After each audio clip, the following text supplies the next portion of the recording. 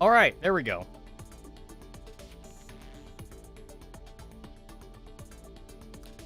Man, did I really wait to the last second for this?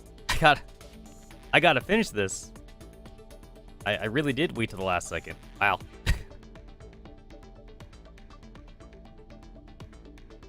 That's fine. I got time. I got time.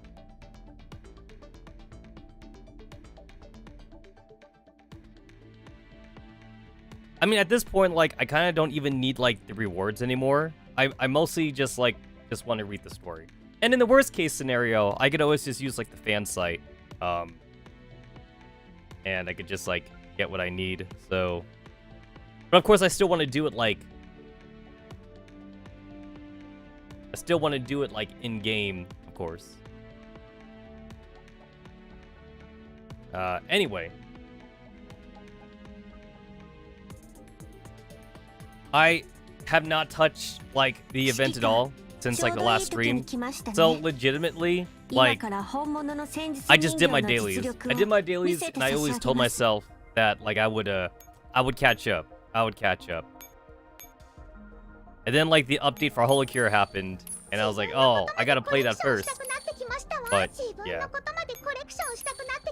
There we go. Right.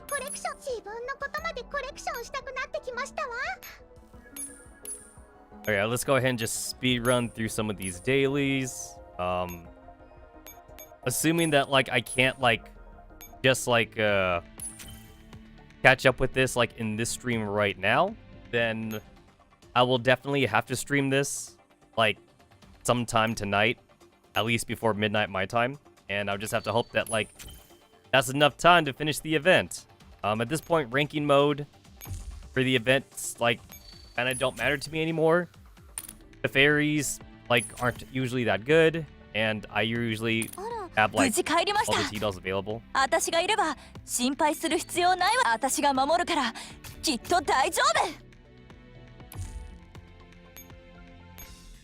Oh, shit, I almost realized, too. This also ends today. I need to do this. Wow.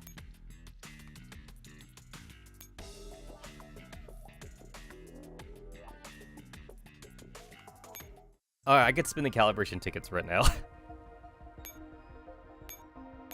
That's pretty easy. I could spend that. Alright, that one maxed out pretty quick. It's super quick to spin that 300. I'm pretty sure I'm already there. Alright, I'm definitely there now. There we go. Maxed out.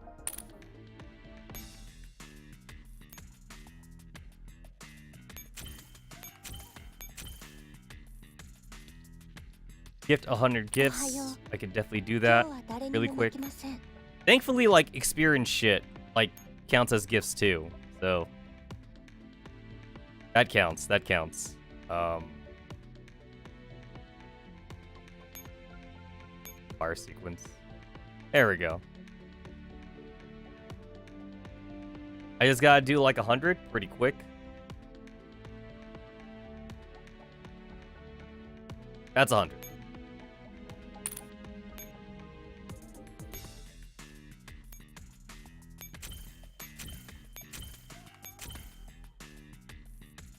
Consume ammo, I could also do that pretty quick. Logistics and batteries.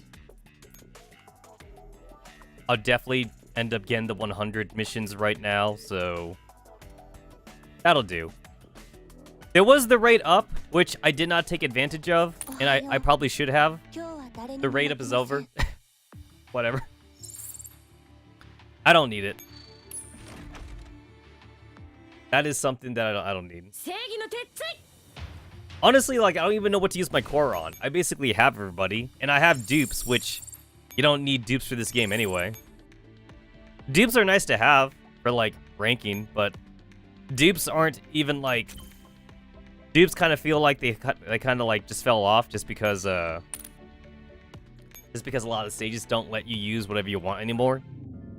It's like, you're only allowed to have, like, 1 or 2 squads. You're not allowed to use Coalition or whatever like that. It's like I have like 13 squads I can use. I never got the 14. And I always tell myself, oh yeah, I'll get the 14 eventually. But like, there's no point in getting the 14 squads available if the game doesn't even let me use 14 squads.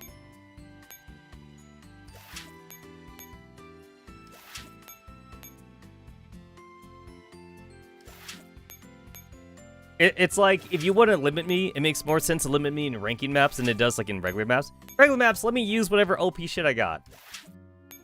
I don't know. I get that I guess they want to make it canon that you only had like 1 squad or 2 squads in a chapter or something.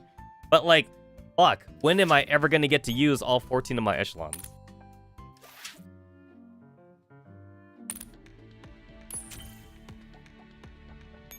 Alright, super quick dailies. Hella quick dailies. I don't plan on spending the gadget. Batteries. That's something I can't even get because I'm overflowing on batteries. Whatever. There we go. Got the costume. Although, like, I don't plan on using this costume. I like the other costume I have better. Man, it's crazy how, like, she really did become such a fan favorite, though. She literally does not show up in the campaign at all. Like, the most story you ever get from her is her Digimon story, which makes her even more endearing.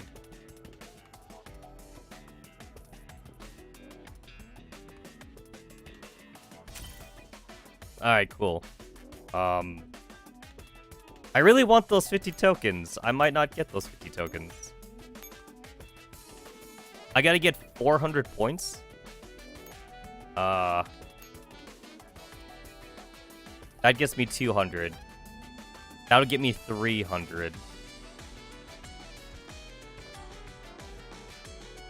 Oh, I can actually get those points. I could get them, actually.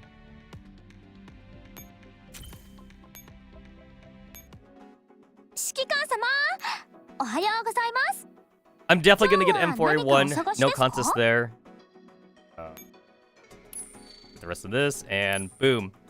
Alright, no longer need to even do the daily shit. For this, it's like, I already have like DSR maxed out, so might as well get E2000. She's not meta or anything. It would just let me like 5-star dummy her, or 5 times dummy her, just because I can. Which, I'll worry about that some other time.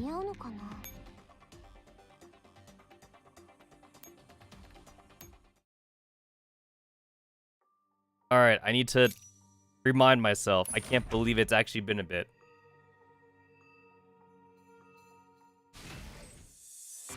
Alright, I remember this. The death stacks here were actually even killable.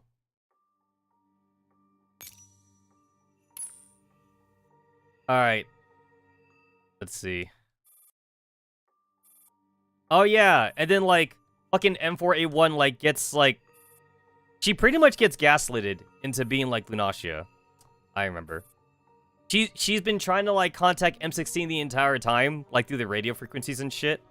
And then she got gaslighted into being Lunacia, so now she doesn't even recognize the comms channel. So we had to un-gaslight her. We need to un-gaslight her.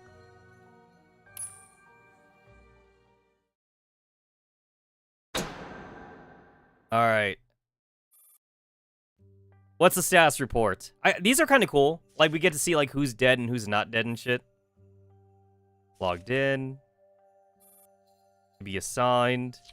I don't know if those are red herrings or not, because there's a couple of them that haven't been given any characters. Deceased. Ah. They're grayscaling some of those now.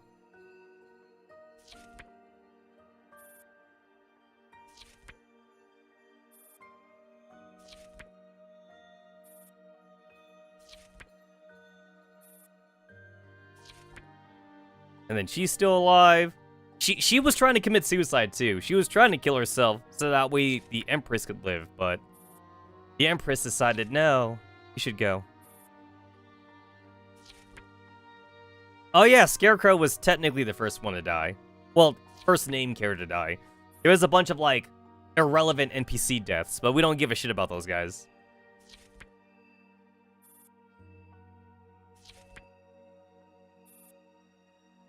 I see what they went for with the star for Star 15, but I've always felt that Star 15... Oh yeah, I forgot the moon was the first one to die. I keep forgetting that, but like, she basically had like no spoken lines. She had like one sentence of spoken lines. Anyway, I see what they went with having Star 15 be the star, but I kind of feel like Star 15 should have been the tower though. She feels like a tower character. Howdy, howdy. Welcome to an unscheduled Sunday Monday stream. It's technically Monday, even though I want to count this as Sunday, but it's Monday. It's literally the last day before the event falls offline. The top corner says I have 22 hours, so gotta make it happen. Gotta make it happen. Actually, the prize for this one is even better than the previous ones. I gotta get the prize. I don't care about ranking so much though. I really did wait till the last second. I gotta do this now. That's my fault. That's on me.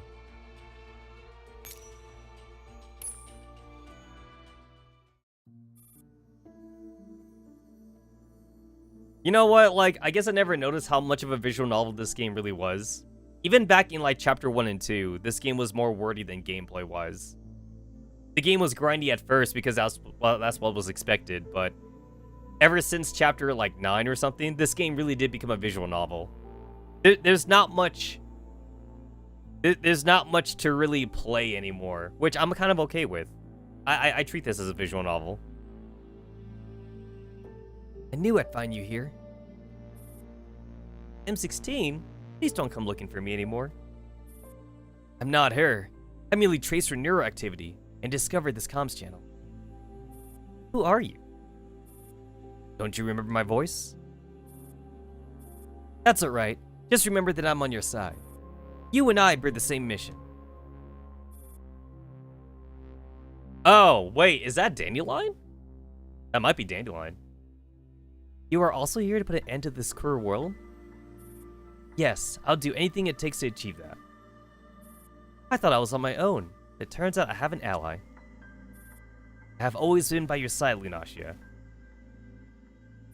You know my name. I have been waiting for this day since I was born. Alright, wait. That can either be Dandelion or that could be Eliza. But if that's Eliza, though, then Eliza's probably gaslighting M4 anyway, then. Waiting for you to accept the name of Lunacia, now I would devote everything to our cause. Yeah, that could still apply to both Eliza and Dandelion.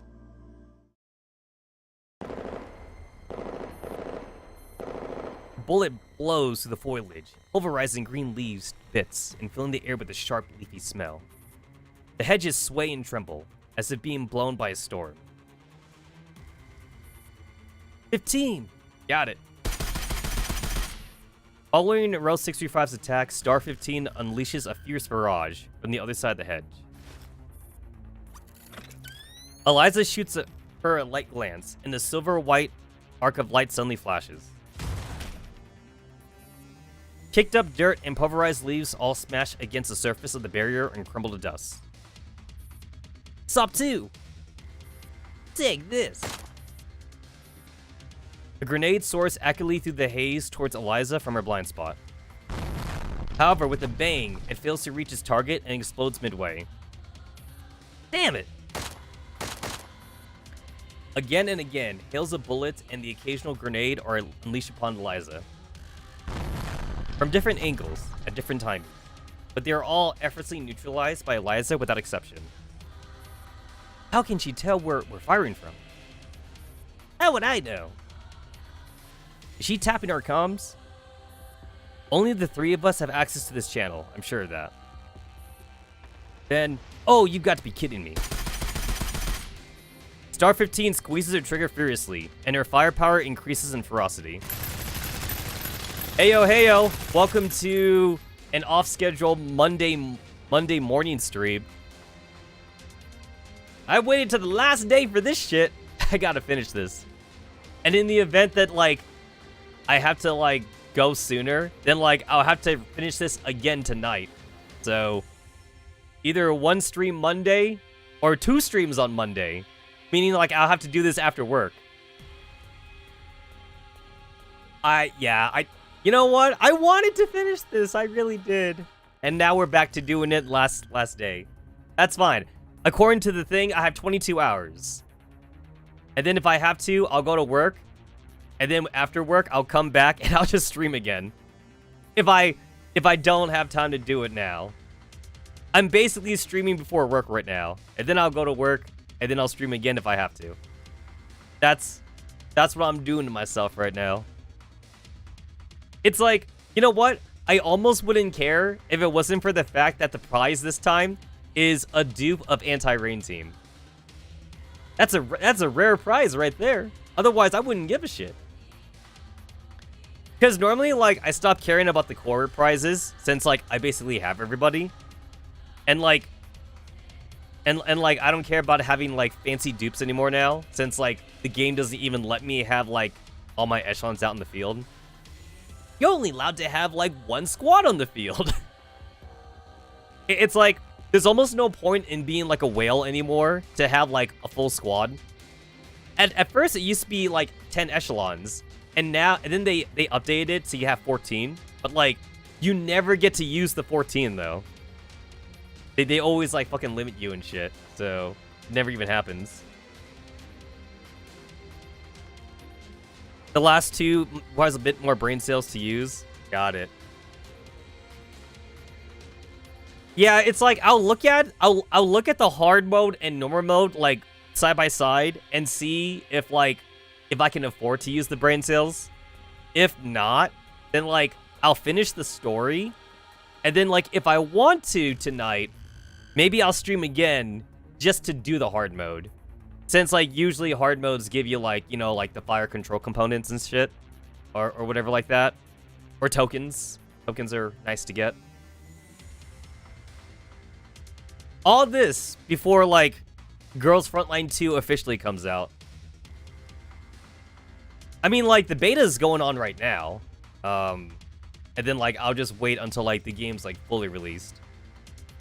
Honestly, like, I'm actually kind of glad I didn't get into the beta, because they're going to do a server wipe anyway. So, like, I'd rather not blue ball myself.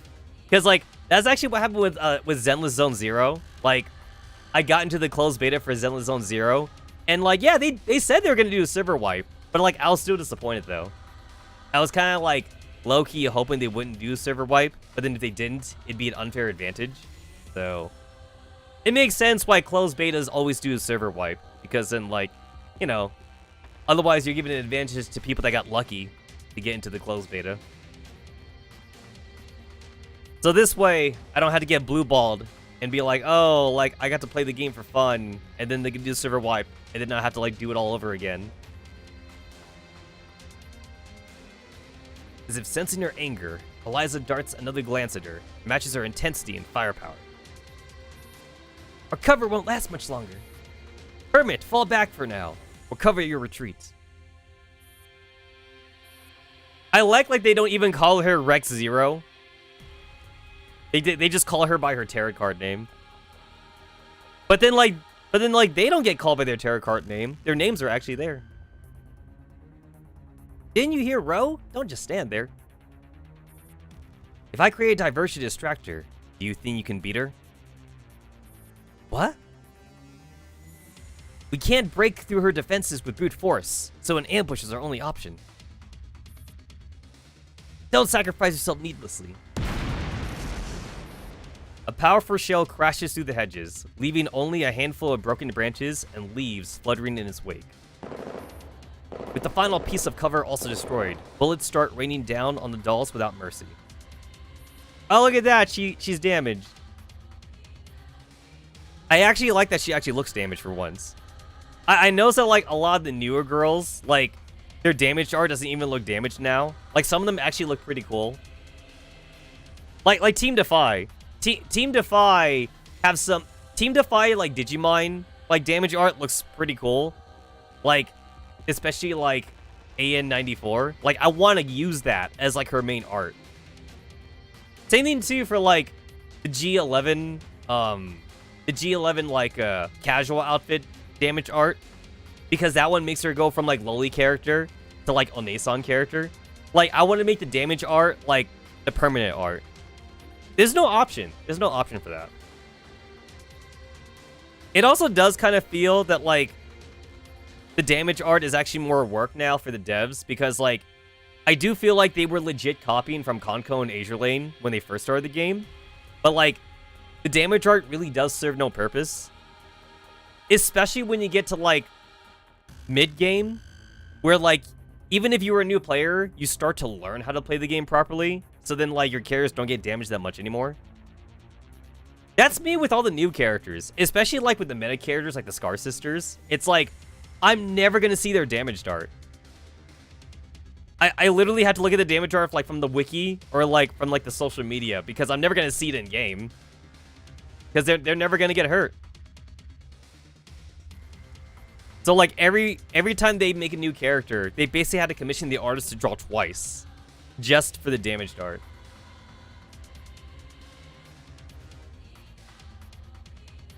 In Konko, it actually makes sense because you can't actually control anything in Konko. So like the girls get hurt there all the time. Azure Lane is also kind of more controlled. So in Azure Lane, you could stop your girls from actually getting damaged. Don't you have someone you absolutely have to see? Mission that must be completed? In that case, make it out of this alive and get to it. Hey, where are you going? I don't know why I'm even here. I don't understand why the Empress saved me. But if I can help you fulfill your wish, then maybe there's some meaning to all this after all. The hermit quirks half a smile before disappearing into the thick fog. Hermits! Don't go! Give her some cover. Making use of the opening that the art team has created for her, the hermit's footsteps soon fade into the distance. Tucked her tail and ran away, huh? Oh! Yo! I was just talking about never seeing the damage art. First time. Like, I had this costume. I never seen the damage art for it, though.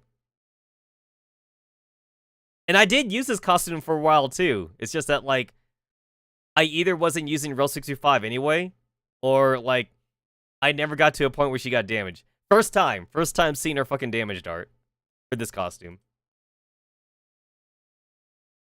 We are your enemies. The guns are a blur from firing nonstop. This amount of firepower won't even leave a scratch. Before long, a bullet hits its mark on Eliza's back. Then, bullets seemingly fired from multiple people come whizzing towards Eliza's exposed back from different angles. You haven't seen damage art in AL even longer than GFL at this point. Yeah, I think like that's definitely a downside too for like a lot of like games where like you eventually like become meta. Your characters never get hurt. If Nikkei had damage art, like if my girls aren't being the stage outright, then like they instant die to like suicide bombers. So like I would also never get to see the damaged art. It's like you only ever see damage art when you're a new player. Once you get meta, then like you don't see it no more.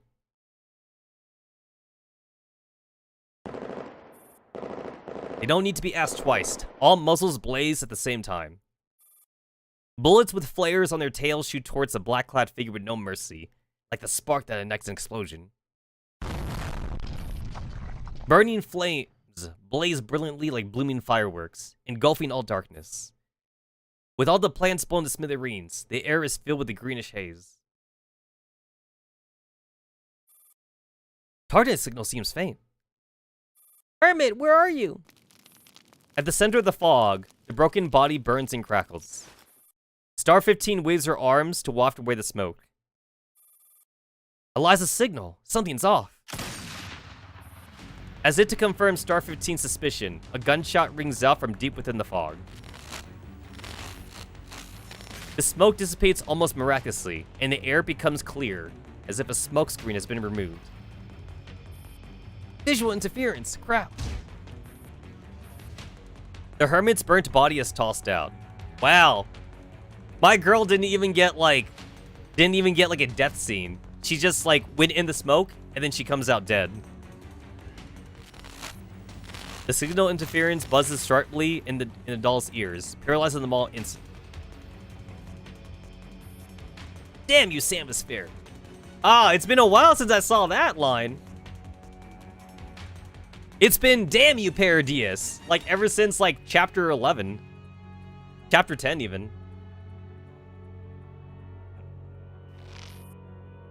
Chapter 10 was like probably like the last time we were like antagonistic with like Samus Fairy.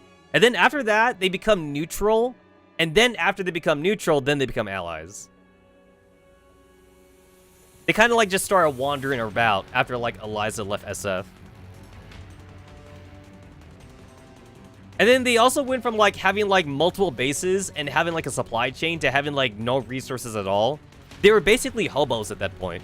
They had nothing to repair themselves with, and like they couldn't even fight like the military. Like KCCO like would just trash SF, and then Paradius would trash SF. So like only the ringleaders would actually like pose any threat. The regular SF were just mobs at that point. Top 2 struggles desperately, but the hold on her neurocloud only straightens. Eliza slowly strolls out in front of the garden gates, her face cold and ruthless. You are our teammates created for M4, so why are you always getting in her way? We must save her precisely because we're her teammates. How ironic. You spend all your time together, but you don't even know M4's deepest thoughts. Of course I do. She wants to come back and be with us. She might have wanted that while she was still M4, but now... What's that supposed to mean? Who do you think just saved me? Eliza points at something behind the AR team with a smile. On a hovering screen is a familiar face. M4! Yeah, she really did get gaslighted into being Lunacia. At first, she was all like, I'm not Lunacia, I'm M4. But now she's all like, I'm Lunacia, I'm not M4. She got gaslit the fuck. Everyone deserves to live a happy life in dignity, to live in freedom, equality, and a world of abundance. Instead of being deceived, betrayed, and slaughtered in this inferno. What are you talking about, M4? We've come to save you. It is such a familiar face, but the words that come out of her mouth are so very cold and inconceivable. The girl who claims to be Lunacia pulls out a card. M4! Before anyone can react, a massive chasm splits the maze into two. The one solid ground is now crumbling like a thin piece of paper. It cracks and slides off the edge of a chasm, collapsing. I hate that they use like the wood breaking sound effect for that. Is there not like a cement crumbling sound effect in this game? I feel like they could just fucking Google that shit. I think they use like the wood breaking sound effect for like almost everything in this game. I think they also use that a lot too when they were like on the train. Even though like I think the train was also like made out of like pure metal. There was a lot of like wood cracking sound effects. Falling into the bottomless abyss.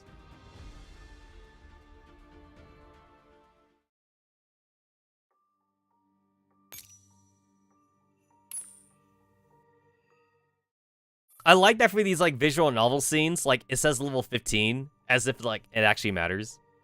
You must be at least level 15 to do this stage.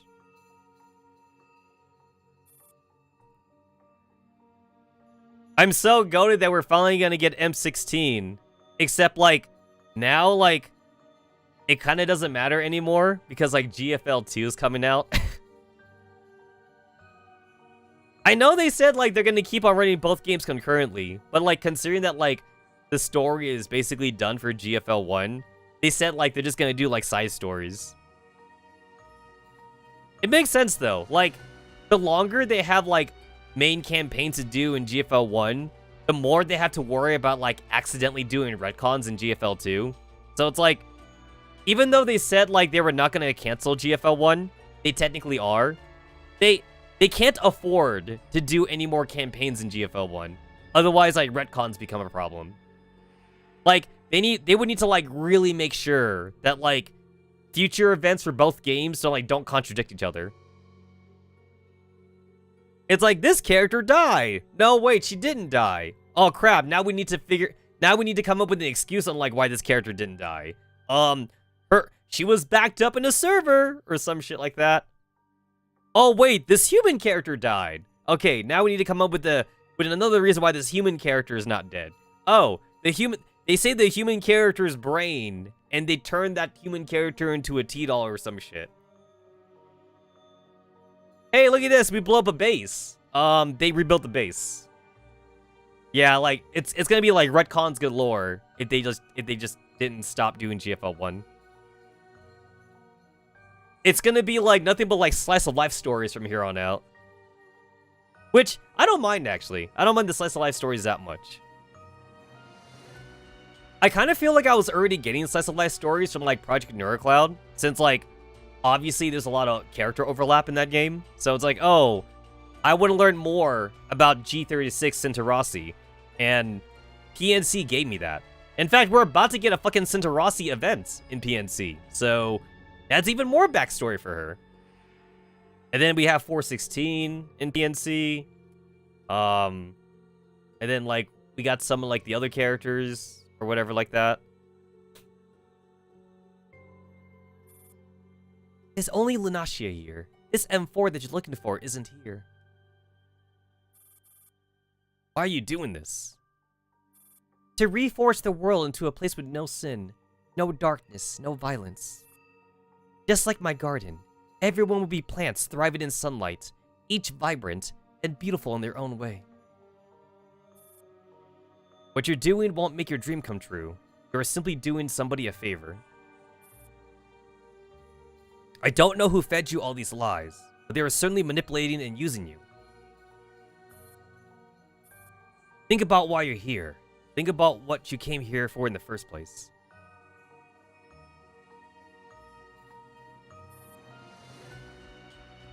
If it's you, if you can merge with... Oh, wow! That's literally like the entire chapter 1 through 6 arc. It was all about Eliza trying to merge with M4. Like, that was all chapters 0 through 6. Like Agent and Scarecrow and everybody, they had to make sure that, like, they captured M4 alive and not accidentally kill her. So that way, like, Mastermind can do the merger and shit. And that was back then when, like, we didn't know the whole Lunacia story.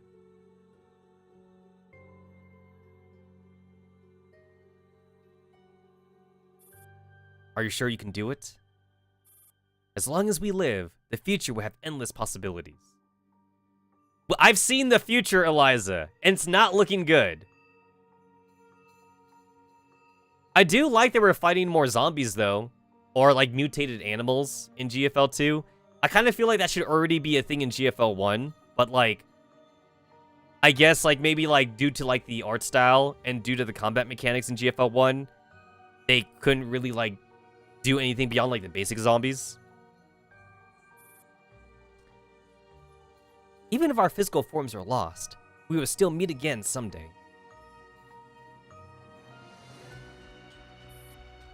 The hidden pass obscured by the darkness makes her wince in pain. What did you come here for? Why won't you leave me alone? You are my whole reason why I'm here. Do you still remember the first time you opened your eyes?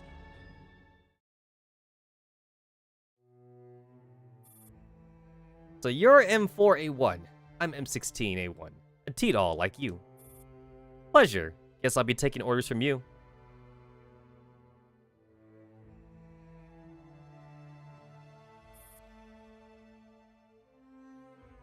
And the AR team? Ro has taken over as leader since you left. Bro, Ro has been leader pretty much since Singularity. Like, M4 stopped being leader in Singularity. It's been Ro the entire time. Maybe every once in a while, like M4 will come back for a chapter, and she could be leader again, like temp leader. But, like, Ro has become the de facto leader, like since then.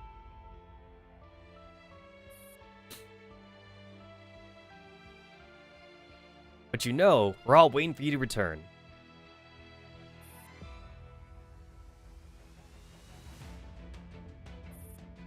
Oh shit, it's O-Star 15! Sadly, this time has come for us to part, M4A1. There's no time to keep such petty scores. Wait, isn't that her line before she blows herself up? You may feel sad, you may feel angry, you may remember me, or you may forget me. Oh yeah, this is the line before she blows herself up. Whatever the case, just let this memory give you strength. Give your strength and make you even stronger. Oh, it's Usopp 2! I've already lost AR-15 and M16. If I have to lose you too, then I'll die with you. Oh, that's she's talking to Ro. That's when she's talking to Ro. Because, like, that was back when the AR team was literally just Ro and Sop mod. This is the order we all received the moment we left the factory, and I intend to obey to my very last breath. AR-15 wanted me to save you. M16 wants me to save you. So does Sop 2, as well as the commander. I actually did my best to avoid a lot of story spoilers for GFL 2, so I'm actually not sure if the commander's actually more of a character in GFL 2, or if they kind of kept him more as a background character like in GFL 1 is. Because, like, the Professor Commander in Project Neurocloud is a character. Like, arguably, he's the most important character in the entire story, and he has a lot of dialogue. Whereas, like, in GFL 1, the commander doesn't have a lot of dialogue.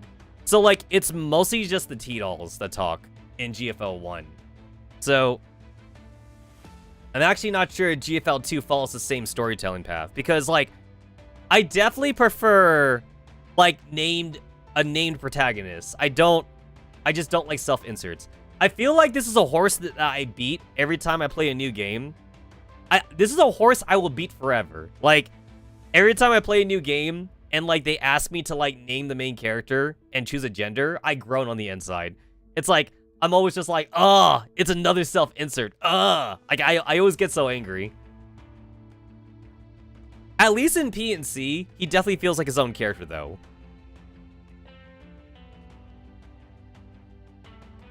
I do like that in PNC you can marry both the guys and girls in PNC.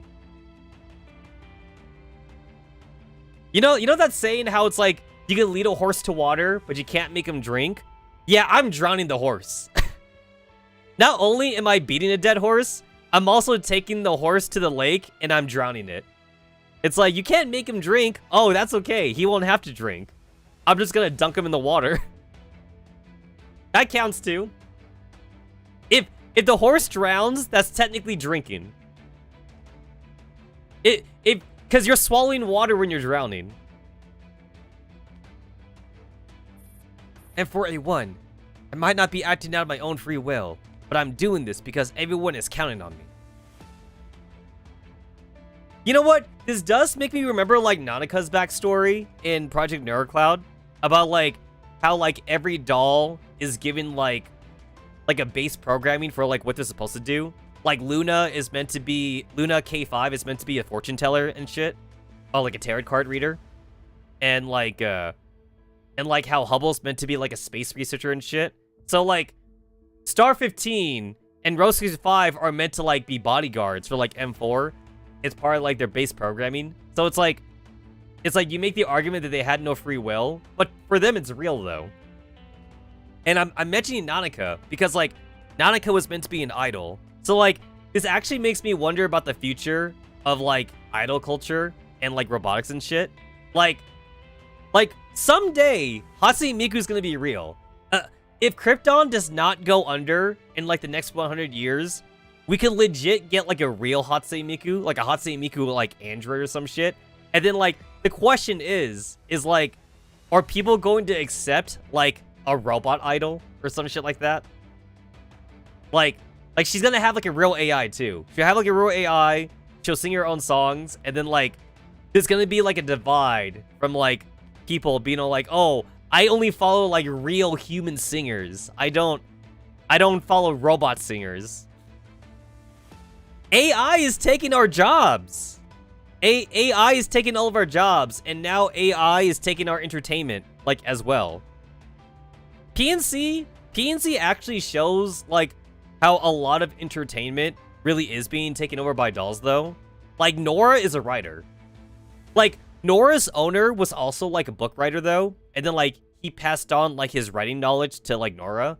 But, like, I remember a part of Nora's backstory was that like there were a lot of criticism from people. It's like, oh, like she's only like regurgitating like her master's stories. She can't do like her own stories. She can't do like she can't be original or some shit. I know that right now a lot of people don't like AI art, for example, and shit. But like honestly, like give it 10 years, maybe even 5. I dare say even 5 years. Like, cause like even AI animation is getting pretty decent now. It's still pretty static though. That sounds kind of I'm saying that kind of like in an oxymoronic kind of way. It's like there's animation, there's movement, but it's also static movement though. So it's kind of bad movement. But give it like another 5 years, and I wouldn't be surprised if like even Disney might start incorporating like making AI movies and shit. Like, there's gonna be like a huge divide between like real voice actors and like AI shit or whatever like that.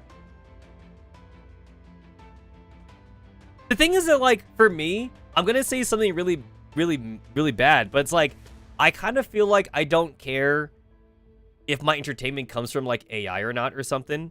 As long as it's fun, if I find it fun. I guess, like, the one thing that, like, I will kind of care about, though, is whether or not, like, if it was, like, a soulless AI, or, like, if it's, like, an actual, like, robot AI, like, in, like, Girls Frontline style, or whatever like that. Like, can I converse with the author, is my question. Like, was it a human being that just put a bunch of prompts in, like, an AI thing, and then the AI spit out a story, and then, like, he made a game based off of that? So he technically didn't write it himself? Or is it a robot like Nora who is writing the story, and then like I can meet Nora at like a fan meet and greet, I can shake her hand or something? Because if that's the case, then like I wouldn't care that Nora's a robot then. Like Nora would feel as real to me as a human being would, because I can talk to her, I can shake her hand, and I could be all like, oh, I'm a big fan of your work, and I don't care that you're a robot, you know?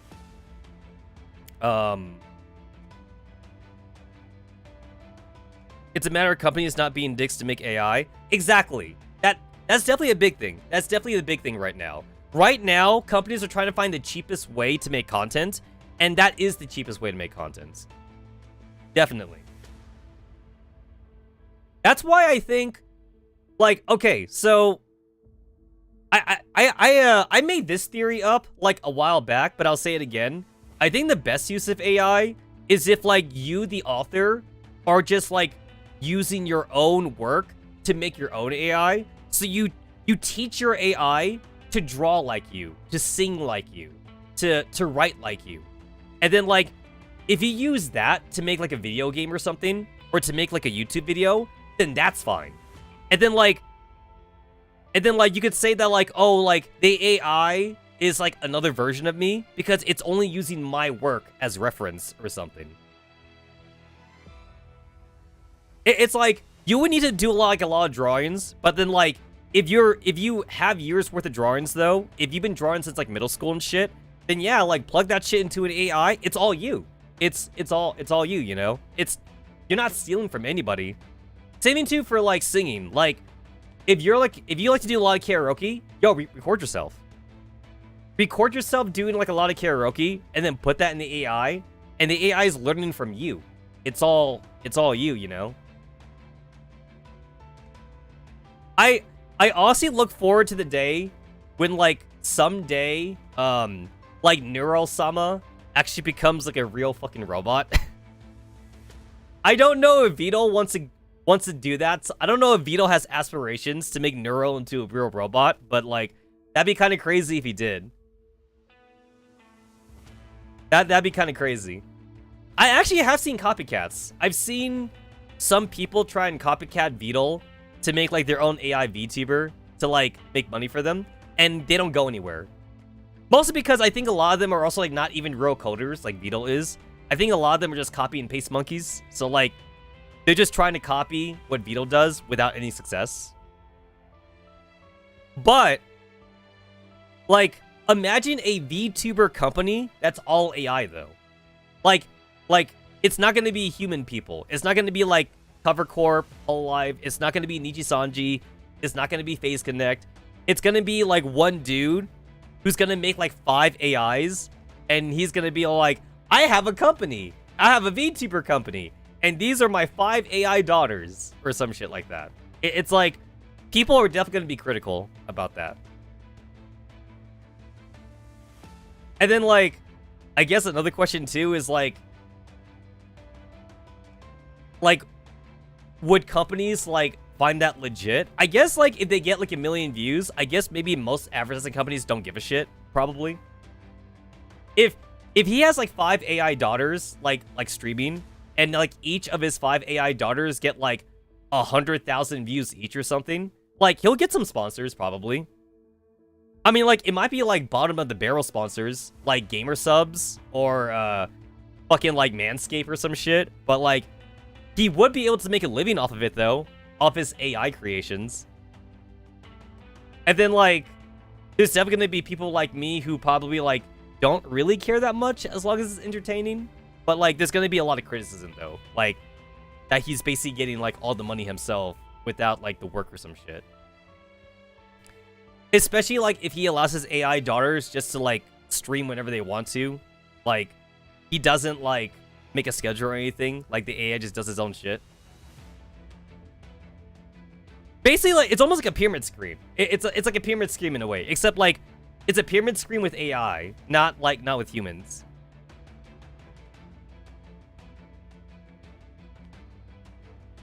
I mean, to be fair, though, like, isn't that kind of the goal? Like, in 1,000 years from now, like, robots do everything for humanity?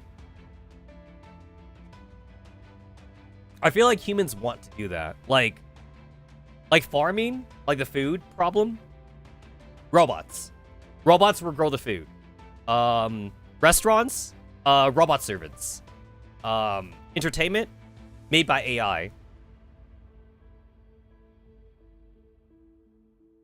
I don't know if a future like that might be dystopian or not, but like, there's 2 versions of like where that can go. One is Star Trek future, and one is Star Ocean till the ends of time future. In Star Ocean till the ends of time, in that future, like robots and AI do everything for humanity. So humanity, all humans do is play video games all day. Like, that is legitimately what they do.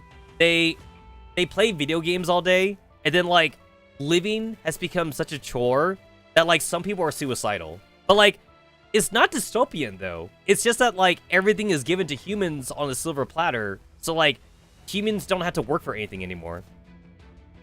They just play video games and shit. And then, like, there's Star Trek future, where, like, in Star Trek, despite having, like, robots do, like, a lot of the heavy lifting and shit, humans still have the desire to do stuff, but now they do stuff for fun.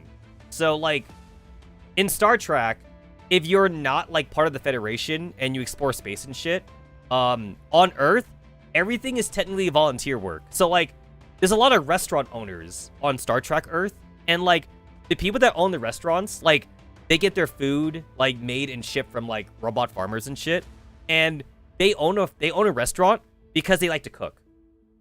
They're not doing it for money, because there is no money. The Star Trek humans don't have money anymore. So it's like, they just do shit because they want to. Picard's family has like a grapevine, a grapevine like field that, like, you know, they kind of inherited or whatever. Because like Picard's family used to be winemakers. So they still do that. It's just that like they do it for fun now though. So like, because they Star Trek also has like the fuck, what's it called? They had the machine that makes shit like with a push of a button. So it's like oh, like I want some bacon. I want bacon and eggs, and you push a button and then like the machine gives it to you. So like now like there's real food and then like there's fake food. But the fake food tastes just as good though. It's more of a mental thing though. It's like, oh, like I'm having real eggs. I'm not having fake eggs or whatever. But they taste the same. Like they literally taste the same, like lore-wise.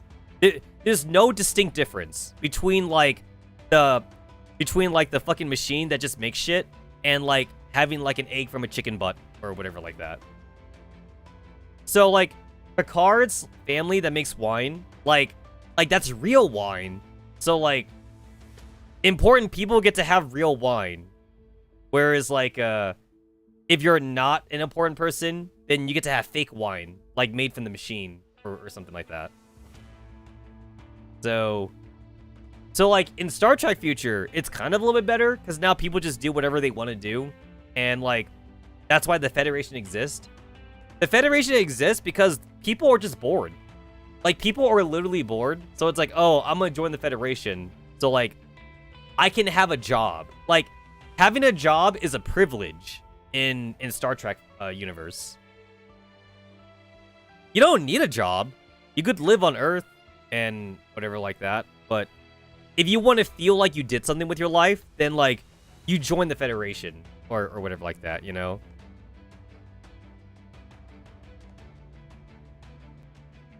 You replicators, that's what they're called. I forgot the word. Replicators. Yeah, replicators like literally just take like matter and they just turn it into whatever. So like if you put like a rock, inside a replicator, then like it would just like move the atoms around and turn that rock into like your bacon and eggs breakfast or whatever shit like that. As long as you have atoms to rearrange, the replicator can make whatever basically. It just needs energy. That's all it needs. And I believe Star Trek has infinite energy. They have like as much energy as they need. So replicators can just do whatever.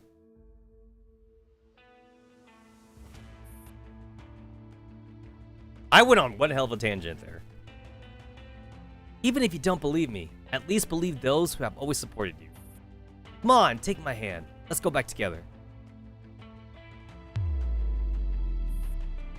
The darkness seems to have taken physical shape as a heavy and vicious vortex with her in the center.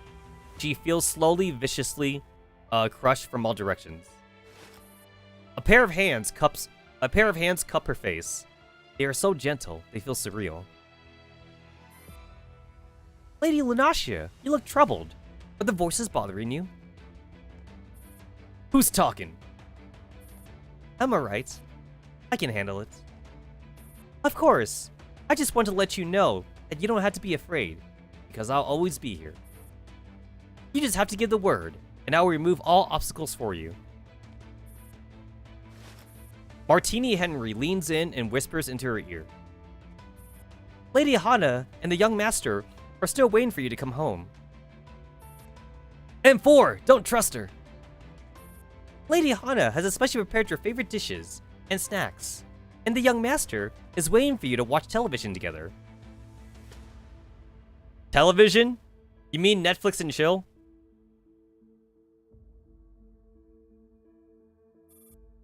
Focus on my voice, M4.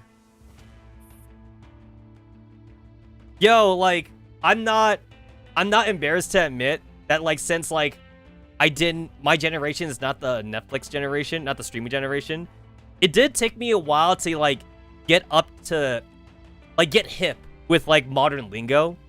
So, like, the first time I heard Netflix and chill, I took that literally.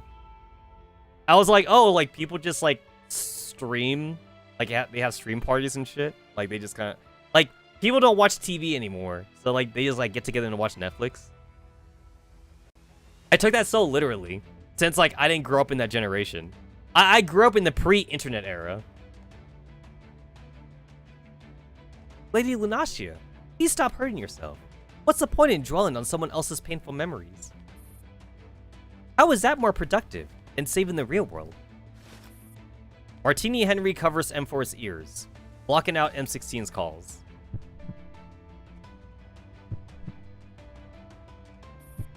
Wait a minute. M4 wasn't even there when Rose 65 got shot in the head. Wait, M4 wasn't even there either when, like, Star 15 blew herself up. like M4 was only there, like, in the aftermath of, like, Star 15 blowing herself up. And then, like, M4 never got to see, like, any of, like, the Rose 65, like, diner gate thing or whatever. She wasn't there at all for that. I guess maybe, like, they told her about Rose 65 being shot in the head or something by Igor, maybe. But yeah, she wasn't there. She was definitely not there to see Sopmod, like, stick an eyeball in her head. She was not there for that. So I don't know how she's getting all these memories. Unless maybe after they went back to the base, maybe they all shared memories with each other. Leave those memories of others suffering behind. Their stories are written in stone. But our story is just about to begin. That's what this whole event is. This whole event is M4 getting gaslit on both sides. Martini Henry takes M4's hand. Let's go, Lady Lunacia. Okay. M4! M4 turns away, and M16 calls are cut off in the endless darkness. Oh, finally, new background. Like, we were stuck on that, like, hedge maze background for a while. Huh. This actually looks... This kind of looks like a reverse tower in, PNC.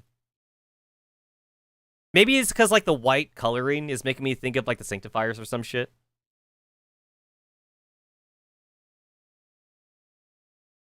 The clock tower is also upside down. A dull ache in the back jolts Star 15 awake. She jumps to her feet and scans her surroundings. Winding vines, strange flowering plants, clocks and geometric planes suspended in midair. Shapes are twisting and contorting in a macabre manner. The garden bed looks like a garden. Bro, stop too. She calls out softly, but there's no response. Fighting to suppress the pain, Star 15 rummages through her pockets and pulls out a card. Or rather, a fragment that's only a third of a tarot card size. Depicted in the center of the fragment is a tall wine glass. The liquor contained within is clear and sunny yellow. You'd better be useful. She presses her palms together over the card fragment.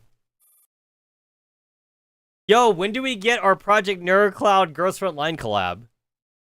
Even though technically it's already a collab. It's all part of the same universe. It feels cool in her hands, almost as if she is holding an actual glass. She lets the sensation draw her NeuroCloud to a special comms channel. Bro? Stop 2? What's your status? Please respond. Again and again, she calls out via the comms channel. The channel remains silent. Can you hear me? She keeps waiting. Her heavy breathing marks the passing seconds. The branches in the woods continue to spin and distort before her eyes, interweaving into a void of chaos. She watches it all happen, but can do nothing about it. The feelings of helplessness threaten to overcome her.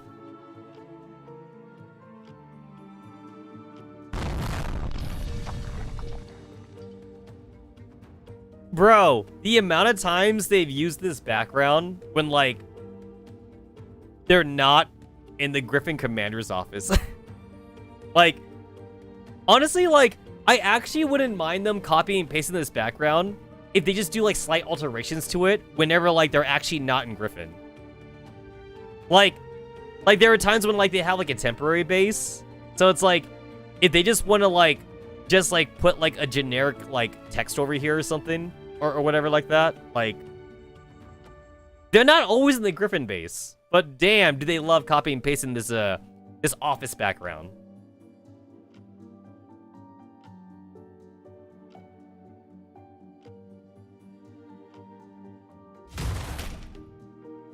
The impact of the explosion throws SOP 2 and Star 15 heavily against the door, and they crash right into the temporary command room. Sunlight shines in through the gap, illuminating the countless dust motes quivering in the air. It's not gonna hold out there. Bro, we need to withdraw. How's the commander doing? Throw them on my shoulder, and let's get out of here.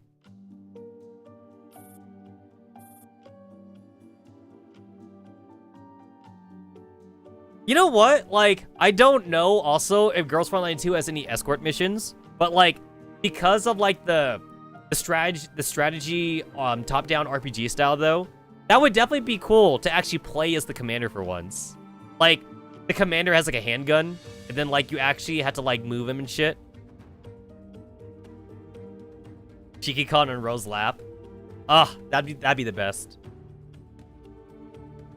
Ro doesn't even look up. She stares dazedly at the commander, whose head is lying on her lap.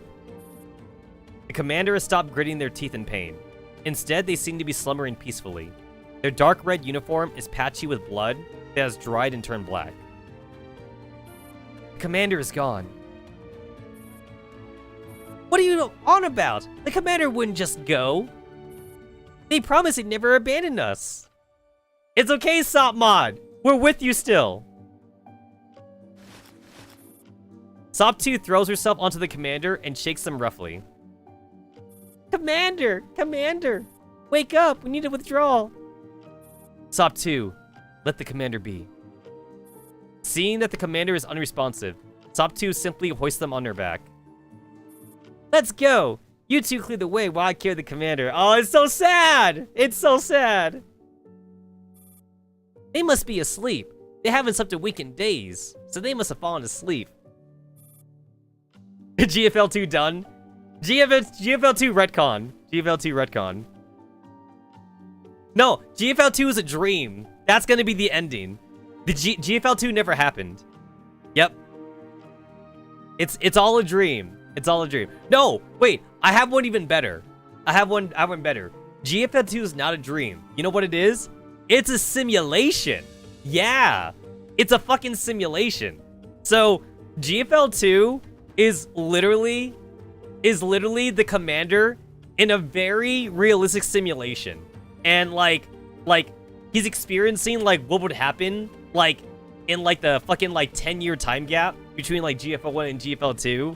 And like it's like AI storytelling. No, like it is legit AI storytelling. So like you know, like 45 is an office lady and shit. 9 and G11 rejoin the team. Groza is the waifu. He's still fighting Paradius. M4, Anti-Rain. Anti-Rain's nowhere to be seen, or whatever like that. It's just a simulation, guys. It's not real. It's the commander just playing a video game. And then... No. You want to know what's even better? Not only is it a simulation, it's a simulation right after Singularity. That's right. All of GFL2 takes place in Chapter 11. That's why the story doesn't line up. That's why it seems that like there's a lot of retcons. Chapter 11 is GFL2. It's what Nora's training for. So Project NeuroCloud is Chapter 10, and then like GFL2 is Chapter 11. Both take place as simulations. The only difference is that PNC has magic. It has like you know, like it has them flying around and shit, and it has like fireballs and crap. So like Magressi is magic, and then like in GFL2, the simulation's more realistic. That's what it is. PNC is fantasy. PNC is fantasy, and GFL2 is like realistic. That's the real story. I spoiled it. I just spoiled the ending for you guys. And now Mika is going to send assassins to me. They're gonna be like, how dare you spoil the ending? I'm a dead man. Once we get to safety, the commander will wake up. Sop 2, put them down. No! The commander promised to be with us to the very end. This is as far as they could go. They tried their best. The commander's arm flops limply off Sop 2's shoulder. The unmistakable truth pushes Sop 2 to the brink of breaking down. I don't believe it! This can't be true! Actually, legit though, I honestly wouldn't mind if the commander becomes like a T-doll in GFL2 though. Like, I actually want that to happen. Obviously, it would suck for the commander, but like, maybe the commander like gets cancer. Maybe the commander gets like irradiated cancer or some shit, and like he's gonna die, but then like he doesn't want to like, he can't leave though. So like he's all like, turn me into a T-doll. I must be a T-doll or some shit. So like the commander actually becomes a playable character in GFL2. I'm still waiting for like the commander in Nikkei to be a male Nikkei. I'm still waiting for that to happen. The commander in Nikkei is going to be the very first male Nikkei. Like, okay, no. Here's spoiler alert. Here's what's going to happen. So like the Rapture Queen is going to kidnap the commander, and then like she's going to force the commander into like Nikkeification. But she's only doing that because she wants to kill the commander slowly. So she's going to be like, I'm going to kill you, but I want you to suffer. So I'm going to make you go through Nikkeification because men don't survive like Nikkeification. And then like she's going to be really surprised when like the commander does survive, and then the commander becomes a Nikkei, and then she's going to be all like, wait, that wasn't supposed to happen. That's what's going to happen. Yep, I just spoiled Nikkei. I just spoiled it.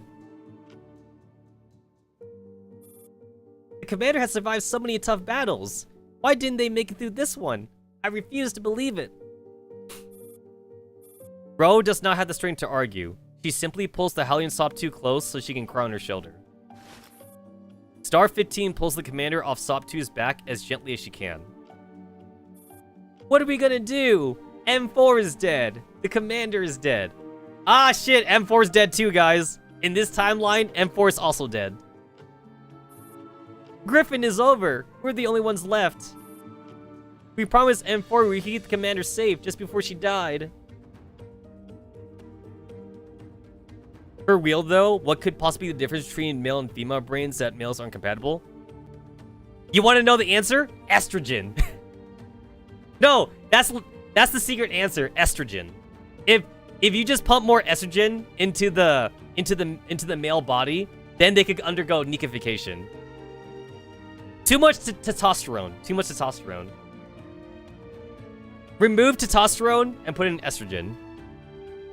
That's the secret. That's the secret. But yeah, I think lore-wise, they said like it's a chemical. They said like it's a brain chemical or some shit. I don't fucking know. The closest thing we have to a male Nikkei is Johan. But Johan's not a Nikkei though. Johan's a cyborg. Like, he basically like replaced like, I think from the neck down. From the neck down, his body is just like on a robot body. That's the closest thing we have to a male Nikkei.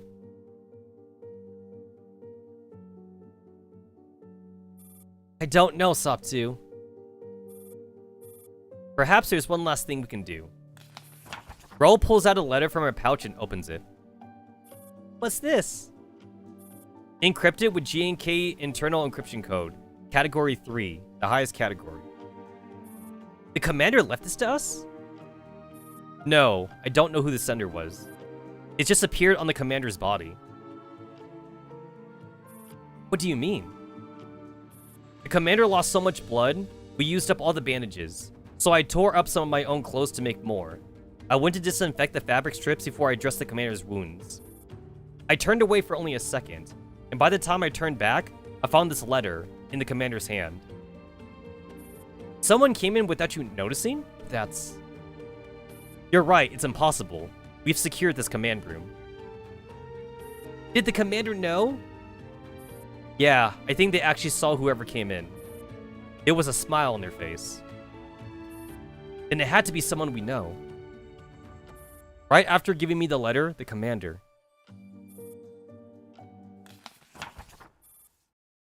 The three dolls read the decrypted letter again and again.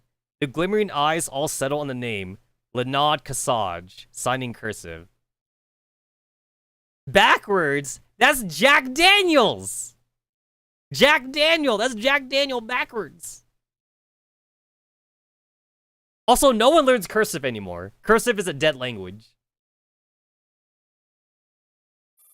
The person who wrote the letter, this Lenod Kasaj, believes that there are different word lines in the universe. In other words, there's a griffin, a commander, and an AR team in another world. But a word line would split into multiple lines whenever a choice is made, and events develop differently down different lines. If we made all the right choices, M16, M4, and the commander could still be alive. Is that really possible? The events are already set in stone in our world, or perhaps in another world. That's assuming what this Lenod Kasach said is true. According to this person, we have to enter a space called Terran Paradise via the Starfish system. Once we're there, we must find a way to survive some kind of battle royale game. As we work for winning the game, we will get to meet the one who will help us rewrite the past and future, and lead us to ending we desire. I want to do that. I want to see M16, M4, and the commander.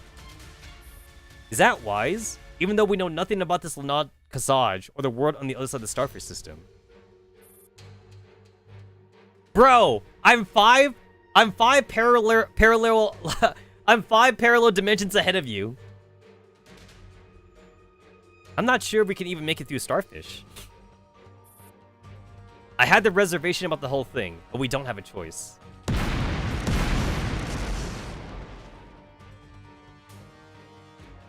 The explosions in the distance are not letting up. The enemy clearly intends to raze the whole area to the ground. Either we stay here and die, or we take a gamble. If it were the commander, it would definitely take their chances. You're right. The three dolls gaze at the commander's peaceful face. The commander is still with us, and leading us, so... we can't give up either. 15! Wake up! Star 15 feels her feeble body being shaken violently. It's hardly a guess by whom. Not so hard. Are you trying to disassemble me? Star 15 pushes herself up slowly against a tree trunk with her rickety arms. Now she is finally certain that she isn't dreaming anymore. The mysterious being and the card have once again transported the AR team back to her side. Thank goodness. Are you not feeling well, 15? I was just taking a short nap while waiting for you to show up. Star 15 scans her surroundings out of habit. The woods are still dead quiet. Relax. Eliza's signal is nowhere close. We will find her, bro.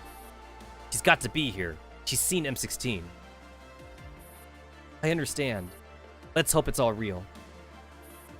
It's still too early to say for sure. Why are you so stubborn? Do you still don't believe Lenod Kasaj? The letter has been right about so many things so far. This person must be a higher being. I only believe what I can see. Let's go. Harlequin's Carnival!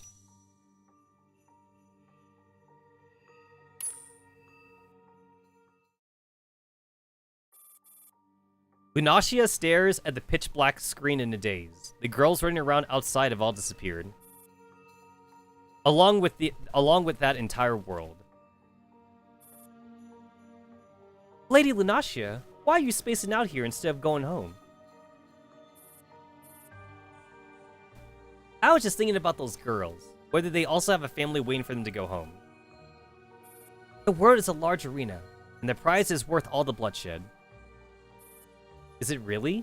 So much has been sacrificed. I promise you, all the sacrifices are worth it. Lady Lunacia, I think you could use some rest right now.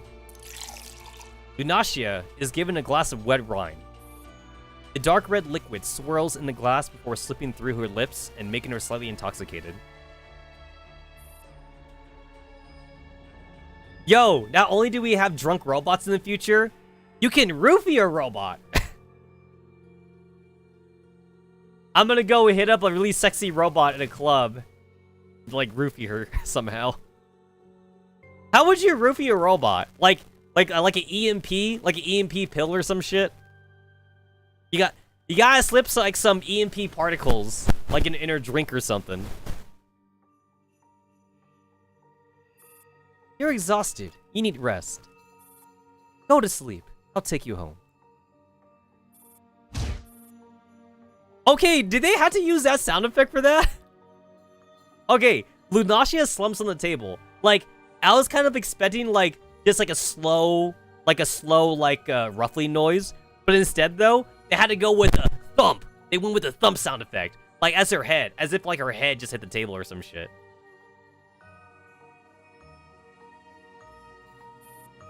Come on out. Russell. A few cards poke their heads out sheepishly. What? Finally daring to show yourselves? Apologies, Your Highness. I thought it wasn't a good time to disturb you. You're right, it wasn't. But you have some explaining to do. Where is the Fae of Pentacles? And why are there so many people in the garden? According to the original plan, only 2 was supposed to reach the garden. Your Highness, to tell you the truth, the Fae of Pentacles has an ulterior motive. Her loyalty to the Lady Lunacia is dubious. In fact, she delights in tormenting us. It's true, Your Highness. Whenever you're not around, she has always given us hell, tripping us up, and sabotaging our plans. That's enough. I have no interest in your gripes. From all your yammering, I'm guessing that Fae of Pentacles is lying somewhere as a pile of ashes. I don't really care about the rest, but how am I supposed to explain this to Lady Lunacia with the plan now in shambles because of you? Don't worry, Your Highness. We have already figured out how to proceed. We have carefully planned their routes. In just a short while, the AR team will encounter Eliza. Considering the difference in the power they have accrued so far, it will certainly be death for the AR team. I'm surprised how nonchalant you are about the survival of this team that you cultivated yourself. Your Highness, it was you who taught me that for the sake of achieving a goal, no sacrifice is too great. Continue. Next, Eliza will encounter M16. After her run-in with the AR team, she will be no match for M16. And M16 will happily make any sacrifice for Lady Lunacia's sake. With that, all risks have been eliminated. Martini Henry nods thoughtfully. There's still one question. What if Eliza loses right out of the gate? If M16 runs into AR team, they won't likely kill each other, will they? No, Your Highness. They are fundamentally programmed to serve M4, so for M4's sake. Martini Henry finally smiles in satisfaction.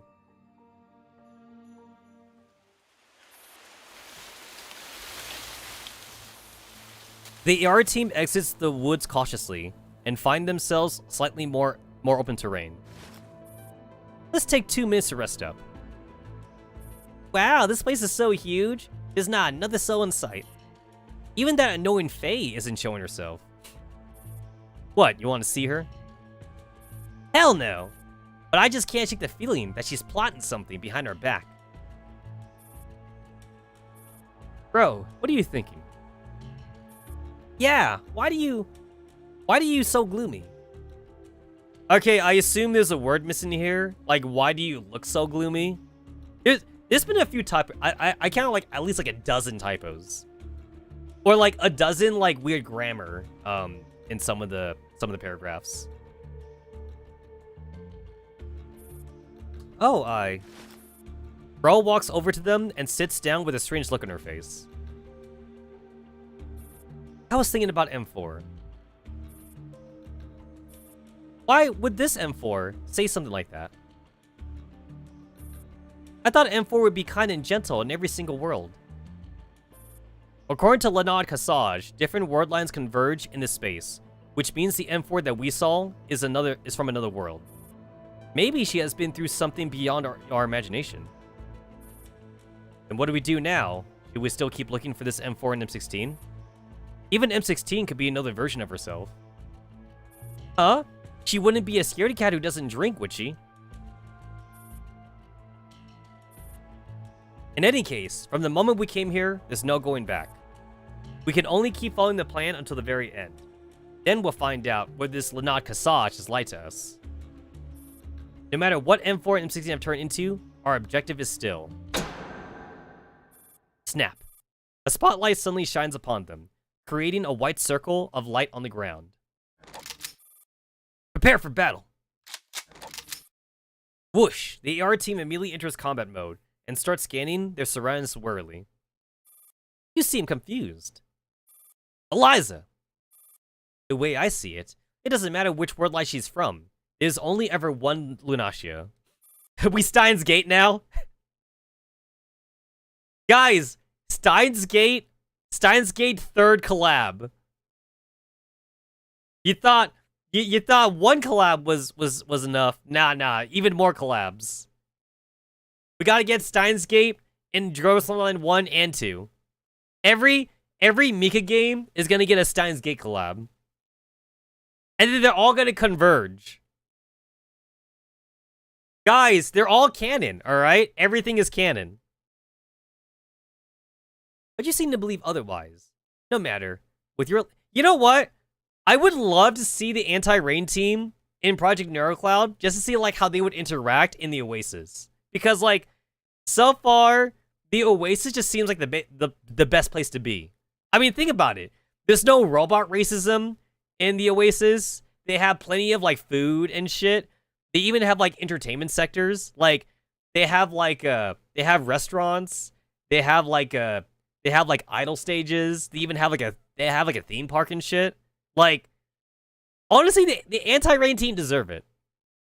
Like Sopmod and like, fucking Roan, whatever. Like, everyone deserves to go to the Oasis, and then they could play with the commander there.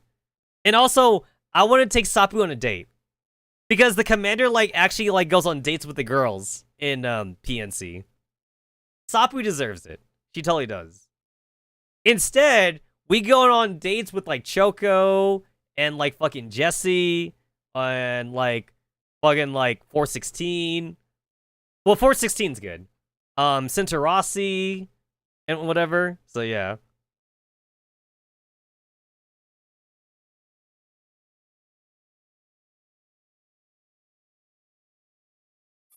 Move! An explosion erupts almost right next to the AR team. I held back last time. This time, I won't let you escape again. The intensive bombing has almost razed the AR team's hiding place to the ground. How has their firepower gotten even more insane? We can't even hit back. Do we fall back, Ro? There's nowhere to fall back to. The path we took here has suddenly disappeared. Ugh! I knew somebody was pulling the strings behind the scenes. She better not let me catch her, or I'd tear her to bits. Eliza unleashes her firepower endlessly, throwing clods of well-plowed dirt into the AR team. 15, Sop 2, cover me while I draw her fire. No, that's too dangerous, Ro. Let me do it. I'm more agile than you, and I can take a beating. Denied. I'm going. Ro! Ignoring her team's protest, Ro takes off in Eliza's direction. I won't fall for the same trick twice. Ro notices a faint vibration coming from underfoot. It feels like some sort of mechanical movements. What? Sharp metal spikes suddenly punch through the ground surface. Ro! Ro rolls to the side and manages to avoid being stabbed in her vital points, but she is still trapped. Stay back! Damn it, Sop 2. I'll go and distract Eliza. Ow. Without giving them a chance to regroup, Eliza seizes the opportunity to dish out her most ferocious attack yet. Smoke and dust instantly obscure Ro's position. Ro! I'm gonna kill you, Eliza. Calm down, Sop 2. A searing explosion sends the two dolls flying. Ugh. Sop 2, Ro. Star 15's visual module shuts down temporarily from the severe impact to initiate self-repair. In the short few seconds of waiting, she is so anxious she thought her heart would explode. Stop 2! Row! Stop shouting, don't waste your breath. A frigid voice speaks directly in front of her. Who are you? Hold on. Star 15 feels a pair of strong hands grabbing her head to check her visual module. That should do it, 15. You.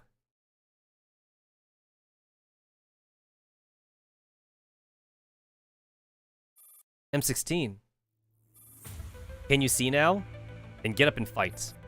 Ro is still alright, but Sop 2 got knocked out by the impact. Ro is trying to reboot her. Still stunned, Star 15 stumbles to her feet and watches as Sop 2 regains consciousness in the distance. Now snap out of it.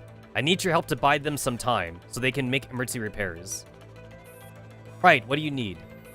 You know the drill. Looking at the back of this doll, who seems unfamiliar yet so familiar, Star 15 feels a storm of complicated emotions, but also strangely at ease. So many words are stuck in her throat, but in the end, all she says is, "Cool, I'll follow your lead." Battle time? No! Cutscene. Huh. Felt like this would have been a battle time.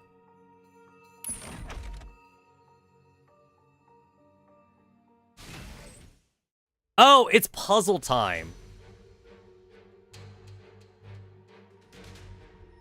What is that? 1, 2, 3, 4, 5, 6. 23 million? I'd win. Nah, I'd win. 1, 2, 3, 4, 5, 6. Yeah, that's 23. That's 23 million. Ah.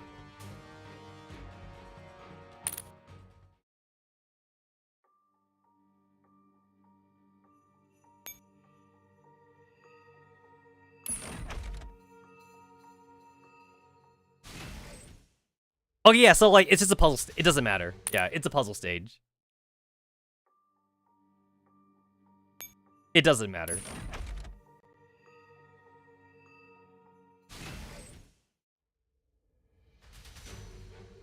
All right, we got some beans. We got beans.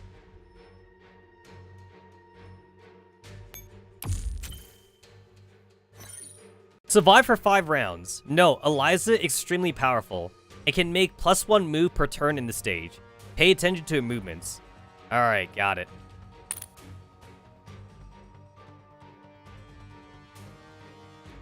No. I got this shit. I got this shit. I got this shit. Alright.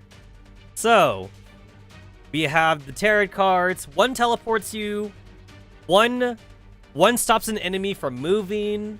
The shield is useless. I assume the shield is worthless here. So, 2 action points is good, teleportation's good, and EMP is good. Alright. Let's see. 1, 2. Alright. So, the smart move here is simply not to move. That's the smart move right now. Don't move.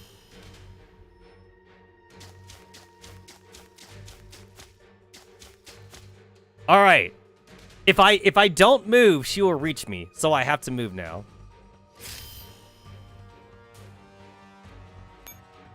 I know what I'm doing. All right.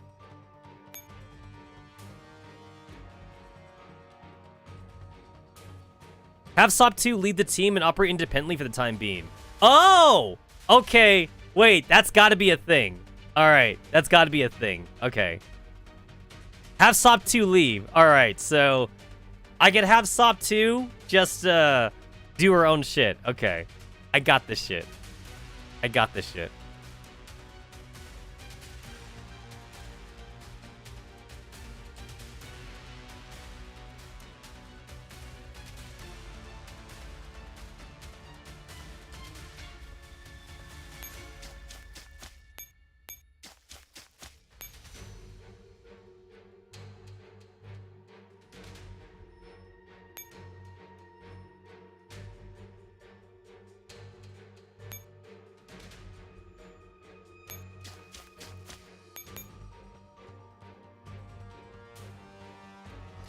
All I gotta do is survive for 5 turns. Easy.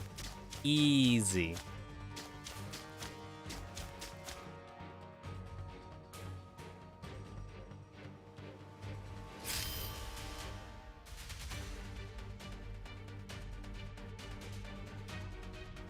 Alright, I did lose an action point. So I might have fucked up something here. I did lose an action point.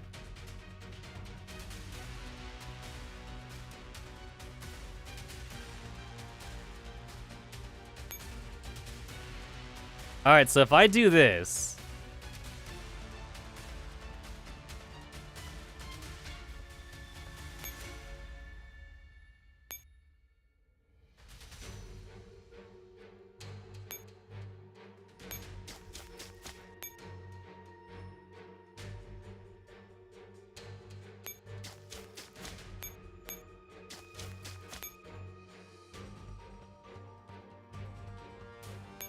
I guess the shield's good for, like, the regular fight.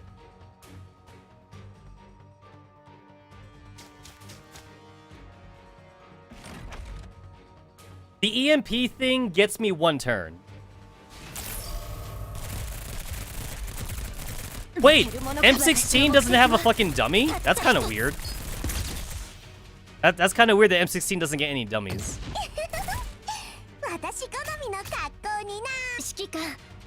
Oh, I didn't even need the shields. Huh.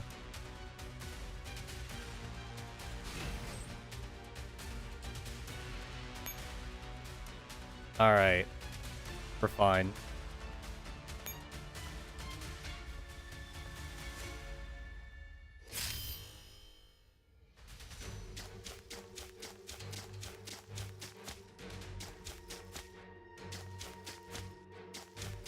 Oh! Oh! Okay, wait. I get it now. Oh, I get it. Okay. Oh, okay.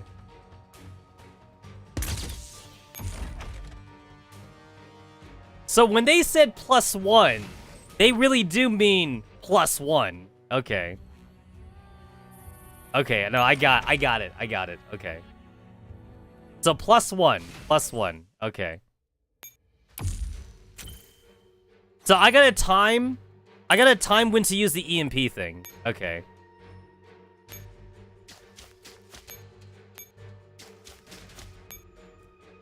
No, this is fine. I got this shit. I got this shit.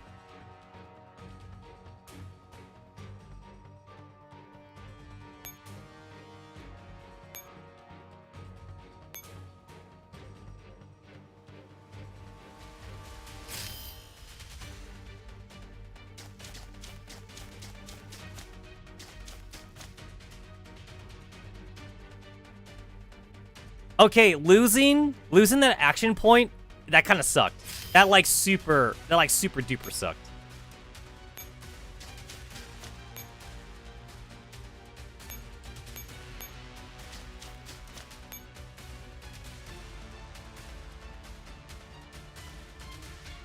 All right, so like there's not a good spot for me to move here, so this should be fine then.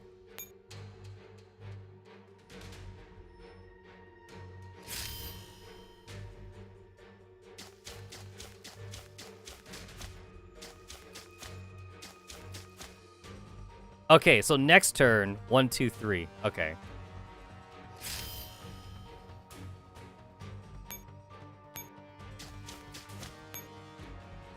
Oh, and then like, I guess I'm also gonna assume too that like she also can't move through the beams. She can't move through them.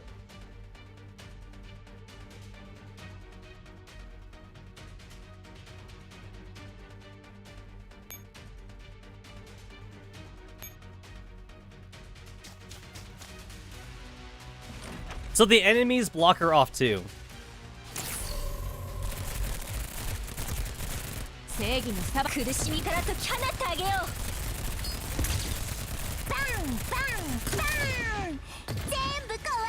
Nope. Alright, even though it probably doesn't matter, I don't want to lose that Safu dummy because like it makes me feel bad.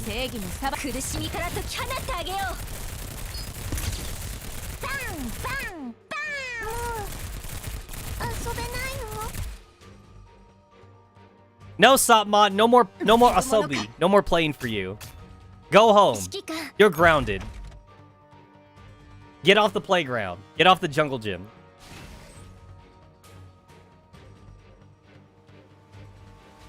Wait. Ah, shit. I didn't count this correctly. Okay, she's gonna get to me. I did not count this correctly. Sop 2? So if I do this...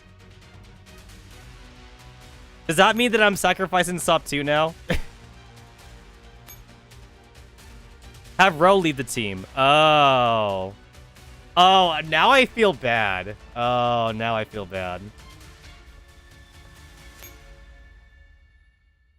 As long as M16 survives, I guess.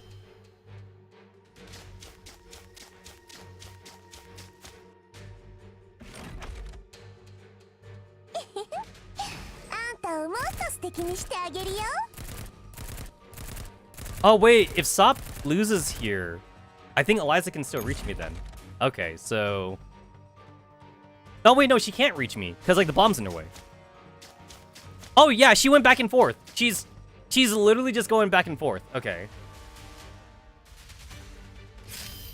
Okay, wait, that's good. Okay. What the fuck is that? What is that? I don't know what that is. The hell is that?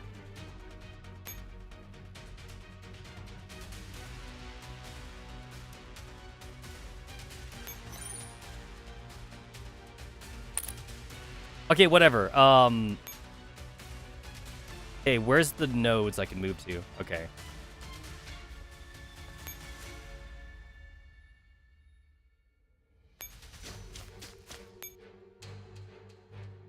So if I move here... Okay, so... 1, 2, 3, 4... She can't reach me. She cannot reach me here. Okay. Yeah, she can't get to me here.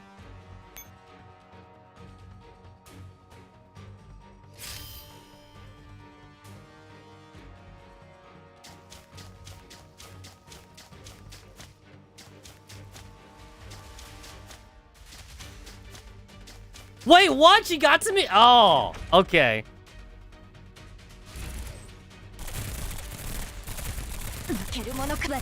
Okay, wait. Okay, no, I had that. So I could have won. Okay, wait, I had that. I could have won that. I just needed to sacrifice somebody again. Okay, no, I got the pathway though. I got it now. I got the path.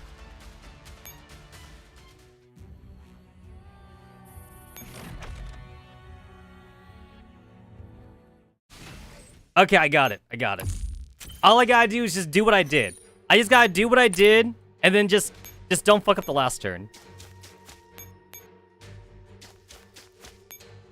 That's all I gotta do.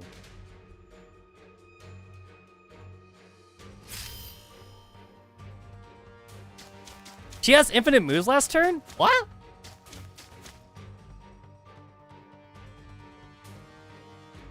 Is there a way for me to, like, see her buff? Or is that not a thing in the game? It's like, this I understand. Like, it's got, like, the number 2 on it. But, like, can I click hold or some shit? Because, like, I can't see buffs or anything. I'm not sure if that's a mechanic that I missed somehow, like, during all the updates.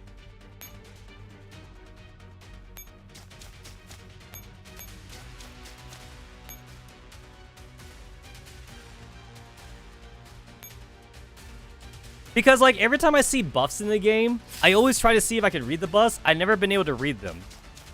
I'm not sure if that got added to the game somehow and I missed it.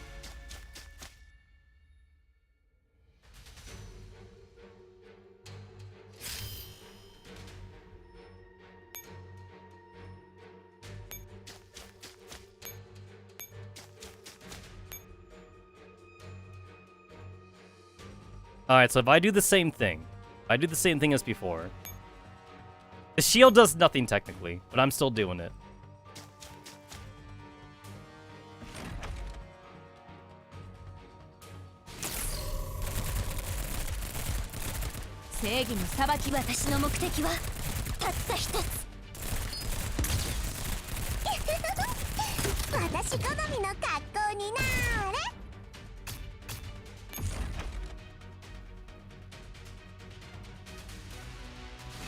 Alright, end turn.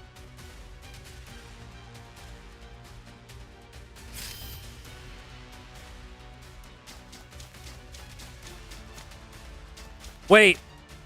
Ah, wait. Oh, goddamn. Whoops. Ah, I forgot.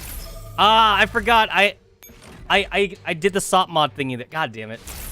I did the same movement I did before, but I forgot. I forgot that I took out SOP mod. I didn't do that this time.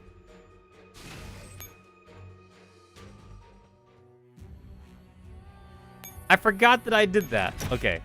No, I got it. I know what I need to do. I know what I need to do.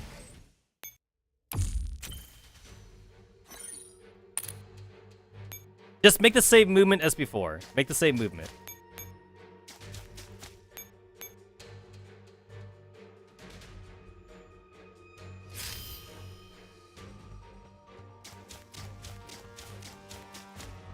I got this shit.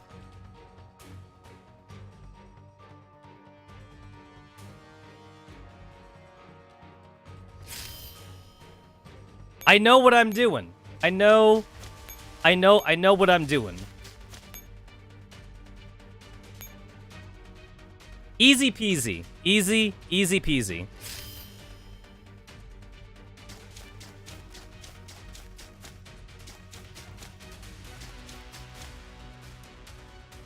All right.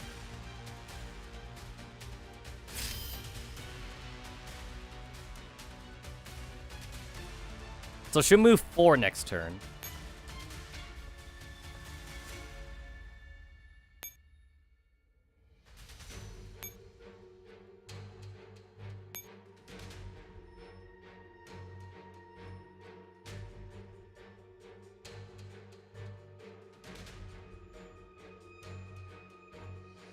Okay, so...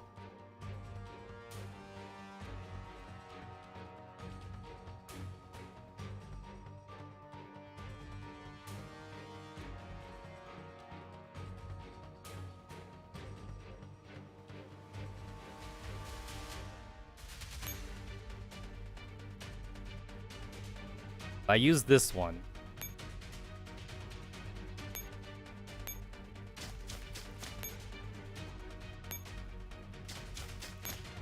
And I split up SOP 2 here.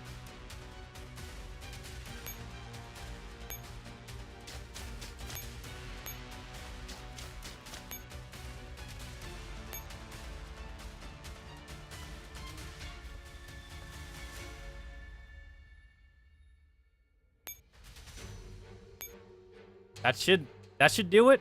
That should do it.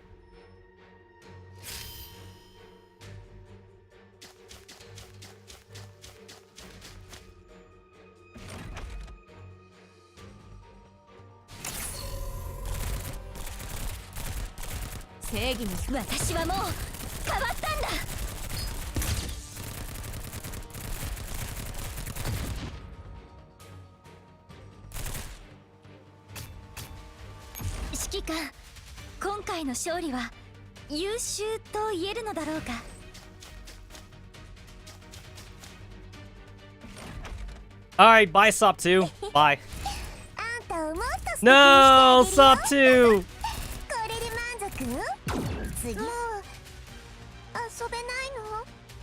Oh, I feel bad! I feel bad. Also, SOP 2 cleavage. I feel like a monster now. I threw SOP 2 to the meat grinder.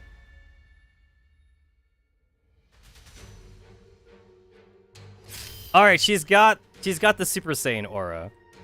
So now, if I...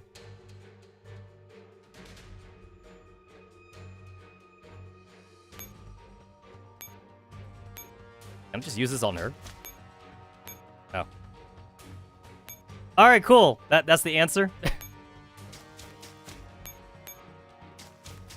Is it as easy as that? Like that's it? That's all I had to do? And then that's it. That's all I have to do.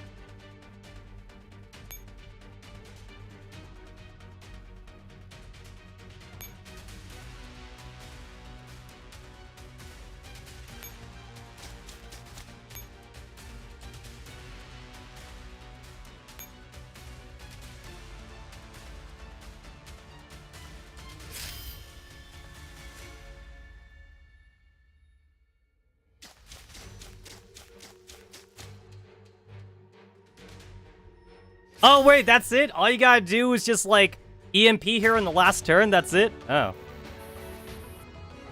It was S rank for letting SOP 2 die. I still feel like a monster.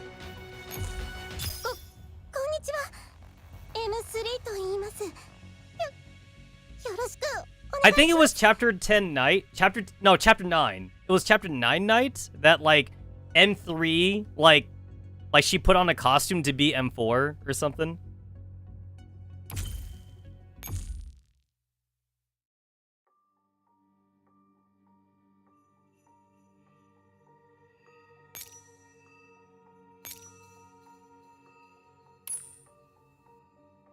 Wait, is there anything different this time? I think this is the same. Demog Highs, here is the status report. I don't think anything different happened. Alright, logged in. Oh, Rex Zero died. Rex Zero's gonna be grayed out now. That's what happened. Alright, Empress is dead.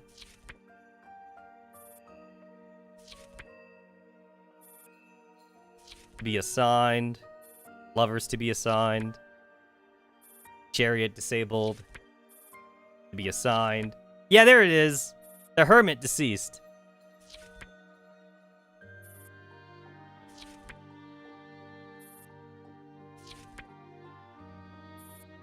What I kind of like about this event is, like, they're getting mileage out of, like, the alternate costumes. It's kind of like during, like, the swimsuit, like, just like during the summer event, where, like, you also get to see the girls in swimsuits and shit. Or, like, during the Christmas events, where you see the girls wearing the Christmas outfits.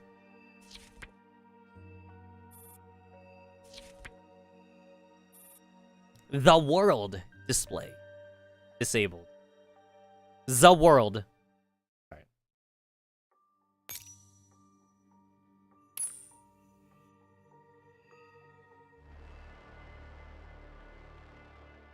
I'm gonna pretend that it's canon. That SOP mod, like, it just, goes off on her own.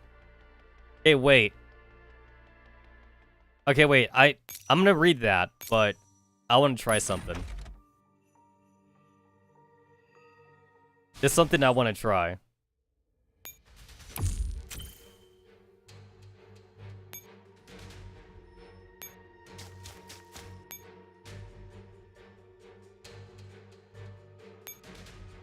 Oh, okay. Okay. I was wondering if, like, this was a cheese strat right here, and you could just, like, jump. You could, like, just jump to this note or something. I was wondering if, like, the cheese strat was right here. But I was like, no. There's no way. There's no way they make it that easy. There's a node. There's, like, a fucking node right here. But, like, it's not connected to anything.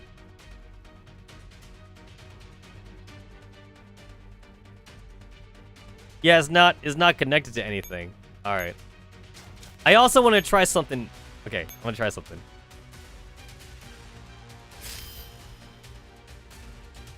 Okay, so you can't just jump on the node and cheese strat it. I guess that's fine.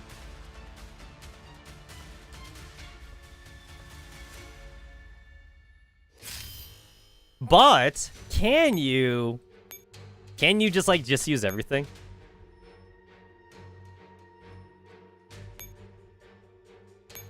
So use this.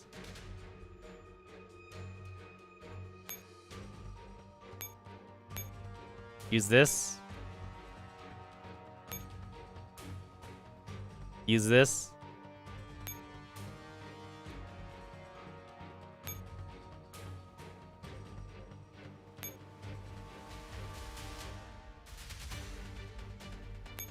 Alright, does this do anything?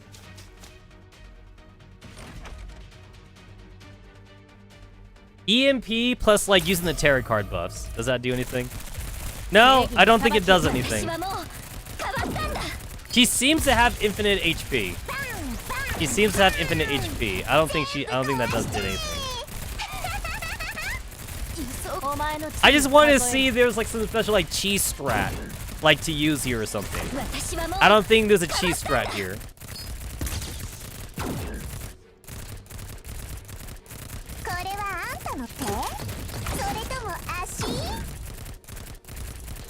That's the first time I've seen Star 15's damaged art. That's the first time I've seen that. これでも遊べないの？ I didn't even know that she exposed her panties like that. I did not know that. And then, like, M16 damaged art, it doesn't even look damaged. She looks badass in this art. Oh, she's blushing. Star 15's blushing. That's cute. She's wearing very cute panties, by the way.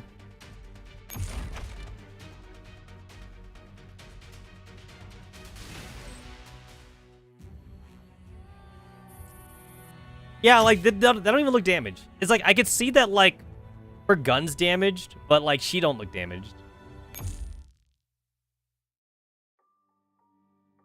Okay, I guess you have to do that legitimately. There's no cheese. There's no cheese for that.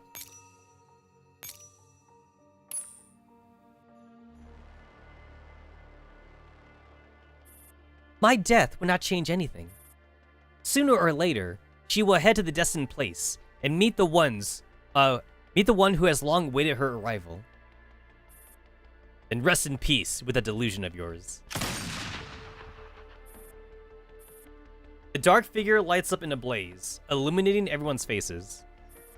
The leaves in the garden rustle for a while before growing still and silent again. The Sambus signal named Eliza is no more.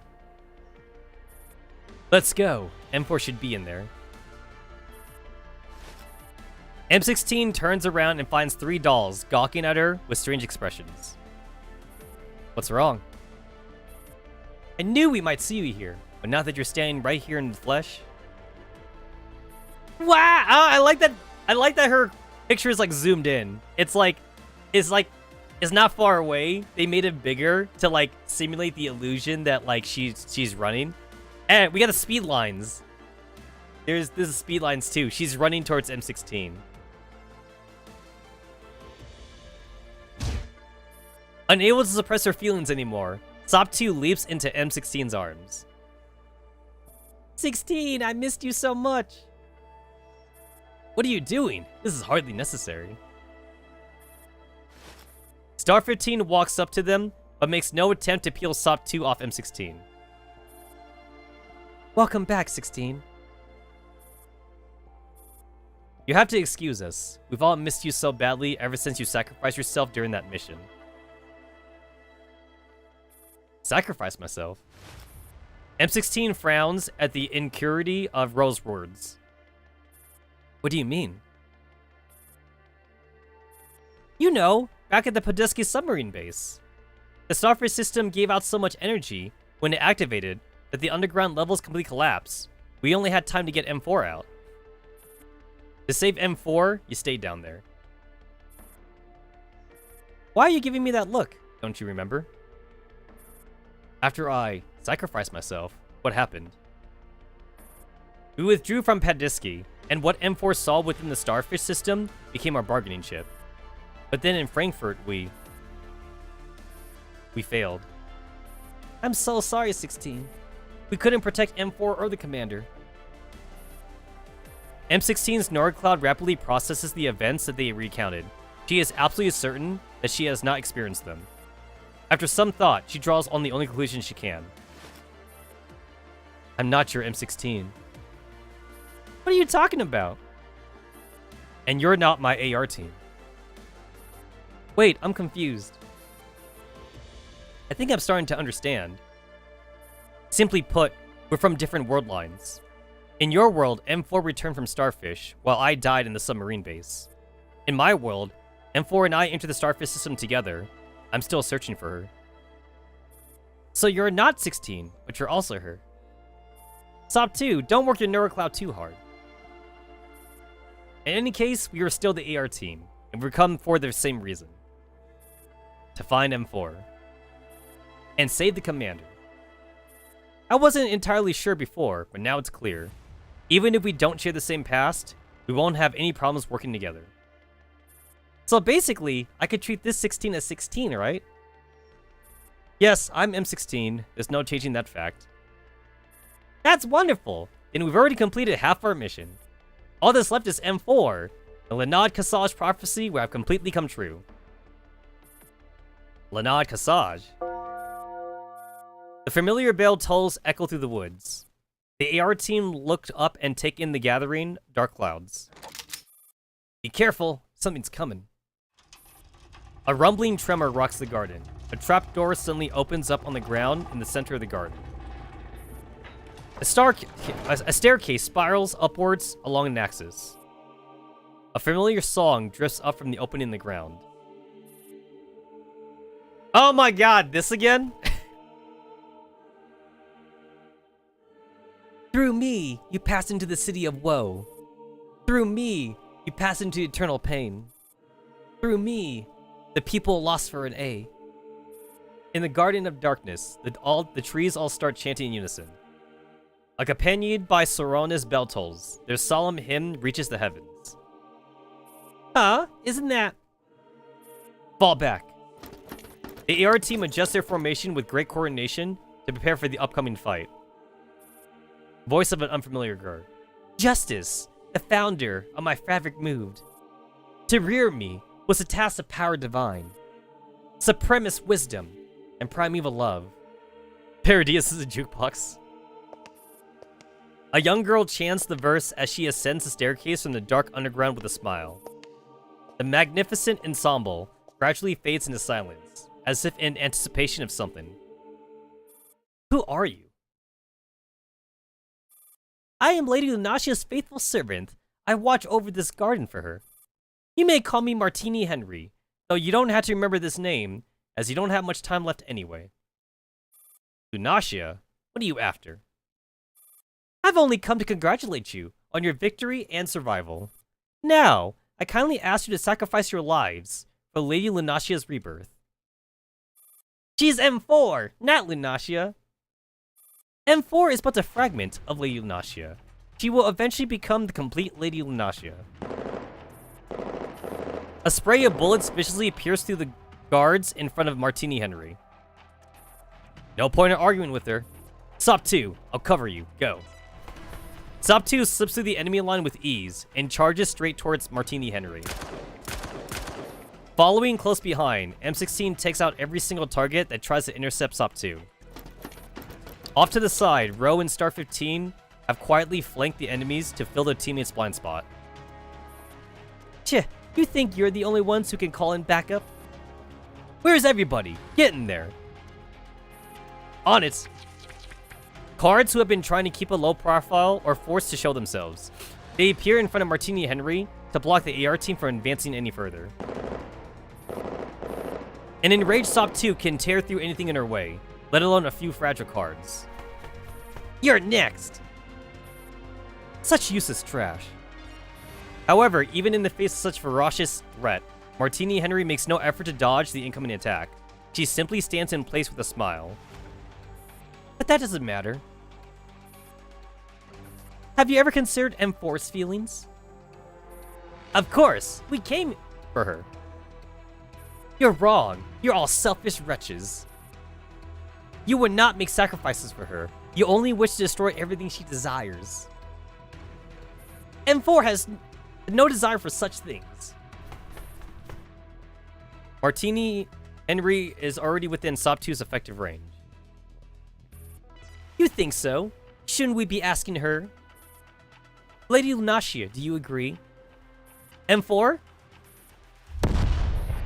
Sop 2 is blasted away by a powerful force as soon as she lowers her weapon in shock, and M16 can only watch from a few paces away.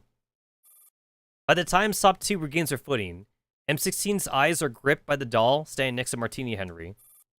She is most definitely the person she has been searching for, but her eyes look so distant and unfamiliar. M4? In the dark, the girl places her hands on Martini Henry's. She lets the maid lead her forward. M4! Sop 2's agitated cry draws the girl's attention. She turns towards Sop 2, her eyes still as calm and cold as ever. Her gaze sweeps over Sop 2, the way once glanced at a mundane view, before turning away and smiling softly at Martini Henry. Before me things great were none, save things eternal. and eternal I endure. M4, what are you doing? Love led us to one life. Love led us to one death. The girl lets go of Martini Henry's hand, then slowly raises her head and looks the AR team members in the eye one after another. The lack of recognition and warmth in her eyes is startling. Holy Christ! M4! Lady Lunacia, these ignorant heathens are questioning your ideals. Please explain your vision to them. I will put an end to the misery of the world. There will be a great flood, and all will gain eternal life. Are you satisfied with the answer? Martini Henry takes in the AR team's dismay with satisfaction. She waves her hand to restore the cards that have been blown to pieces. They rush towards the AR team in about an evil cackle. For Lady Lunacia, we are fearless. M4! Sop2 takes a step closer to M4, but is immediately bound up. Green vines that have seemingly come out of nowhere wrap around Sop2's leg tightly, holding her firmly in place. Ah! M4! M4 frowns slightly at the sight of Sop2's piteous howl from the high ground that she's standing on. She sounds very distressed. Don't worry, Lady Lunacia. Their suffering is only temporary, while the happiness you bring is eternal. Their greatest value lies in becoming sacrifices for your completion. But why do I feel pain in my heart, like I can't breathe? Because you are kind-hearted and compassionate, you empathize with others' suffering. However, there isn't anyone like you in this world. They can't sense your suffering. But that's alright, because I'll always be with you. Let's sing a hymn together to soothe all your pain and sorrow. Martini Henry takes her hand and urges her to close her eyes. Then she starts singing softly. Bro unleashes all her firepower on the enemies around Sop2. Such firepower had just easily punched through enemies, but now it's about as lethal as a pebble thrown into a lake. Sop2! Bro, watch your feet. Sop2, keep your own card safe. Watch your feet, Ro. A wave of vines has wrapped itself around Ro's ankle. It may be one simple vine, but it's more than enough to inhibit a doll's movements. Ack! Damn it. Anxious to help Ro get out of her sticky situation, Star 15 also ends up getting entangled and strung up. 15, Ro. 16, we're alright. Help Sop2, she's trapped. M16 gives up on the idea of getting close to M4, and pivots to rescue Sop2, who is being swarmed by vines and enemies alike. The vines coil up, stopping M16's bullets from penetrating them, while also cutting off her way to reach Sop2. Ag! Sop2! The vines tighten around Sop2, immobilizing her completely. M16 can clearly see the nefarious Fae reaching out towards Sop2's card. M16 fends off the Fae, but the cards soon regroup. 16, take my power. What are you talking about? They want to seize my card. I'll never allow that. The card that Lenata Kasach has given us is really important. It is our last hope. Promise her keep it safe. As the vines continue to strangle Sop2, her speech is also breaking up. What do you want me to do? Shoot me! Inherit my card! Then save the others as well as M4. Hurry! I can't take it anymore!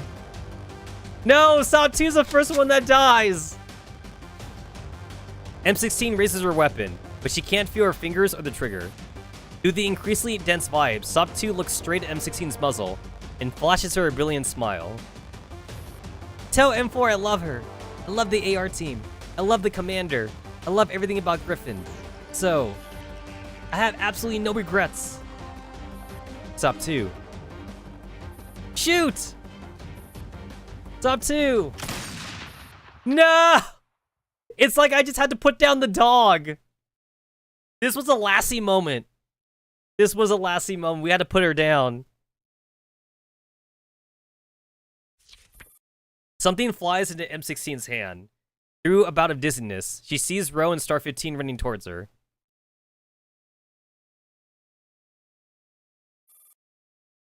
She's gone. Oh, no. No. We had to put her down. It's my fault. I sacrificed Saku in the last mission. It had to be done. It had to be done. It's a canon event, guys. It's canon. I couldn't help it. She has simply returned to your side. But why do I not feel a sliver of joy? It's only pain. Endless pain.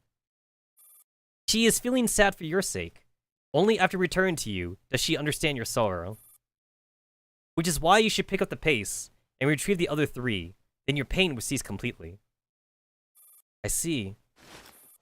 Avoiding the pink eyes glaring at her from a distance, M4 closes her eyes again and resumes her singing. Star 15's eyes remain fixed on M4. Ro forcefully turns her face away to force her back into reality. It's just the 3 of us left. Why? I don't understand why M4. I'm guessing Martini Henry did something to her and made her lose her memory. She doesn't even remember us? Pull yourself together. Don't forget the price we've paid to get this far. SOP 2 has given it all she's got to rescue M4 to the very end. You're right. We can't let our effort be in vain. SOP 2 said that the card that Lanad Kasaj has given you is very important. That is your last hope. What did she mean? Lanad Kasaj has given us a card. It can apparently transform into liquor that dispels all confusion. We divided the card into 3 parts, with each of us carrying one. SOP 2 gave her part to you. M16 takes out the object that SOP 2 had left her and studies it. The card fragment depicts a part of a wine glass. Do you believe this Lanad Kasaj? Well, everything this mysterious person told us has proven to be true so far. Then let's take another gamble. What gamble? That this liquor is the key to breaking the stalemate. The 3 dolls look at each other. Even though their memories are mismatched, they are still of one mind. They are sisters, comrades in arms, and most importantly, they are companions. They have experienced countless goodbyes, but they still have hope that they will be reunited someday. Whatever the time, whatever the place. The girl confronts the murderous-looking trio with a pained but resolute expression. Let's end this once and for all. Just the idea of how Lady Lunashia would stop them makes Martini Henry's lips quiver in excitement. Yes, Lady Lunashia, it will be all over soon. No, it's not over yet. Just before Star 15 and Ro reach her, they suddenly dart aside. Martini Henry Billy has time to feel confused when M16 splashes something all over her face from behind. What? Martini Henry! Lady Lunashia, get rid of them quickly! Martini Henry puts on a teary expression, but it fails to win over Lunashia's sympathy. In fact, Lunashia is staring at her in shock. The body of the dainty girl grows blurry and breaks up in tiny blocks of color that start bulging and overlapping with one another. Why is there another Wheel of Fortune? It was definitely... How gross. So, this is the thing that's been making monkeys out of us. Martini Henry, why have you turned into? The dumbstruck Lunashia is suddenly grabbed by the chin from behind. Her mouth is pried open, and pungent spin and liquor is poured down her throat. Ugh, glug.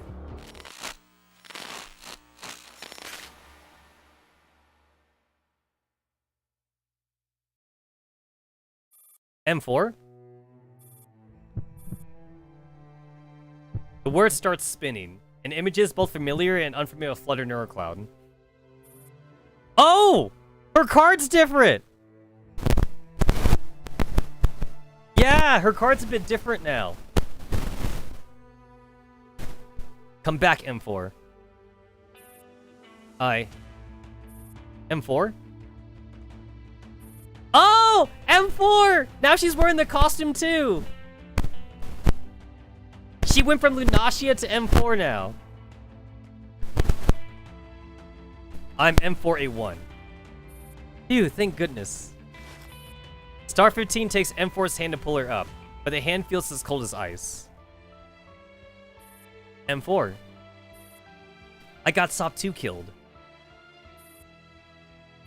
I deserve to die. No, that would be someone else. M16 shifts her gaze into the pile of colored blobs.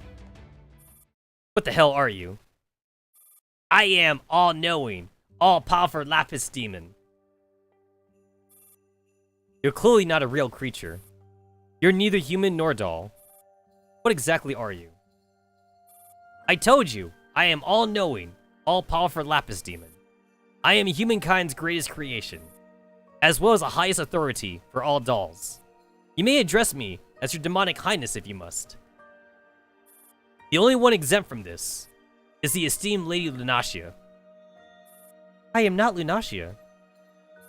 You would rather play house with these lily beans than become an omnipotent god?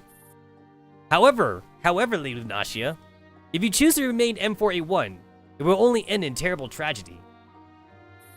Why? Because if you've been M4A1 all along, then it would be you who just watched SOP 2 die. Your dearest friend die, even though she had gone to such great lengths to save you. How cruel is that? I wonder what SOP 2 was thinking just before she died. Do you think she resented you? Or hated you? No, don't. But if you're still Lunacia, then this would be a happy story. As the ruler of this of the world, you selflessly severed your personal ties for the sake of giving everyone new life. What an epic story this is. So which would you choose? To live in pain and suffering as M4A1? Or to gain true divinity and be worshipped as Lunacia? No, I don't want. Shut the fuck up. Look at these so-called teammates, M4A1. Do you genuinely believe you can return to those happy, innocent times? M4A1 just watched them get beaten up and killed with utter indifference. These so-called companions are only differential to M4A1 because of their base layer programming. Deep down, they actually resent M4A1.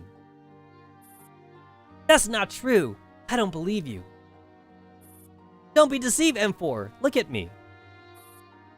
And does the M4A1 at this very moment think that she is M4A1 of the actual world in its entirety?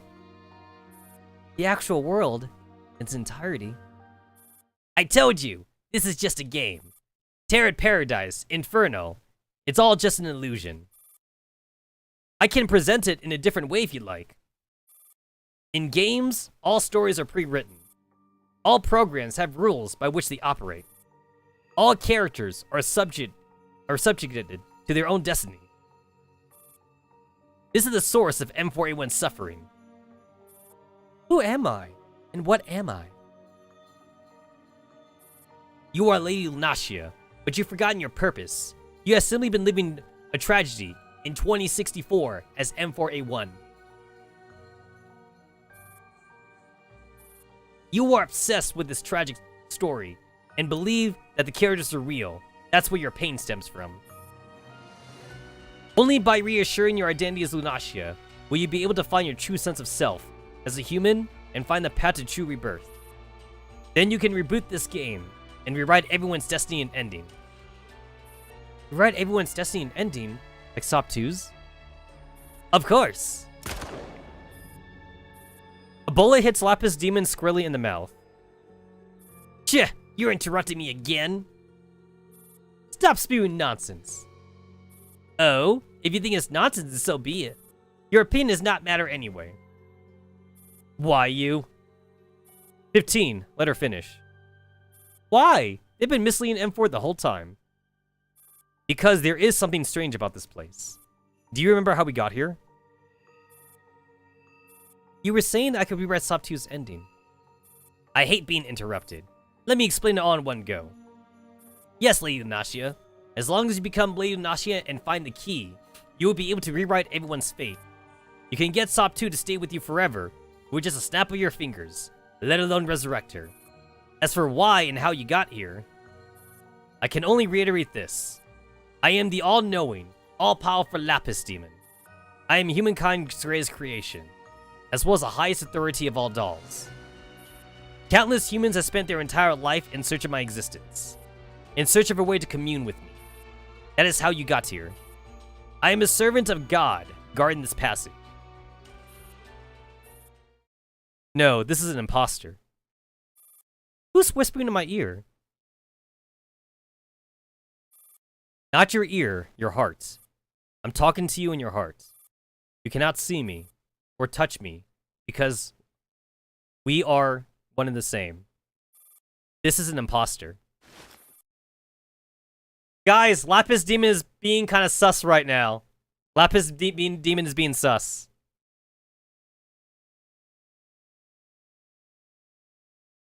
I saw Lapis Demon over in medical, not doing her job. M4 channels the voice within and speaks out loud. No, you are not a servant of God guarding this passage. You are an imposter. Lapis Demon does not seem at all bothered by this accusation. Her eyes gleam with genuine fanaticism.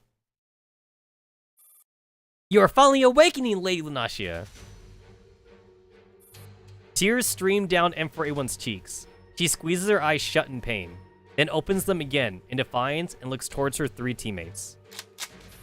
Eliminate the target, Lapis Demon. Alright, let's go. I mean, I have to get the core. I want my fucking dupe. I have to get it.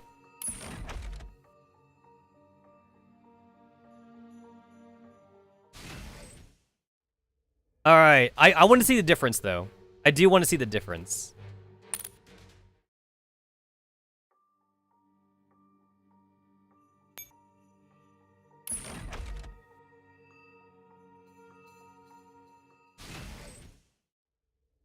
Oh, the map is a lot smaller. Oh, wow, it's super tiny now.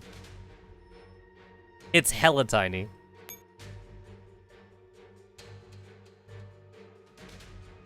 That's a cute sprite. It's very Lego blocky. It's very 8-bit.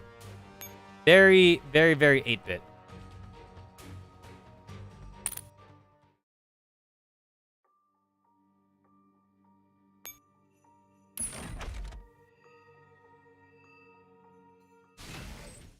Double M4 paradrop dooms everywhere next ranking.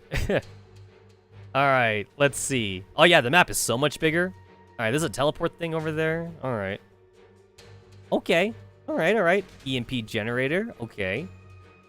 Okay, okay.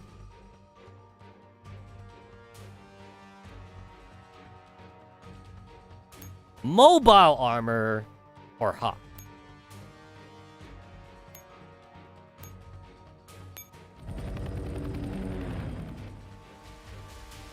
Why not both? Why not both? Oh yeah, I totally forgot about the last, like, fucking theater. I totally forgot about the last theater. I think I was, like, top 40% because I missed a couple days. I think I was, like, 40%.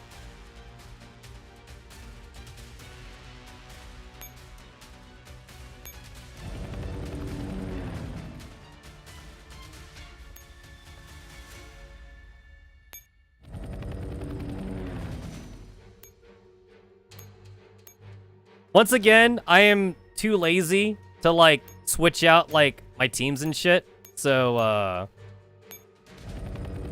like, whatever teams I already have, like, that's what I'm gonna do. And then, like, if I have to, like, manually make them, I will. But I'm not...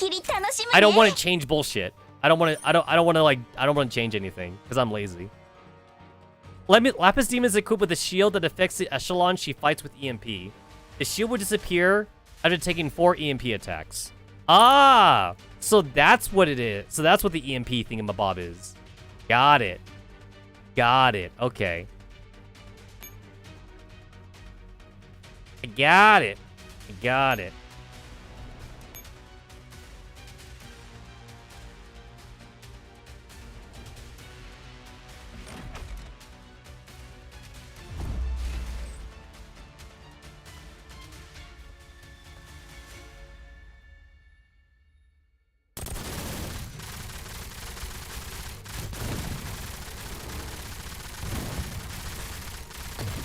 Orewa Gundam.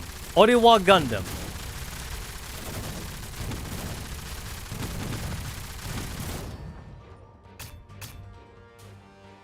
ちょっとは振り向いてくれますか？ Oh, what? I forgot she had voice lines. どうや？よろしくね。何か Reminder, by the way, ですが that like the Blaze Blue Guilty Gear costumes, you could only buy them with money. You couldn't even buy them with gems. Yeah, actually, you had to use money to buy them. It was not a gem thing.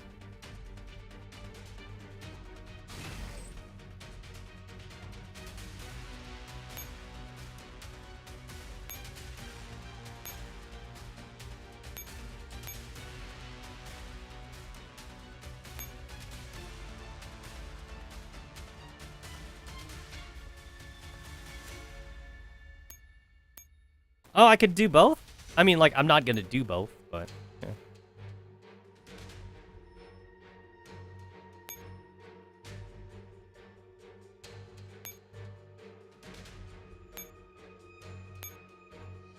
Oh, wow.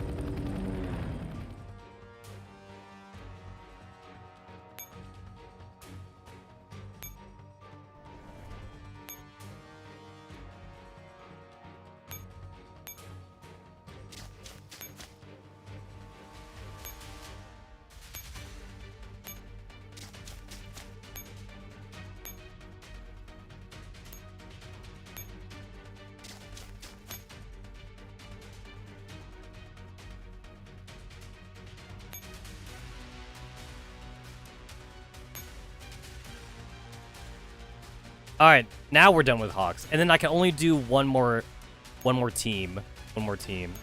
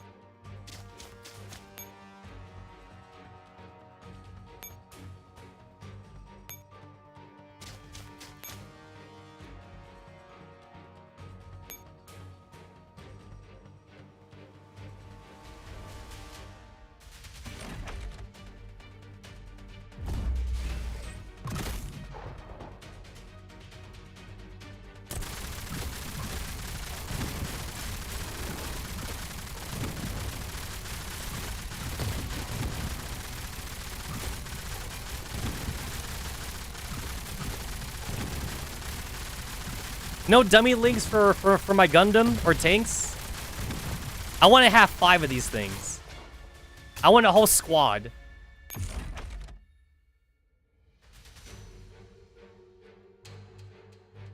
I'm going to assume that, like, the really crazy players have found a way to, like, beat the boss without the EMP generators. I'm not one of those players, though.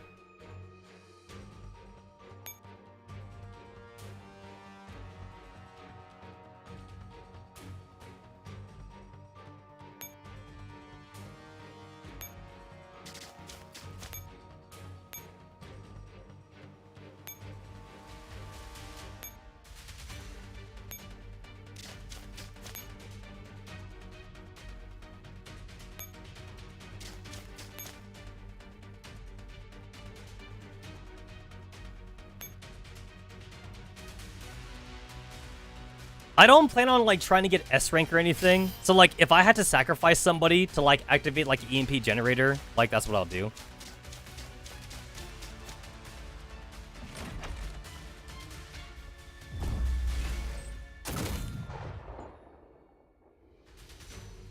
Tariho, 戦闘開始。今だ。全部焼き払え。了解。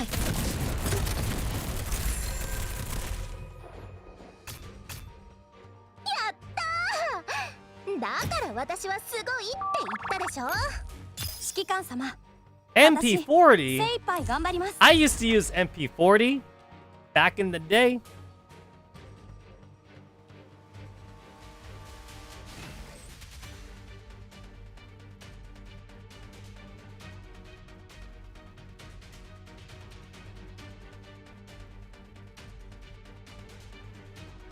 Oh, what the? Well, that guy just appeared out of nowhere.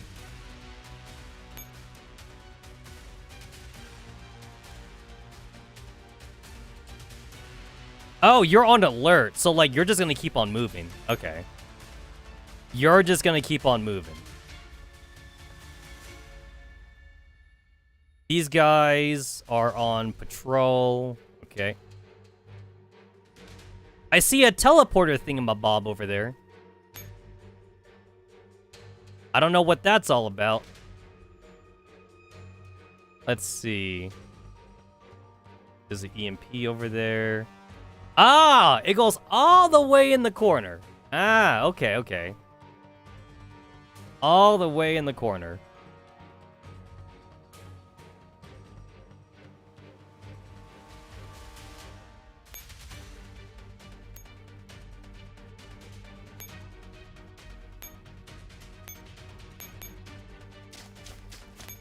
The fact that the teleporter thing over there is open makes me want to go over there. I'm not sure if it's the right move to make, but, like, it's open. So, like, I want to do it.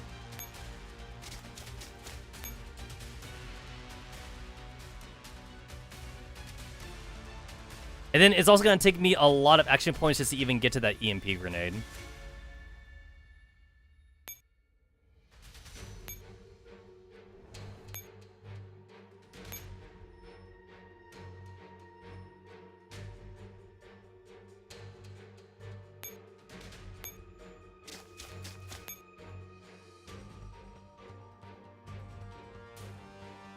Alright, I am a little bit curious, so, like, I'm just gonna leave Reindeer Destroyer there just to see. I'm a little curious.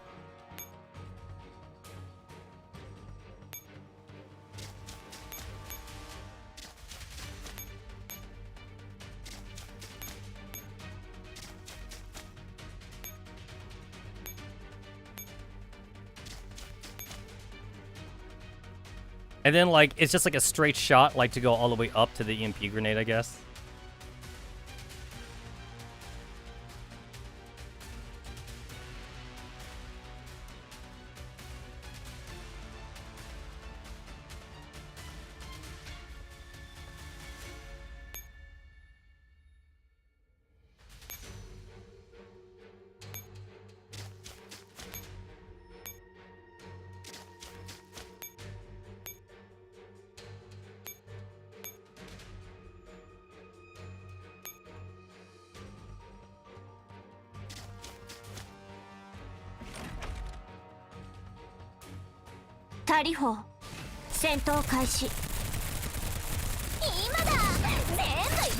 Wait, diner gates? Wait, why are there regular diner gates here? That's kind of funny.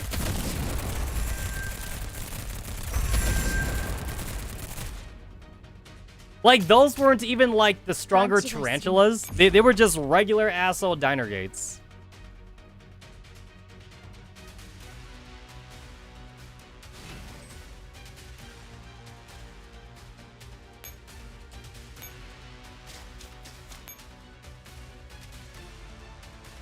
It's like, what are you doing here?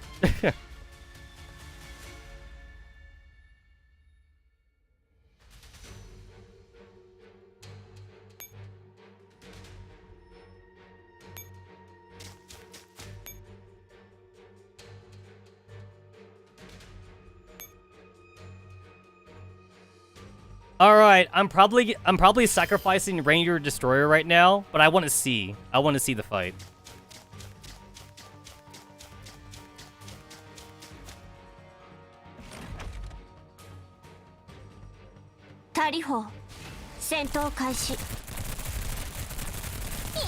No diner gates here.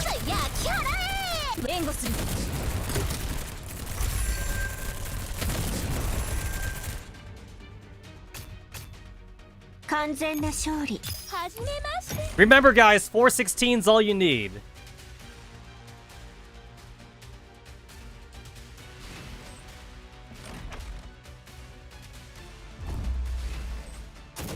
Only 416. Or Kluke. Kluke.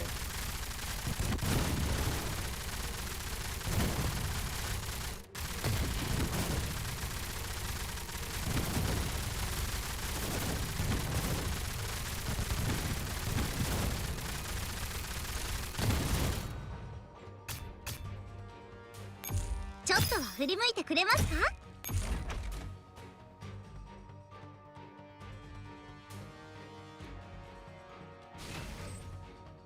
Alright, how does the fight go? I need to see it with my eyes. Even if I were to read the description, I still need to see it. I need to experience it for myself. So this is without any debuffs. He doesn't have any debuffs or whatever. No. Oh, he does make little dudes. Okay. Christmas! Christmas!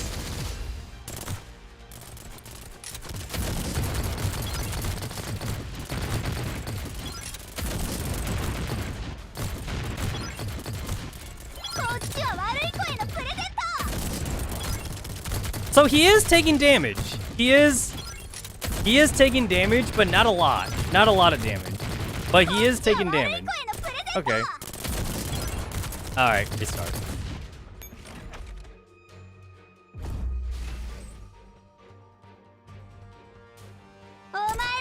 Alright.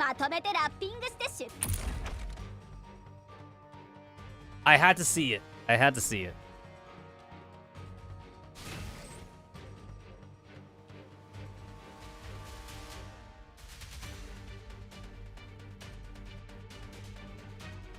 Oh, I see. The dudes over there, they keep respawning. Okay, okay.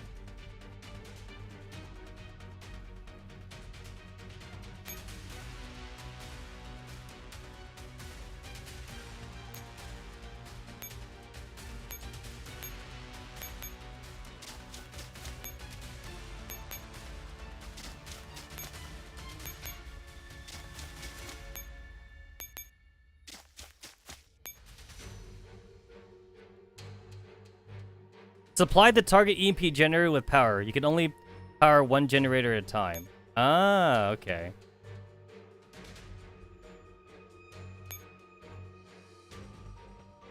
Ah, okay, I see, I see. So I always want somebody there. Got it.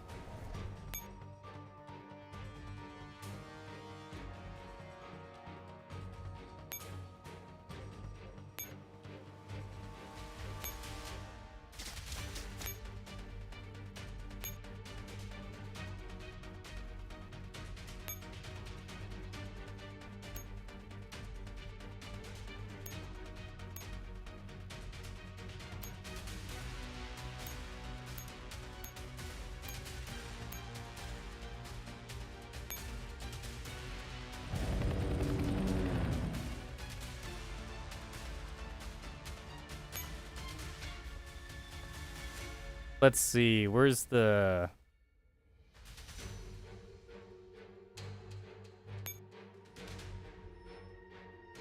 Oh, not that one.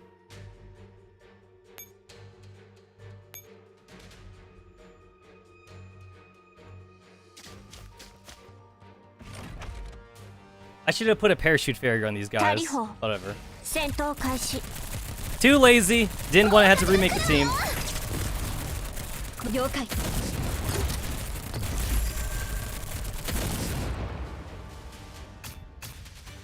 完全ねごきげんよう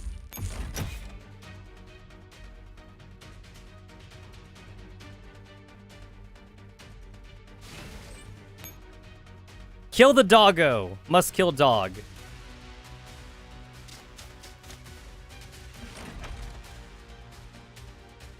Tariho. Diner gates! Diner gates! And they're dead. That didn't take a whole lot. That was pretty easy.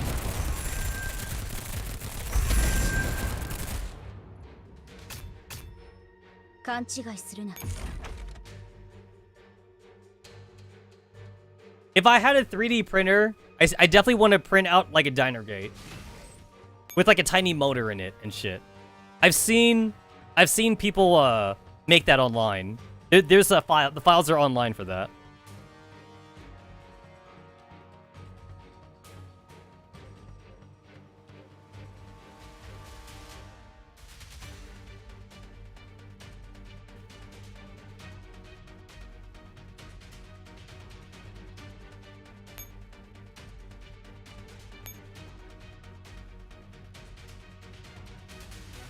Alright, he's probably gonna chase after my mecha armor, I assume. He's probably gonna chase after that.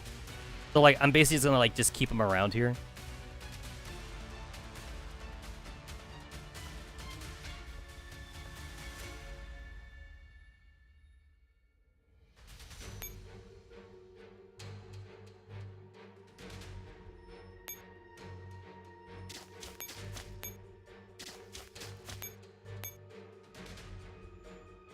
Remember when, like, we used to just do battle on, like, outside, and there used to be helipads everywhere?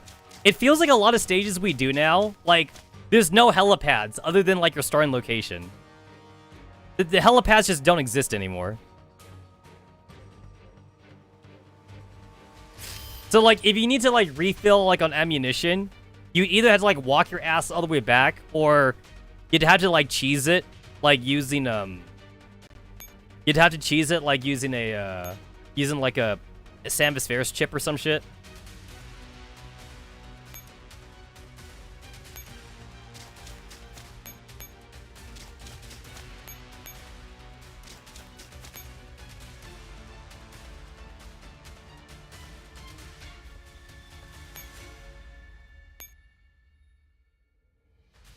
Alright, throw the EMP, weakening them for 1 round and whatever. Got it. Hey, where's my jump? Where's my jump shit?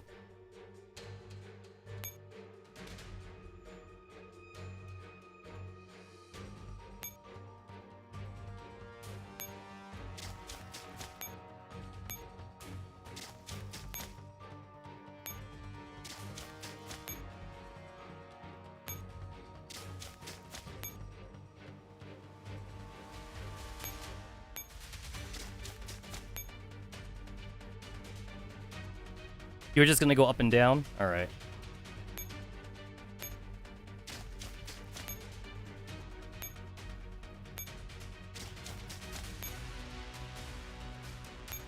Oh, I still have 1 action point left. I'm dumb. I still had like an action point left. Whatever.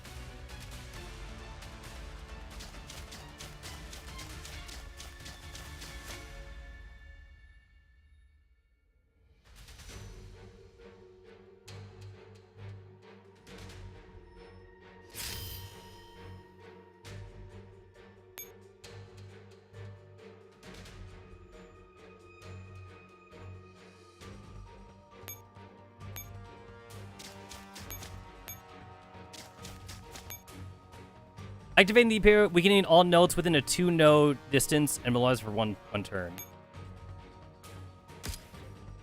Alright, cool. Alright.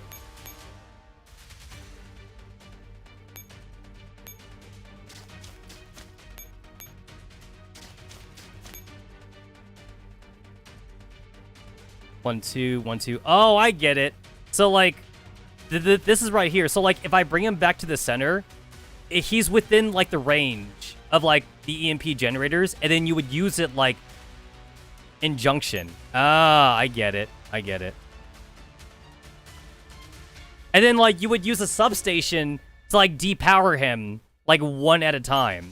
And then you get the EMP grenade, which also kind of helps you out as well. Okay, I get it. I get it.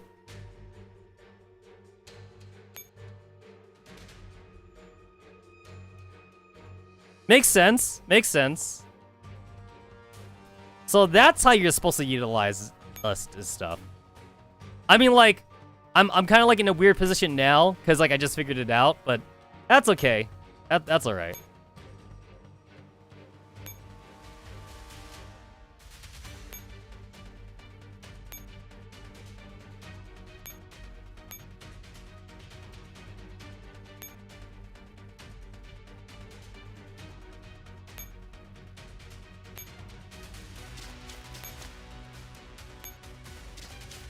Alright, this is probably not the right team to use, but once again, I'm too lazy to make my own team, so...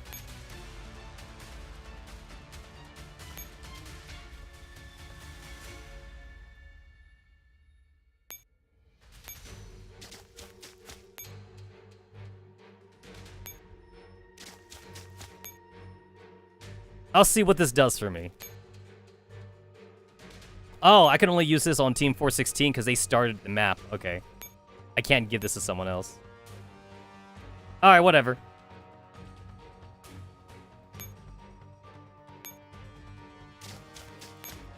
This team's been a little hurt, so... I don't know, actually, it's okay they're a little bit hurt. Might as well try and bum rush this guy. Since, like, I already have him, like, surrounded, so I might as well. Might as well.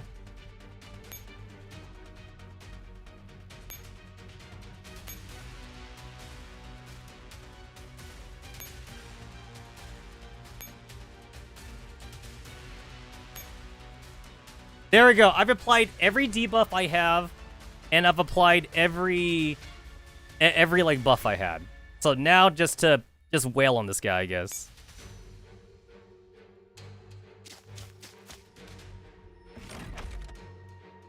It's like, I assume the devs didn't want you to necessarily use all the EMP shit, but like you can if you want to make the fight really easy. I would assume so. I've only used one EMP thing, so he's on ×2 right now. Or no, that's different. That's a skill. But I've only used one of them.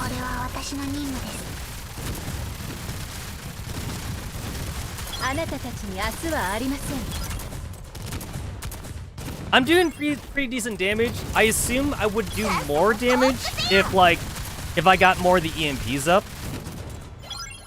Oh, he has like a thingy? Oh. Yeah, like a skill thingy.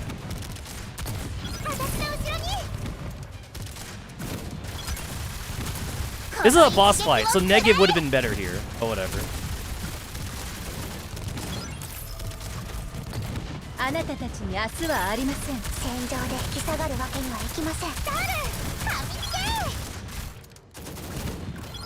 The hermits.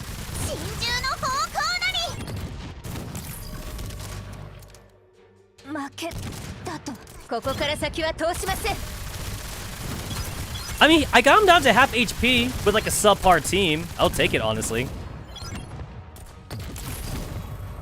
I'll take it.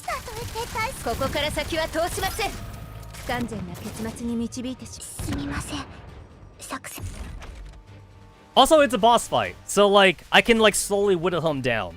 So like it's okay for this to be subpar.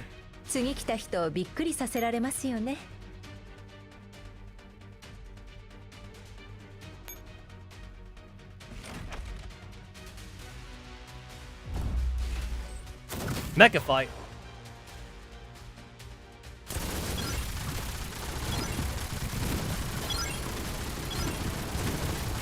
I'm gonna punch you. I want to punch you in your face.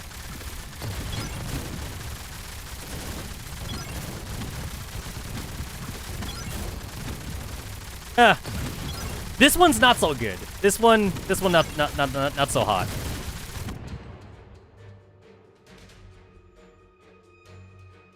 $70 HP. 70 HP.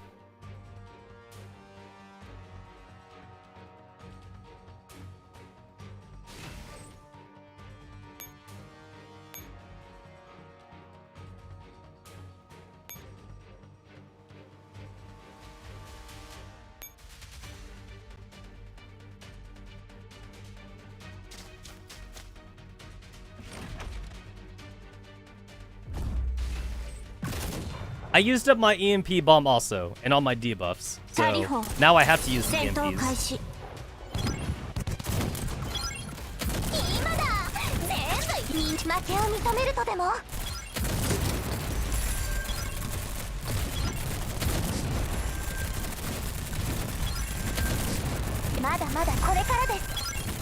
Alright, so yeah, I gotta use like a rifle team here. He's armored. He's armored. Okay.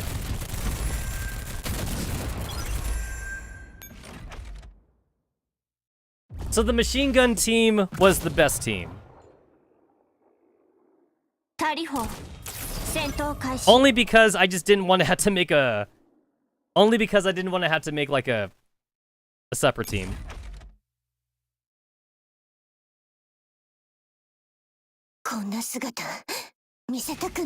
Oh, there goes my music.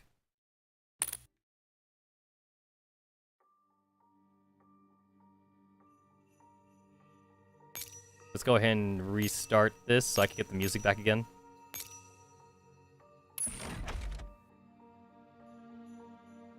I'm definitely not getting S rank anymore.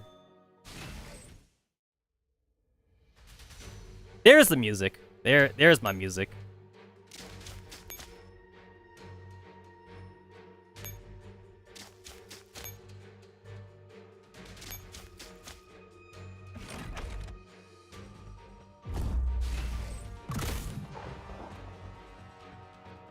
More showtime?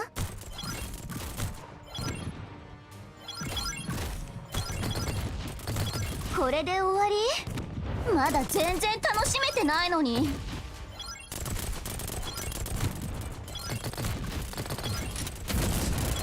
Yeah, alright.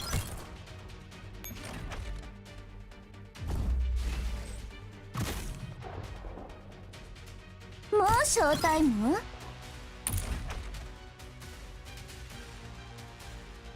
If I actually had waited one turn, if I waited one more turn to like get him in the middle, we'd be good. We would be good. But I was unaware. I was unaware of the I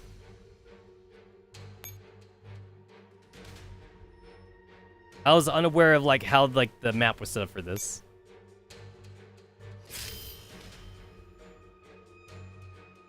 I only have Hawks on the field right now.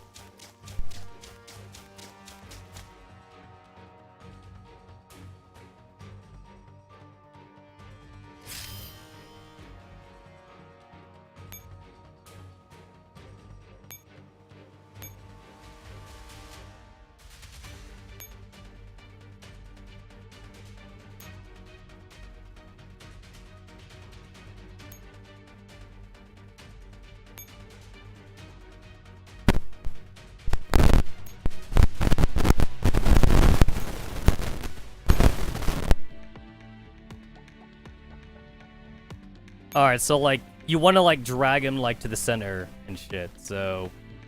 Is this another like scarecrow thing? ええ。言いたいことは分かっています。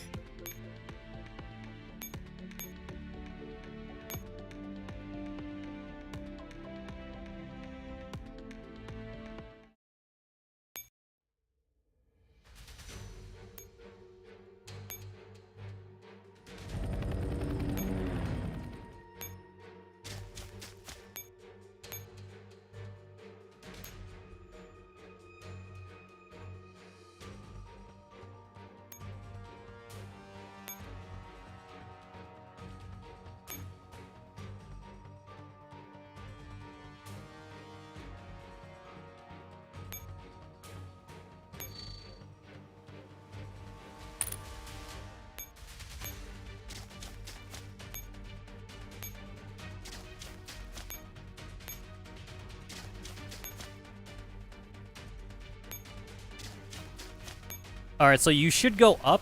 That'll make you go up now. Because you're 2 away from this one, and you're 1 away from that.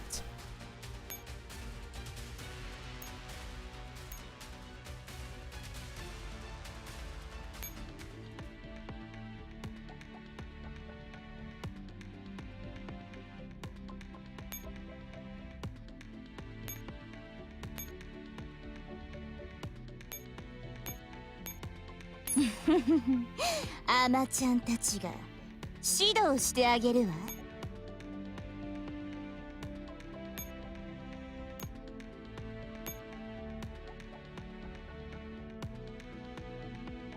It super annoys me that like I have to go in here and change shit around. I'm so lazy. I'm so lazy.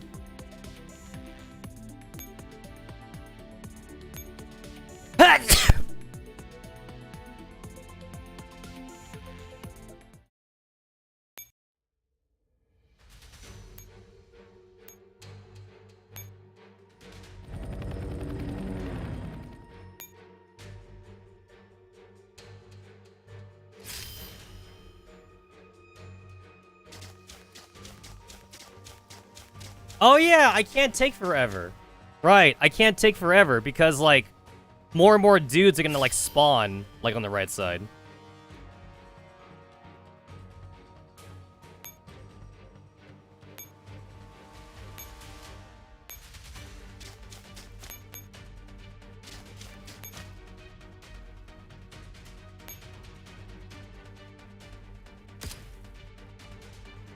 There we go. He's been EMP'd.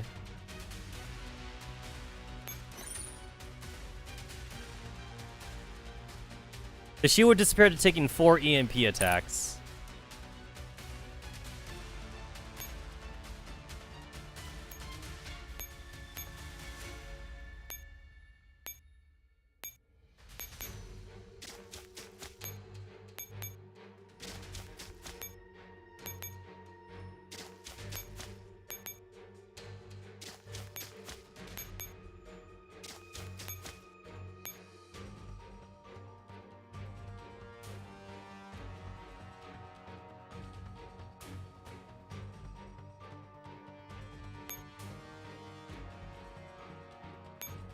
You guys are...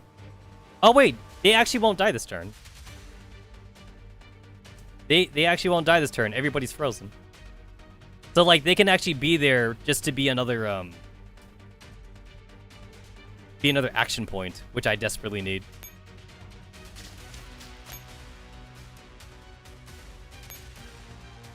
I need those action points.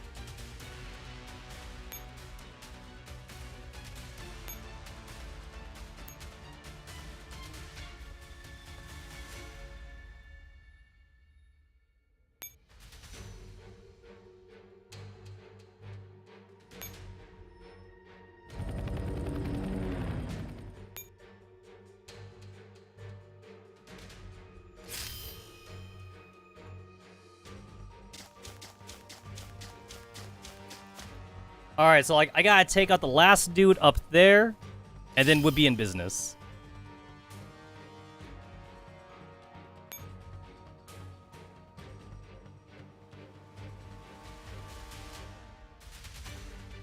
Yeah, I can make it.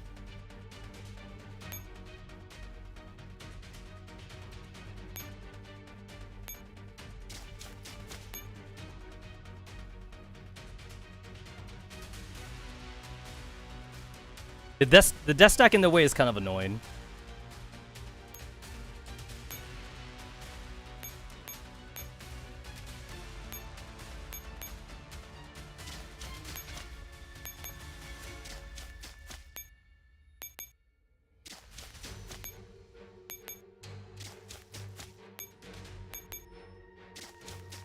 So there's 3 EMP generators, and then there's the EMP bomb. So you gotta get all 4 of them. There's not like any extras or anything.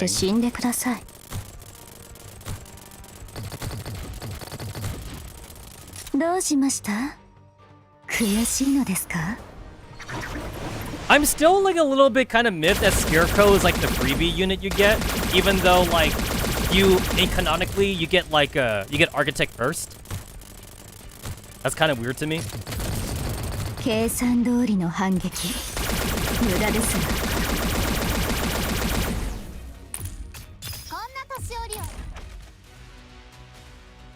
The game only gives you Scarecrow first because like she's the first one you fight, like in the game, in chapter 1.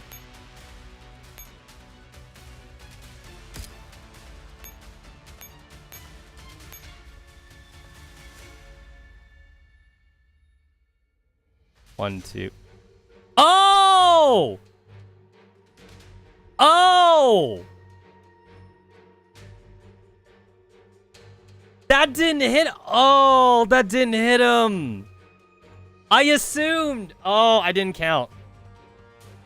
I legit just assumed that like being in the center, he'd get hit by all the EMPs, and like this one is further away. He needs to move up one. Oh. Oh, that sucks. That sucks. I thought... So, like, I hit him with 3 EMPs, which I assume technically means nothing then. I hit him with 3 EMP. Yo, fuck this shit. I'm not restarting. I'm not gonna restart. Oh, man, that sucks, though. I assumed! I just assumed. I assumed that it would work. I really did. I just assumed. I was like, oh, in the middle. Just put him in the middle. Ah. I'm already 8 turns. I'm already 8 turns in. I guess I'm doing this the hard way then. I'm doing this the hard はい、わ way. かりました。勝てばいいんでしょ？余裕だっつーの。 You know what they say about assumptions? You make an ass out of you and me. Man, when did I learn that phrase? I think I learned that phrase like in 3rd grade or something. I learned that phrase like such a long time ago. You make an ass out of you and me.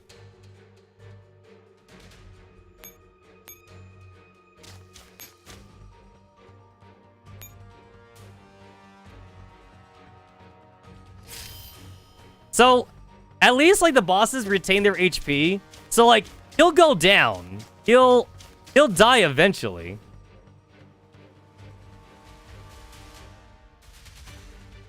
Oh right, the hawk died. It's like the reason why I didn't retreat the hawk was because I wanted the extra action point for the next turn. But like it doesn't matter because the hawk died anyway. It literally does not matter. Oops. Don't I feel like an asshole?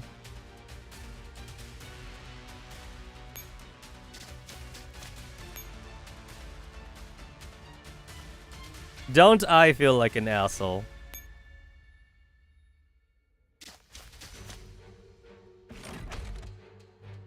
Now I'm gonna have to spend like 10 repair tickets to at least hawks don't have affection. If hawks had affection, I'd be more angry, but they don't have affection though. ジタバタしないで。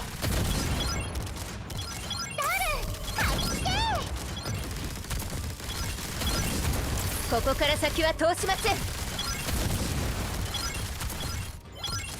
Can you use landmine failure on this motherfucker? I assume like since you're supposed to kite him around, you could use landmine failure on him.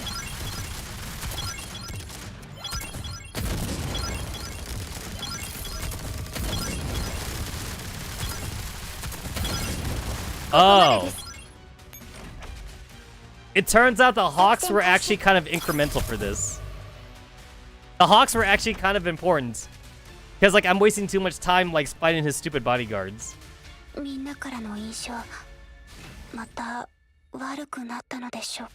no, fuck it. I'll restart. Okay, I'm gonna do it the right way. I'm gonna do it the way that they intended me to do it. So bust out all the EMP shit. I'm gonna do it the intended way. Because now I want to do it. Now I want to actually, like hit him and shit. Alright.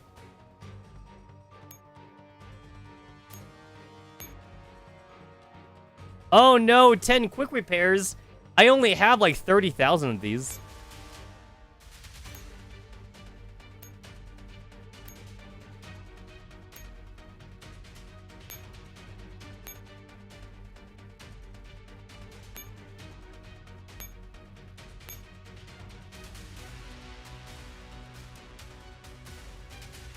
Okay, so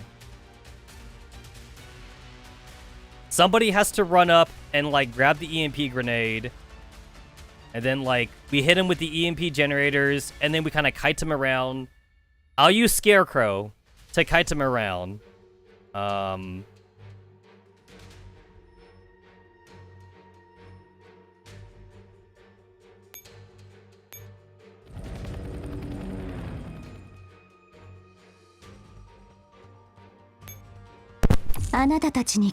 Okay, so like overall, this isn't like a terribly like hard fight even. Like he doesn't even have like crazy skills or anything. It's just a shield. So like you either like you're too stupid and you don't use the EMP shields to bring him down. So like you gotta like just beat him the old-fashioned way by just bringing down his HP like bit by bit, or you do it the intended way and you just kind of like, you know, like get the substation shit and whatever. All right. I can do that.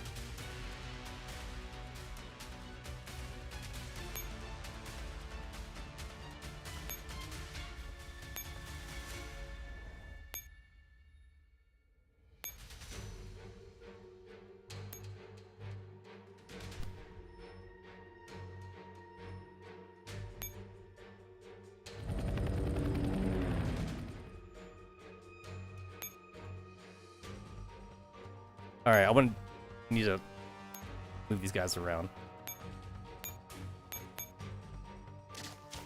So, like, not a terribly long stage, actually. The stage is not bad once you know what to do.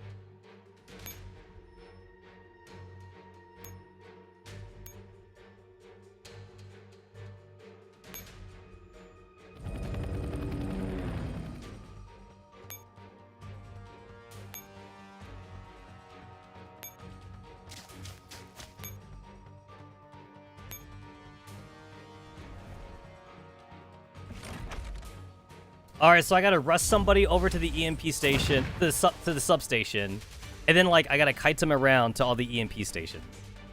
And then I need to have somebody run up to grab the EMP bomb. And then no more shields. Then the shields are gone.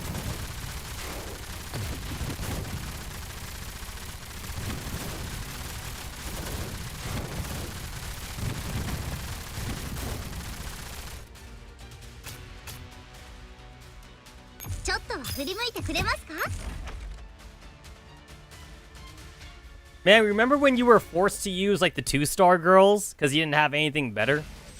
I remember. The good old days. The good old days.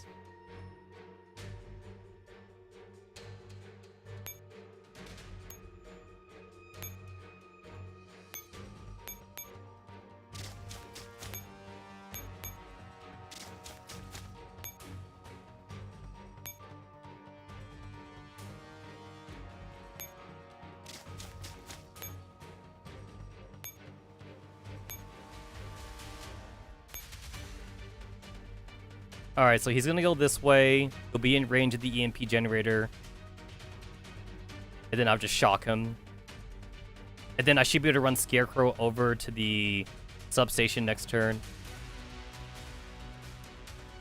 This guy will move, and then the teleporter thing will open, and I'm just gonna run the 416 squad up to the whole right side. So I can grab the EMP bomb.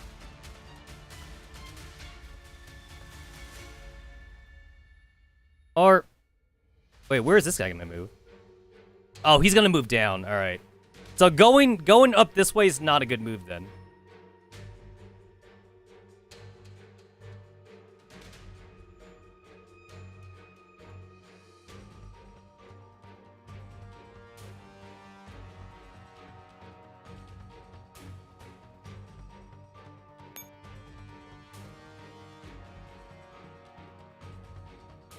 I have action points to use, so...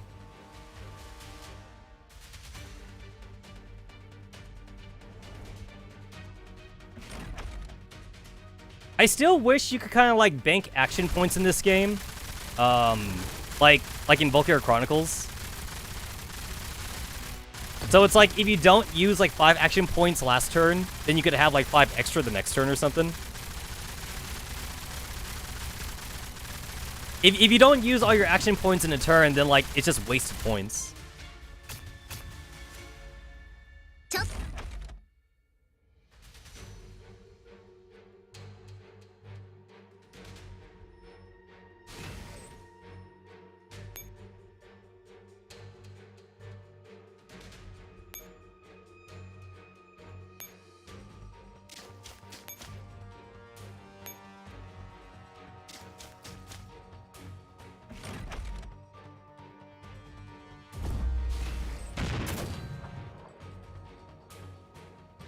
"はじめまして。そして死んでください。見えたわ。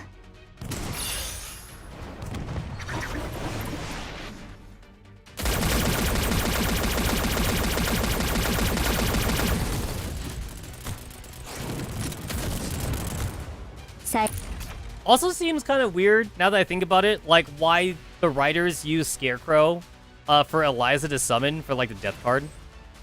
Like, you would think it'd be Agent, but it wasn't Agent though. But you would think it would be Agent.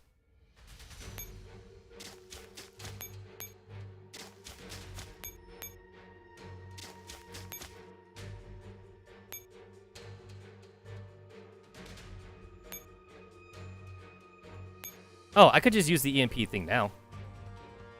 2 nodes away. So 1, 2. So he is in the center, so that will reach him.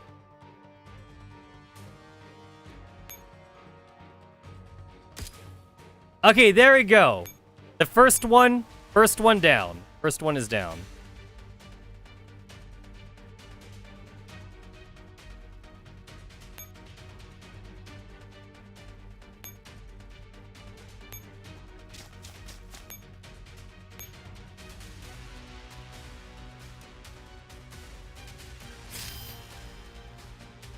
And then I just gotta run my ass to the second one. Which I can do with the 416 squad.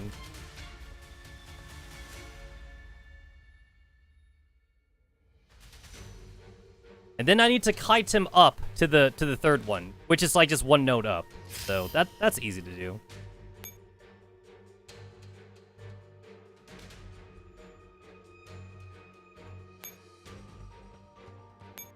Charge this one, because he's in range of it.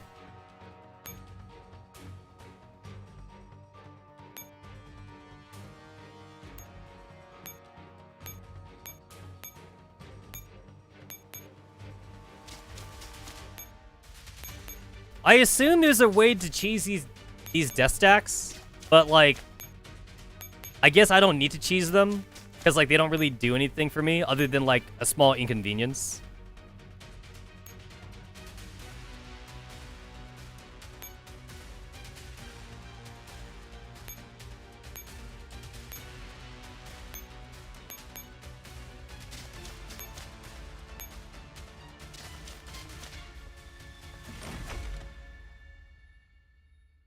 仮砲戦闘開始。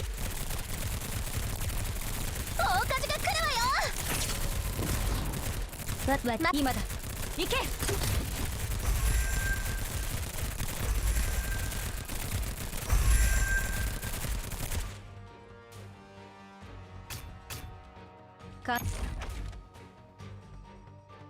I know that my teams like aren't like the most like terribly balanced meta teams there is, but I just like to use characters I actually like. Otherwise, I wouldn't be using 416 at all.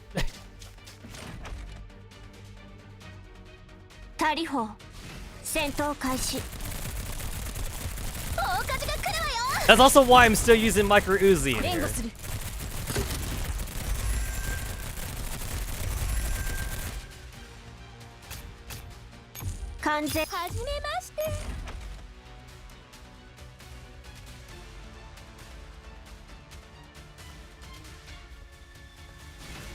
Alright, activate the EMP.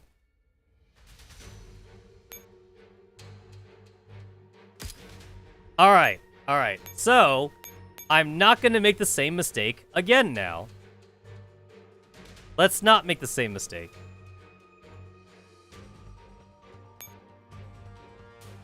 Alright, we'll charge this one.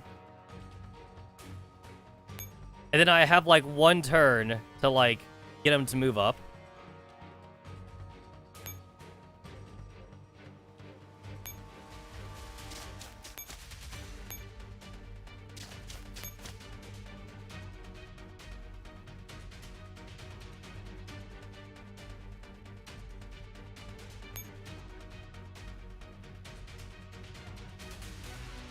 Oh shit.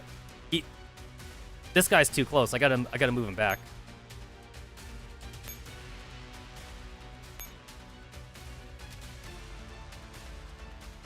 One, two. Shit. It's like I'm using the mecha because I can, but like the mecha's in a weird spot. There we go.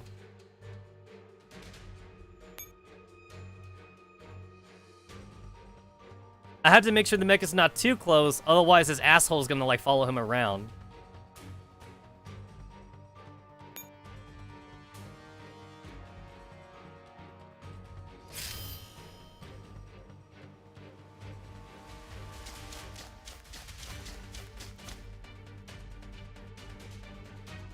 Alright, I am somewhat curious. There's a reason why I gave, like, the landmine fairy to this group. I am somewhat curious that landmine's actually going to do anything to him. I kind of want to see if it does.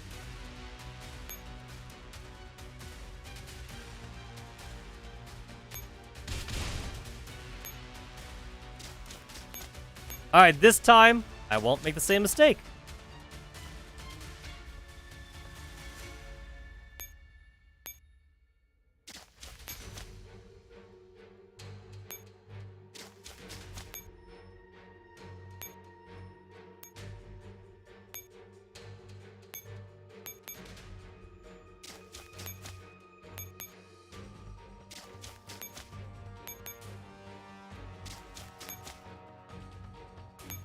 One thing that definitely kind of sucks, like, compared to like, earlier maps, is the fact that, like, it takes, like, the game, like, time to load now, like, in between, like, each movement. The game definitely used to load faster, but that was back when the maps were smaller, though.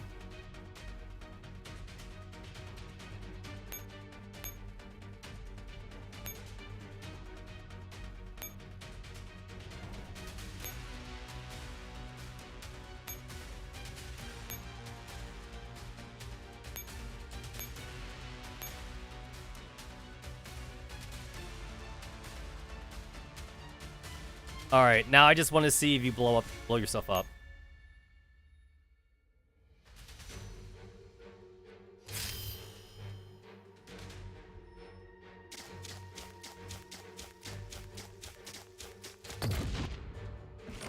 I heard the bomb go off.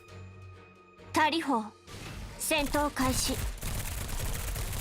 大火事が来るわよ今だ行け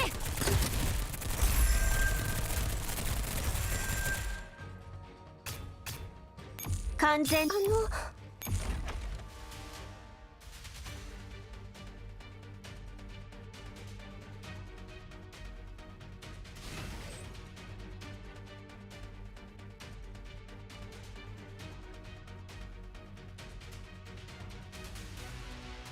Didn't seem like it did anything.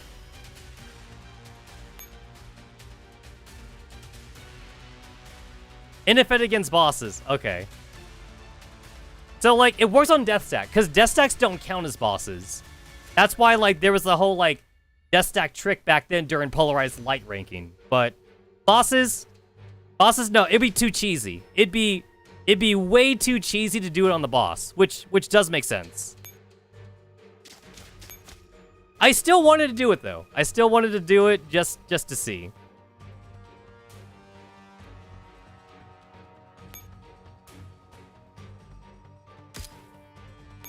Alright, everyone is frozen. Hey, it reached him this time! This time it actually worked.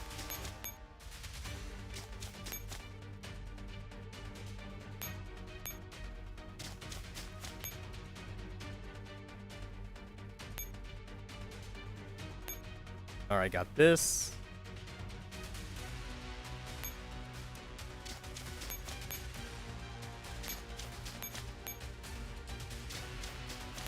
Alright, last EMP bomb thingy. And then we'd be set to,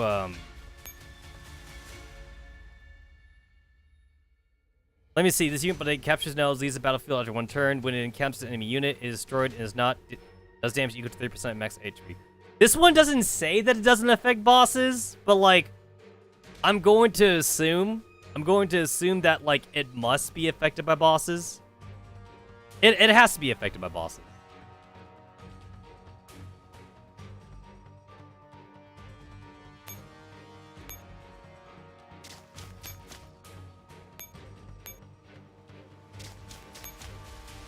Oh, wait, that was a bad idea.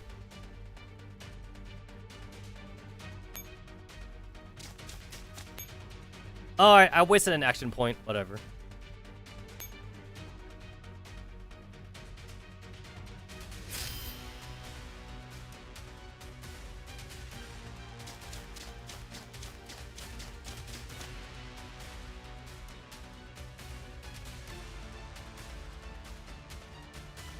Alright, and I guess this is the turn that I fight him now.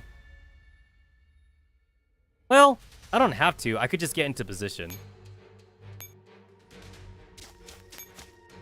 Oh, except I can't.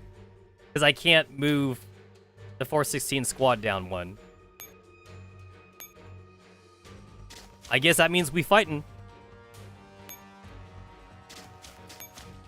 Alright, does the blue shield thingy go away once I cast this thing? Oh, it does. It does go away. Okay.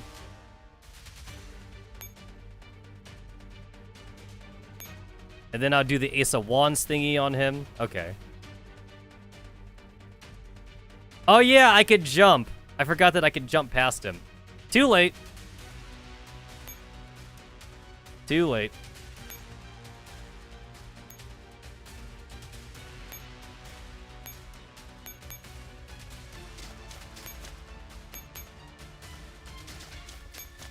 One, two, three. All right.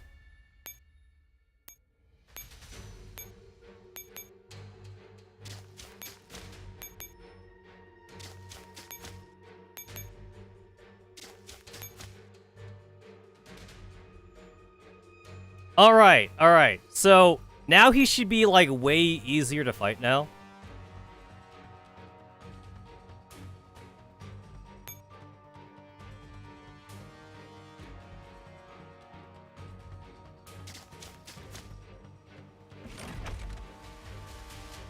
How different is the fight without the shield? I mean, I did do half HP like before. Oh, his HP is just, it's melting now. Oh, wow. It's completely different.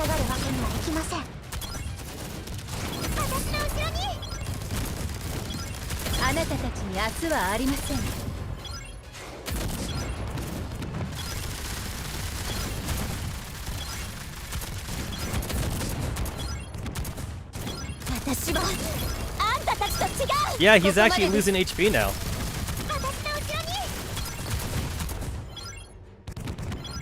That's cool. Oh, wow. What the fuck happened there?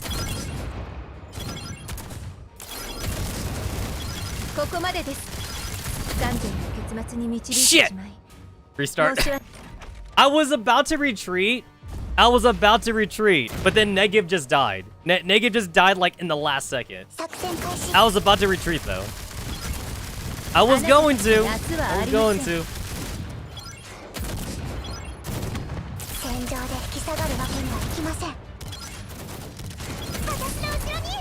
Wait. Restart. Is his targeting luck-based or is it random?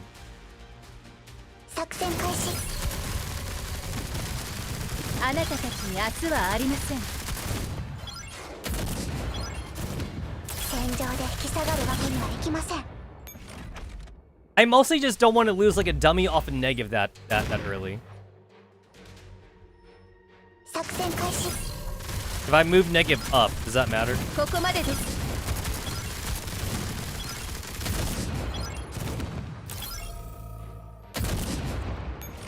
I think that kind of mattered. Just except like this time he aimed for the entire back line. And like, because like PKP was like the survivor each time, so he didn't even aim for the shotguns.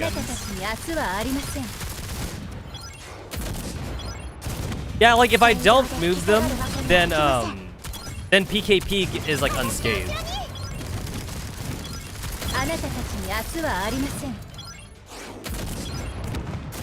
Can I dodge that?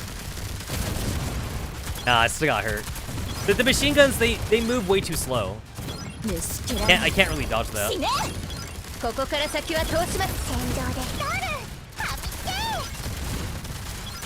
That sword thing is a pain. Oh, and then like that just hits everybody?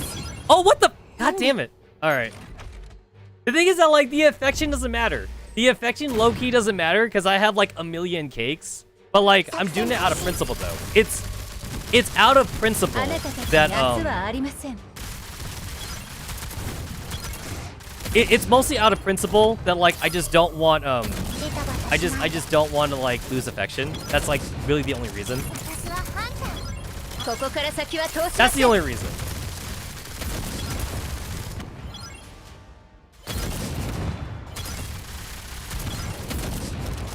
I assume he does like that attack at the end when his HP gets really low and it just hits everybody.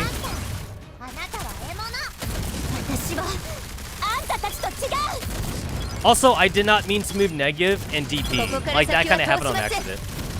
I did not mean to do that. これは限界な。これは私の任務。私はハンター。あなたは獲物。 Okay, I kind of fucked up on that one. I guess the best thing I can do here is just not move anybody. Just don't move. あなたたちに明日はありません。 Just let it happen. Just let it happen. 私の後ろに。あなたたちに明日はありません。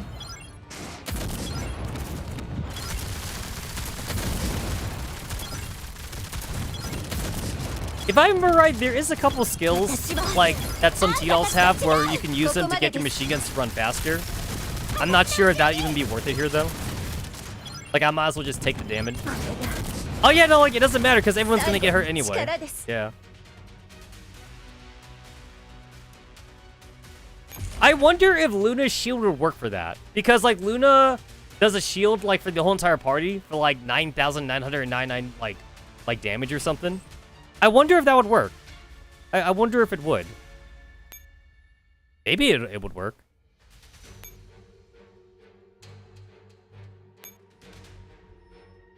Alright, last time I tried to use the 416 team, it didn't really work because he had armor and shit, but like since he doesn't have like the shield thing anymore, I just want to see if they can still do crap.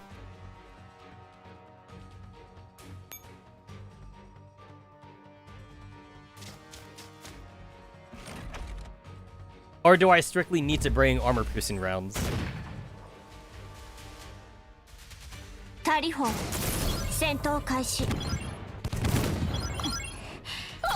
Oh! He does that shit, like, at the start. Oh, because he has low HP. Oh. He just does that shit right away, huh? Okay. He just does that, like, immediately.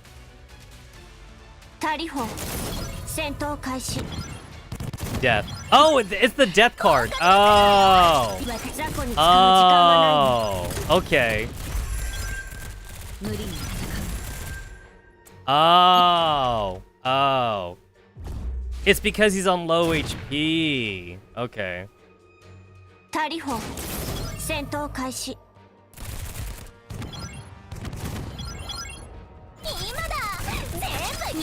Oh, wait. Oh, you can dodge that? Oh. Oh, you can dodge that? I don't even know what I did differently there. Was it because, like, I killed his bodyguards faster? Because I think that's what I did differently that time. Oh. That was kind of an accident. I was actually just about to retreat. I don't know what I did differently there.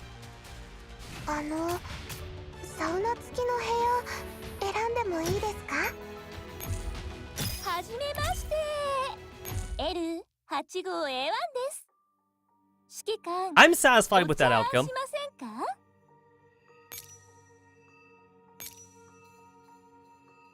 We're still doing this whole thing?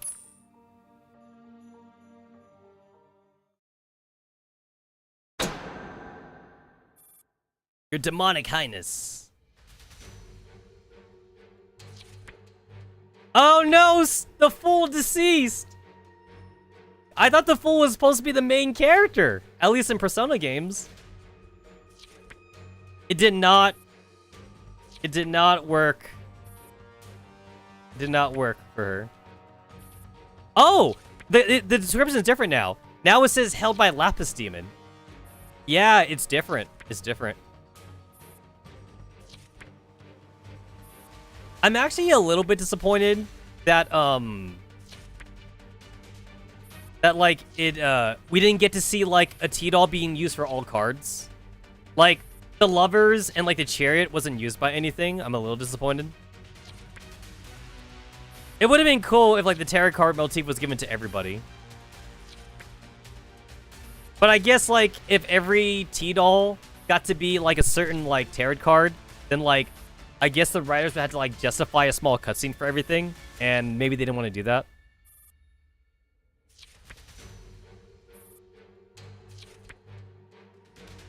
The world logged in.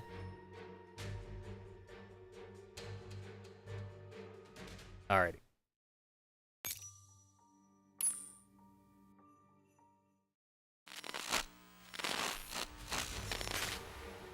I can't believe I failed. The spherical barrier around Lapis Demons pops like a bubble, creating little sparks that fizzle in the air. Her body falls apart block by block. She almost looks like a pile of toy parts from a distance. Ha ha ha ha! I failed! I failed! Have they lost their mind? The scalding barrel of a gun smacks Lapis Demons hard on the head, leaving an ugly dent. Lady Lunacia has finally shown herself. She has returned. I have witnessed this miracle with my own eyes. I really am the all-knowing. All-powerful Lapis Demon. M4. You're saying she's not a servant of God, but an imposter? Yes, that's what the voice is telling me. That would be Lady Lunacia. Fine, I'll admit it. I am an imposter. Here, do you want to see what this place is actually like? A small rift starts spreading from the palm of her hand. A white ball of string suddenly rolls down and traces a beautiful doorway in front of the winding staircase. Hey, where have we seen this background before? Yeah, we saw this background back for Irma. So, everything is fucking connected. Everything is connected and whatever shit.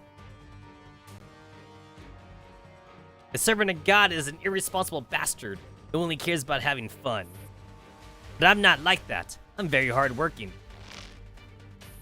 Why can't I move? Neither can I. Relax, I can't move either. What's the meaning of this? I'm just a steward, while you're all vessels that facilitate Lady Lunacia's awakening. Only a complete vessel will be able to host Lady Lunacia. Who is Lady Lunacia? M4A1. You know the answer to that perfectly well, no? She is inside you. You lied to us. I didn't. I would never deceive you. Lady Lunacia, please allow me to offer my power for your birth. Hee, you're running out of time. I really look forward to. As the mechanical roaring finally comes to a stop, Lapis Demon also grows still and lifeless.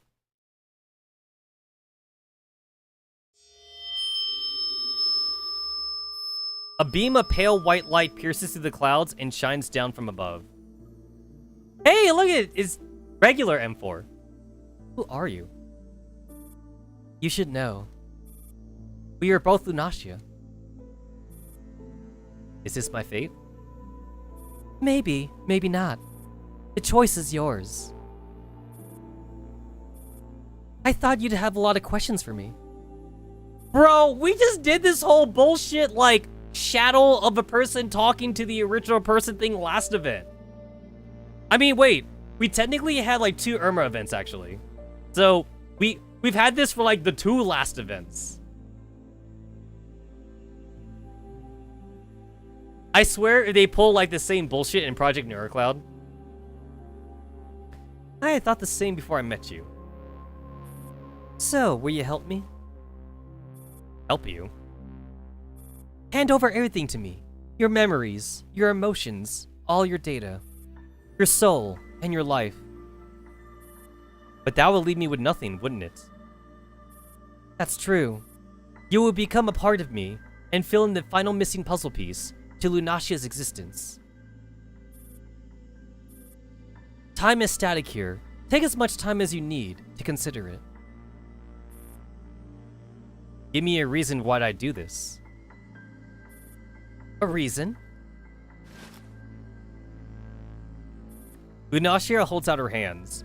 Thousands of threads flow from her fingers like a river network, interweaving and crisscrossing across a desolate land. What's this? These are the threads of all lives in this world. They intertwine, entangle, separate, break. Lunacia picks up one of the broken threads. I have no control over where these threads go, because the choice is not mine. What I can do is give them another chance to flow. Lunacia places the other end of the thread in M4's palm. The moment it makes contact, a cool and firm sensation wraps around M4's hand. Then it suddenly disappears, leaving only pure white and eternal silence.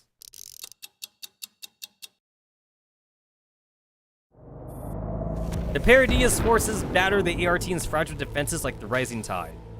Moradale stands within the commander's sight. Beside her, Mashelin's cold body lies rumpled on the ground like a rag.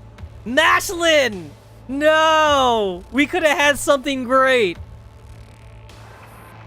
Mashelin! The commander glares at Moradale with burning hatred.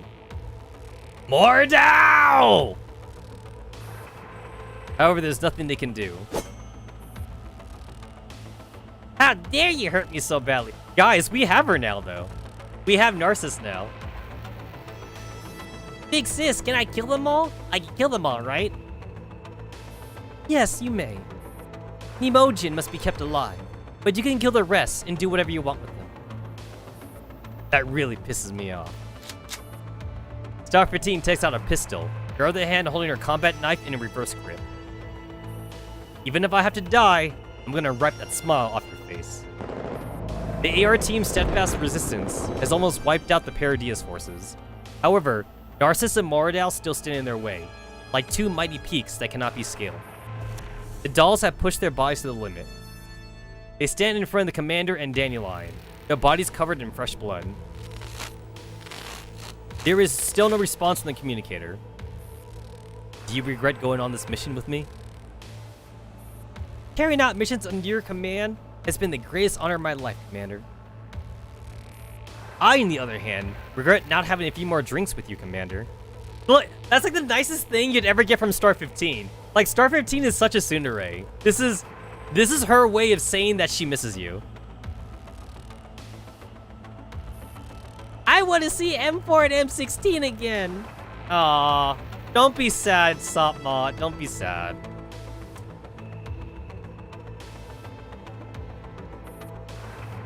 The commander gazes at the overwhelming number of Paradia's reinforcements, as well as Moradale and Narcissus, who stand among them. Even if we die here, you will never succeed. There is no path to Paradias, which does not end in its destruction.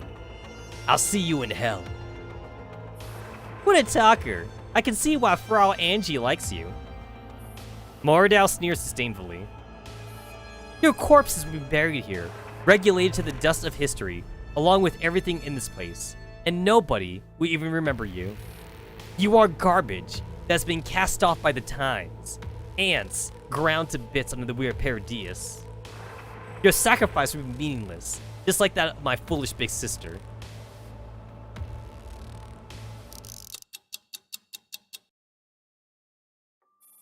The commander and the AR team. They seem to be severely injured. That's right. The commander thread will break here. Lunacia points at the threat in M4's hand. Do something! Don't let it break! That is indeed something we can do. Lunacia gazes quietly at M4. Only by becoming Lunacia will we be able to reconnect broken threads. M4's tears suddenly start falling. There is no need to be sad. I can give you a chance to try. What do you mean? We can try to merge for a bit. If you change your mind, we will separate again after a while. And I'll keep waiting for you here. Do you not have any feelings? I used to, but that was a very long time ago. Everyone thinks you're the only hope for saving the world. I have never been anything of that sort. It's been you all along. Because I don't care about anything. Only someone who cares about would choose to save the world. M4 takes Lunacia's hand. I want to give it a try.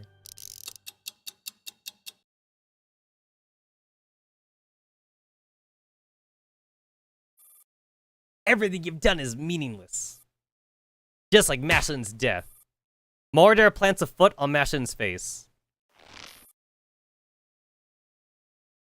The commander clenches their fist, unable to hold their wrath back any longer. Hey, too bad, this isn't Nikkei, where, like, the commander has, like, some Deus Ex Machina blood, and, like, our blood, it stops, like, the robots from working. Like, can you imagine if, like, we could punch the Naitos, and then the Naitos stop working after we punch them? It is not! It is not meaningless. A resolute voice sonorously interrupts Mardal's derisive laughter, and the commander's angry reply. Hey, I remember this cutscene! Oh, it's playing the music again! I also remember, too, that, like, I had to read this cutscene on the fucking, like, fan site, because I was waiting until, like, the very last second for this event, and then the server maintenance. I remember, the server maintenance happened literally right here. And then, like, I had to use the third-party website. I had to use the visual novel website just to read the rest of it.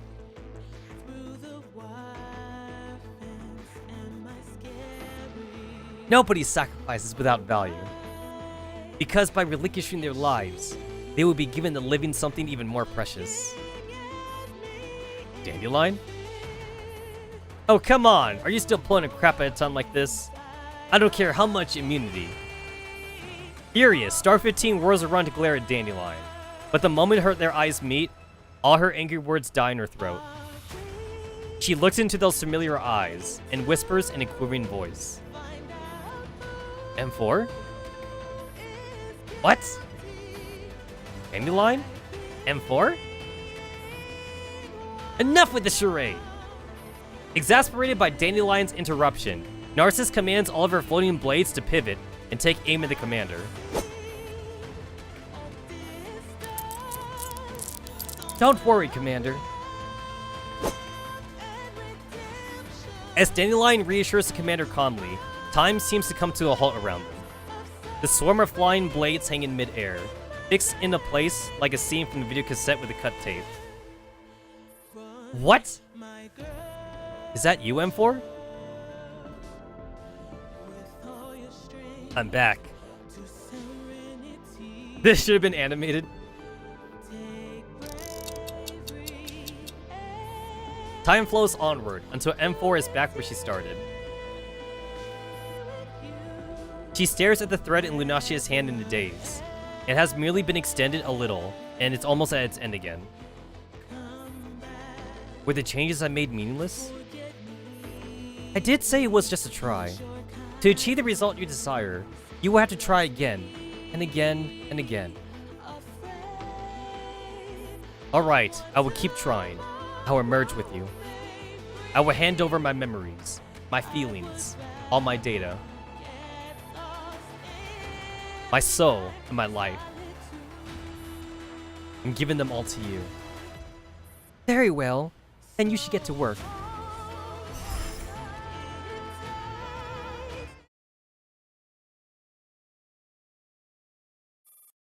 Why am I here again? I think I'm starting to understand. Me too. Same here. What do you mean? What do you understand?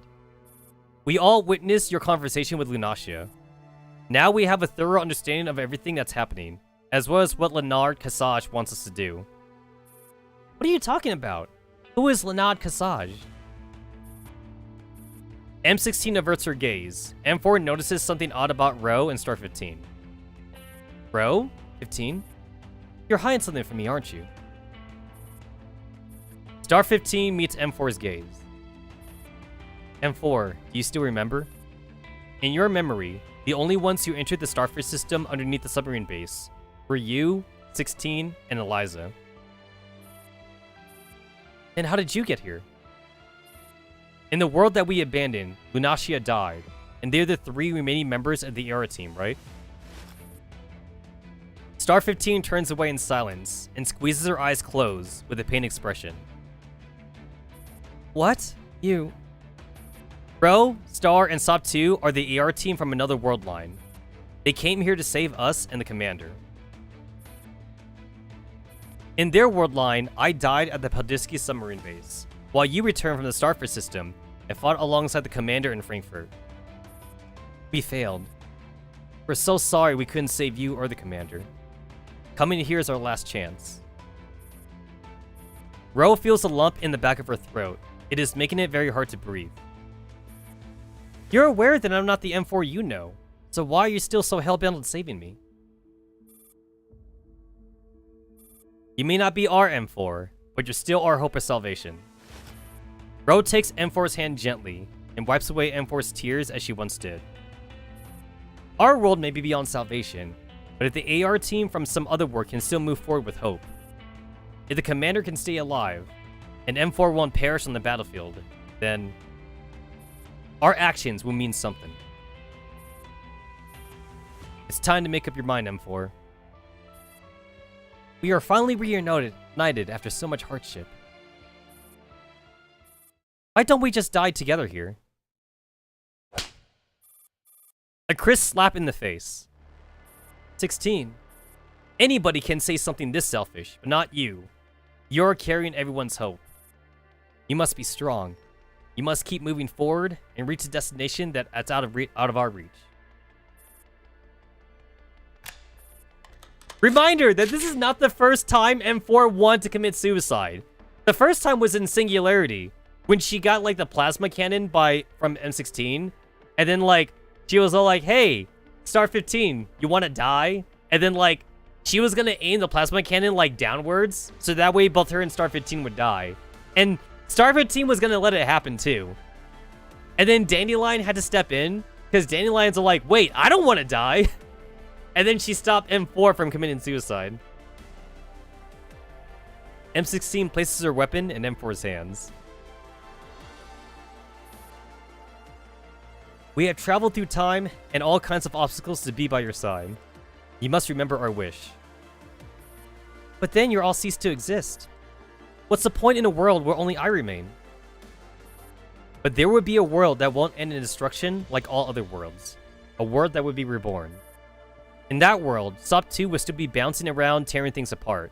The commander would still be toiling away at the base. And we will also be to our usual business. Perhaps the fate of countless worlds is already sealed, but as long as one world keeps the hope alive, then we will have succeeded. This is why we came here in the first place. The AR team is the AR team, wherever it is. Why must I bear all the suffering? With tears streaming down her face, M4 raises the gun. I know which is the most rational and correct course of action. But I don't want to make this choice. I don't want to lose you. I don't want to be on my own. We have never left you, M4. We have always been by your side. 15. Shoot. For the sake of all that you cherish.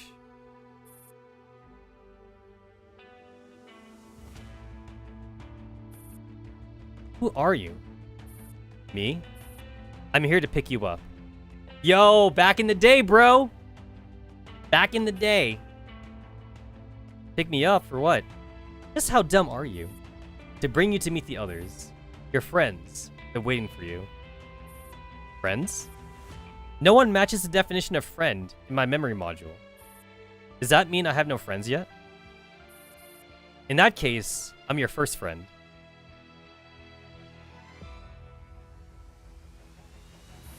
15. If you don't do it, I'll do it myself. No, I'll make my own decision.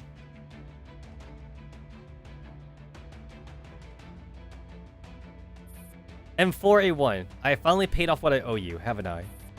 That is my final wish. With that, I no longer owe this world anything, right? But I can't stop thinking about how you're burst into tears when you see me, the wimp that you are. I've been under the command of such spineless weakling all this time. Seriously, how many times have you dragged me down? I really should hate you, shouldn't I?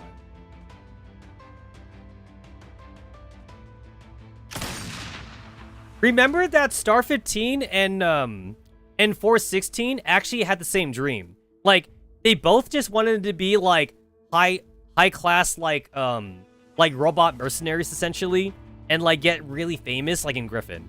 Like that's all Star 15 and 416 ever wanted. But they never got that dream though.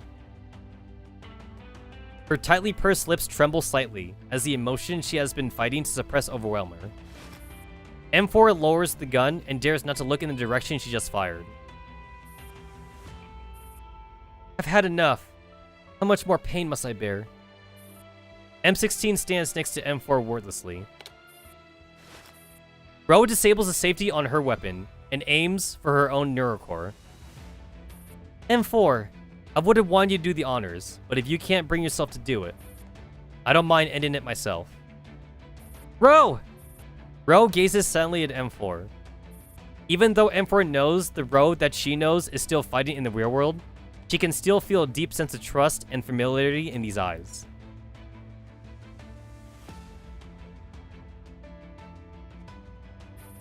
Ro? Ro, are you there? I told you I'd be back. You can't see me, but I know you're here. Why? Why are you still here? I'm already like this. I don't care what you become, M4A1. This is my mission. But we've only known each other for a few hours. This is why I was recreated in the first place. I was recreated to save you at this very moment. This shouldn't be what you live for. Your purpose isn't even derived from your own free will. So what? At least right now, I'm happy. I'm happy to have met you in the AR team. Don't you understand? You're designed to feel that way. All T-Dells are. I can live with that. Why does it matter if my feelings are artificial or not? At the very least, I'm doing my best for what I believe is good. My feelings may not be my own, but my smile is genuine. AR-15 wanted me to save you. M16 wants me to save you. So does SOP-2, as well as the commander. M4A1. I may not be acting out of my own free will, but I'm doing this because everyone is counting on me. Even if you don't believe me, at least believe those who have always supported you. Come on, take my hand. Let's go back together.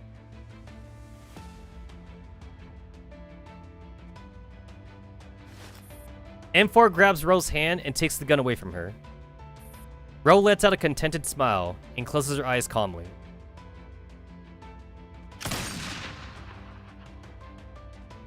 Yo, this is like the bad ending, where like M4 has to kill her own teammates. Ro, I'm sorry for forgetting. I promise we would never be parted again. I promise we would remain together, in victory and defeat. M4 falls on her knees in quiet anguish. M16 is still standing by her side. Why? Why me? Why do you always leave me behind?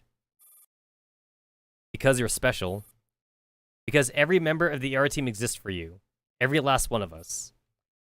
M16 buries this cruel answer deep in her heart, and simply smiles mirthlessly. I'm still here. M4, I'm always here. The golden sand dune, hanging upside down, is about to flow down through the crevice. Don't go, M16! M4 grasps the hem of M16's coat feebly. I want to save you, but you're all leaving one after the other.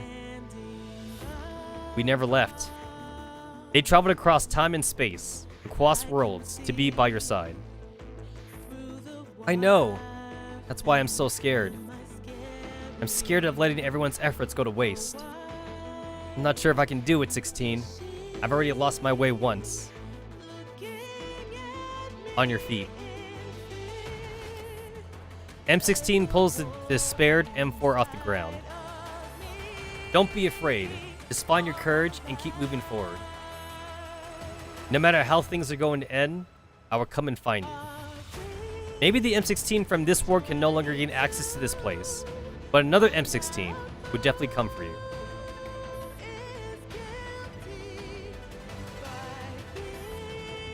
M4A1. No matter what I'll turn into, wait for me. You're so cruel, M16A1. You're always the same, every single time. Then hate me all you want. The bell in the Guardian tolls all of a sudden. Hurry, the commander's running out of time. Right.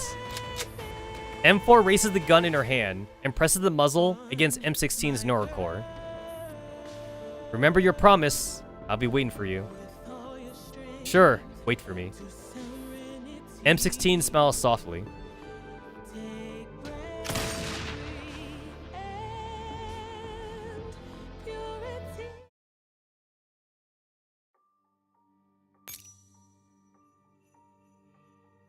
Dorm furniture!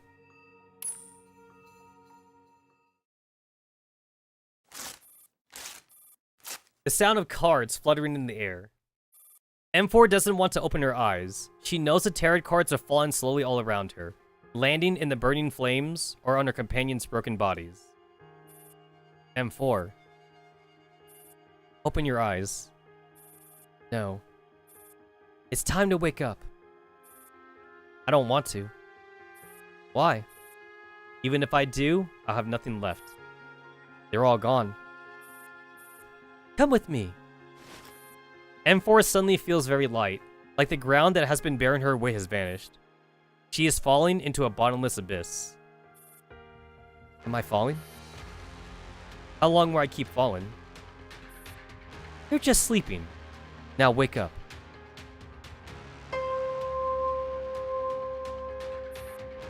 Wake up?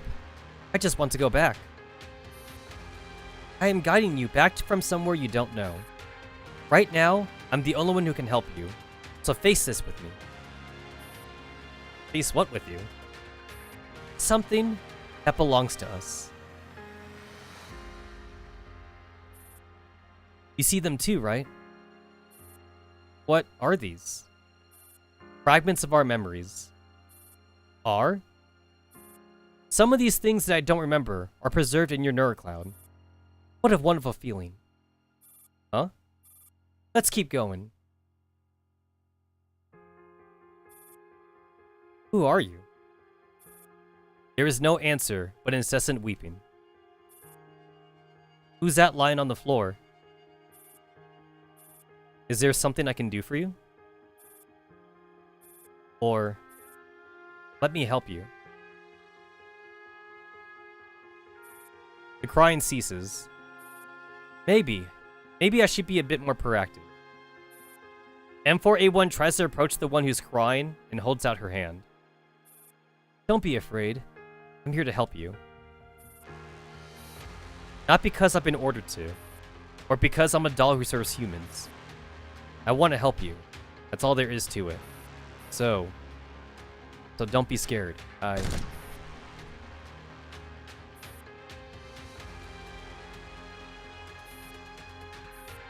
Did I make a mistake? Did I make the wrong choice? No. Sometimes the ending is the same, no matter what choices you make. And what's the point in these choices? Even if I have my own will, it changes nothing. Will it bring back AR-15? Will it bring back M16? Having free will does not mean doing whatever you please, but it does mean you always have alternatives. Go and see what else you can do. M4A1 walks up to the girl, who is lying on the ground with her eyes closed. What do you see?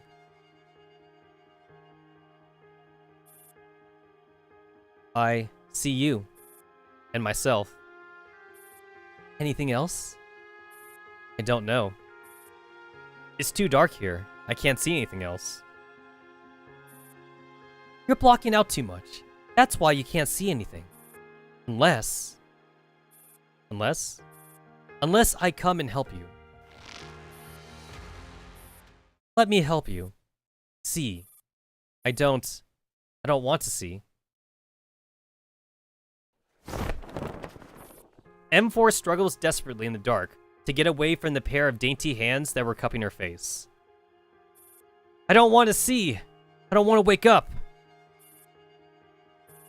Why are you showing me these memories? I don't want to recall them. Because this is our destiny. It is also the only reason I'm still here. M4A1, I will remain here with you, whether you like it or not, until you arrive at our destiny. A corner lights up dimly in the dark. The girl in the mirror appears suddenly at M4. Eliza, why are you still here? What about you? I have no other choice but to stay.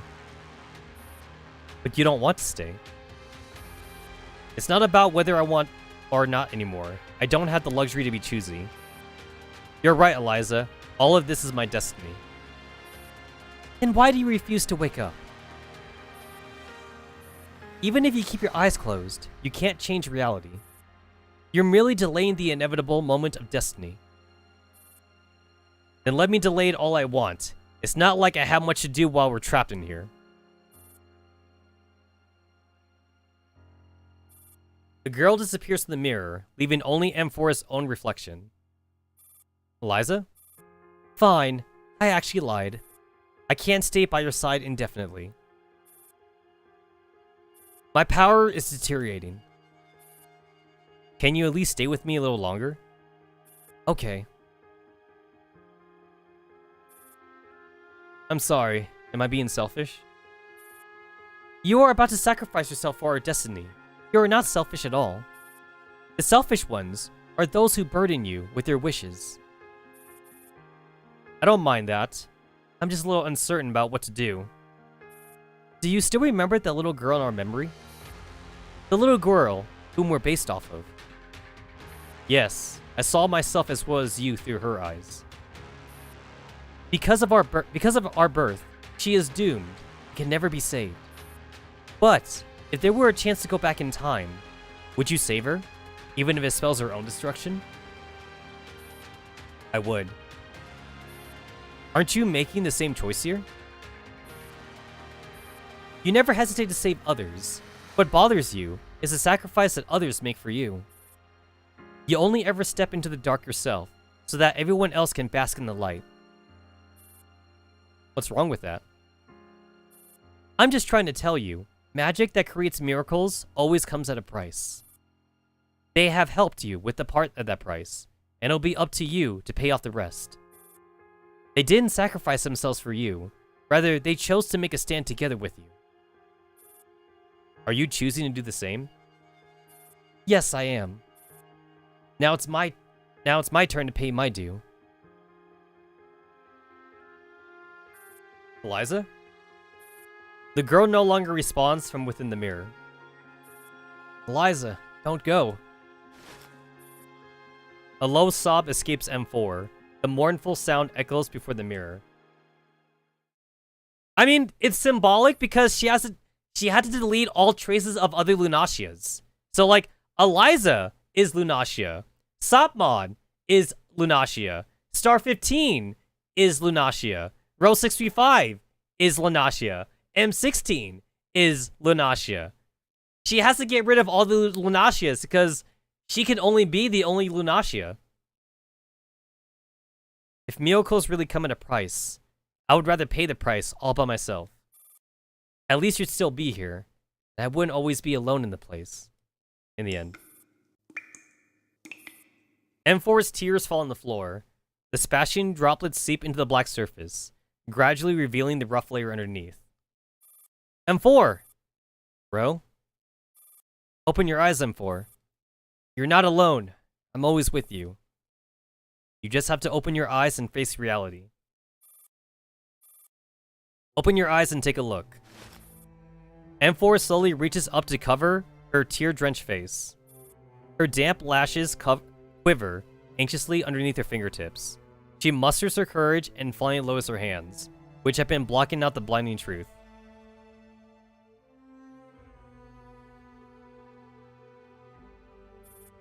Oh, she gets to have a CG with M4? Wow. M4! Bro, you're still here. You finally opened your eyes. Ah! Yes! Sapu's here! Amiya, is that you? Oh, Sapu looks so adorable. Aw, she looks really cute.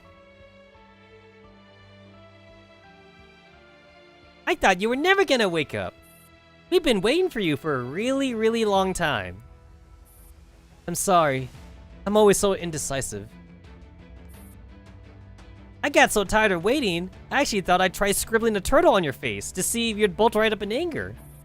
But 15 beat me up before I could do it. Ah, Star 15. Shit. Thank you, 15, for letting me wake up without a turtle drawn on my face. If you had slept a bit longer, I would have agreed to SOP 2's plan. Yes! M16! The whole team! Oh my god! How many CGs do we have of the whole team together? Like one. We literally have like just one. She wouldn't. We all know 15 never means what she says. 16. You're all here. We've been here the whole time. Why are you crying? None of this feels real to me. I feel like I'm dreaming. This is your reality. One of the roles that you passed through. So, I must keep going, right? I must find my final destination in this endless journey. That's right, M4. You must wake up again. You mustn't linger in this world. You have a destination that you must reach. Don't be scared. I promise I won't draw any turtles on your face, no matter how long I have to wait. Yeah, I broke all of her pens. We will keep waiting by your side for you to return once more. It's so nice to have you all by my side. We barely ever got to spend time together like this. Do I have to leave again so soon? You never left. Not really. No matter how hard you reach for the stars, your roots are still in the soil. We'll be together forever, right? Yes, till the world lies in ruins. Till death do us part. You should wake up for real. Wake up, M4. Please open your eyes and look at me. Promise me, when I lose and forget everything, when I no longer remember the wishes that everyone has entrusted to me, you will carry them and keep going in my steed. You will help me make our wishes come true. We have a deal. M4 looks down at the thread in her hand. She places the broken end in Lunasia's hand. Then she pulls her into a tight embrace. Lunasia, I accept my destiny. Oh! The blue butterfly!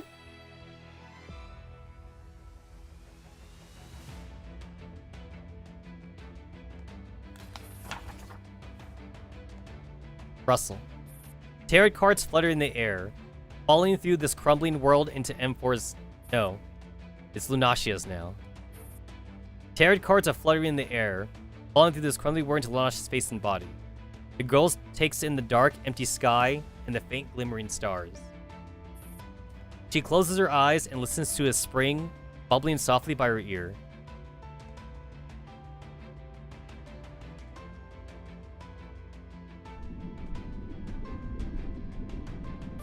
When she opens her eyes again, the tarot cards are gone, and so is the rose window. Disjointed voices drift past her. In the center of the maelstrom is a still and quiet ocean, where faint light flickers in the opaque darkness. She needs no guidance now. She knows exactly where she needs to go. She is everywhere, around the specks of light. She hears a voice. Her own voice. Only through connection did I finally understand that I could never become her, whom others look forward to. But if she chooses to accept our everything and abandon her hopes of becoming perfect, that too is what I desire. The flowers of despair are about to bloom. There is little time left. The faint light slowly stirs, and the figure of a girl emerges in the voids just step away. Like a reflection in the mirror, but wearing a dress that reaches the ground, Lunasia gazes quietly at Dandelion. at the most familiar stranger in the world.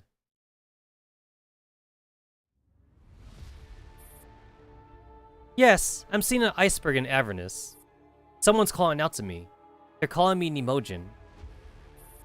Now that's a familiar feeling.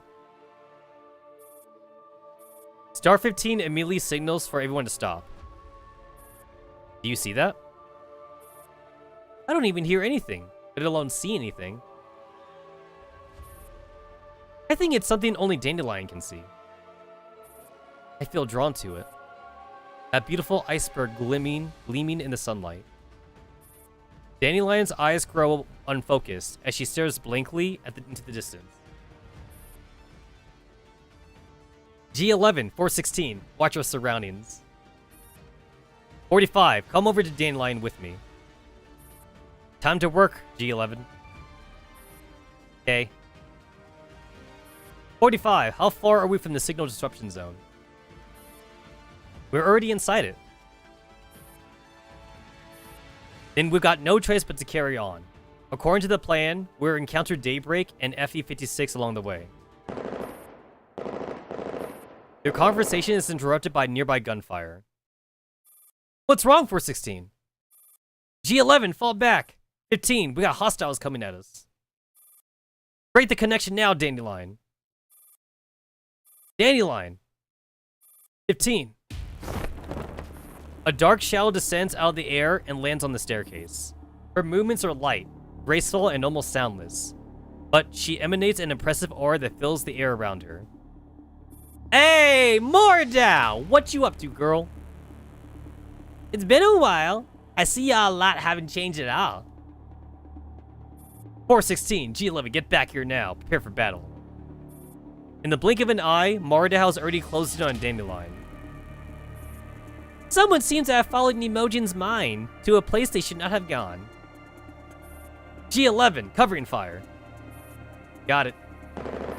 A storm of bullets drive Mordau back, and she lands lightly upon the ground. You were lucky enough to beat me last time, but I won't let you off this time. Dandelion, get out of there now. 45, you and G11 cover her. 416 and I will.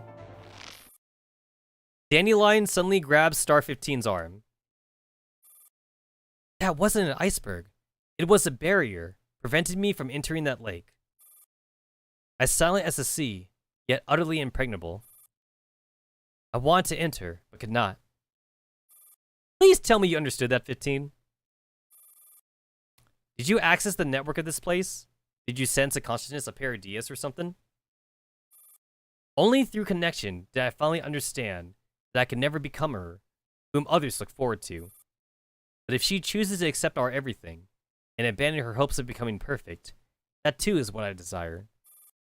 The flowers of despair are about to bloom. There is little time left.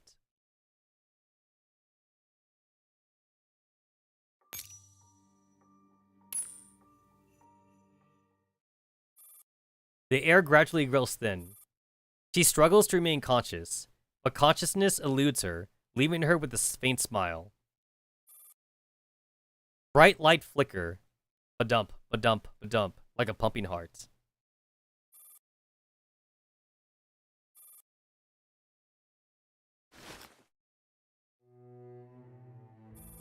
M16's eyes snap open in shock.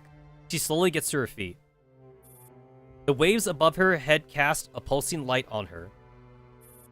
All around her, under her feet, is an empty void. Oof. M16 tries to touch the white glow concealed in her body. It is a tarot card. Blessing of the Wheel of Fortune. The endless cycle of destiny. The liquor of victory that dispels all confusion. 3 wine glasses filled with a clear yellowish liquid clink in the air. That moment is imprinted on the face of the tarot card named Wheel of Fortune, like a snapshot made by a camera. Is that whiskey? All of a sudden, a thought occurs at M16, and her face freezes.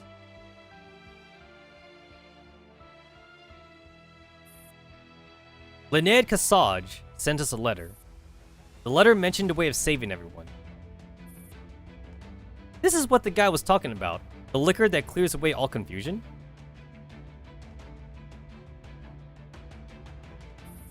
Lanad Kassaj. M16 keeps repeating that tongue twister of a name. Then she suddenly burst out laughing. Lanad Kassaj. Jack Daniel. Her favorite whiskey. This is absolute nuts. This is absolutely nuts. Is this the gift of the Wheel of Fortune? Or maybe it's more of a punishment. Faint tremors emanate from the depths of the ocean. A dark hole opens up slowly by her feet. A new world is about to begin.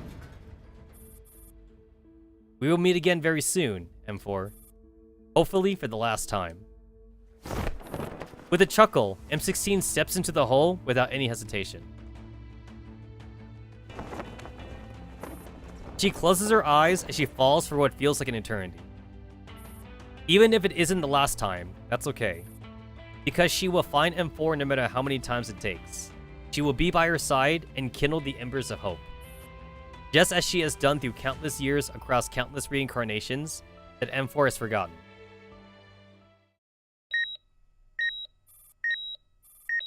The rhythmic sounds of equipment rouses her from unconsciousness. Oh my god, Project Neurocloud? We're in PNC. Yo, this is the PNC background. M16 slowly opens her eyes. She studies the ceiling of the laboratory, which... Alright, cool. We're in Magressi. Somehow we appeared in Magressi. Oh, you woke up 10 minutes earlier than expected. Oasis? She wills her body to move, but it refuses to cooperate. M16 tries again in desperation, but she can only hear the cackling of electric current. Relax, M16.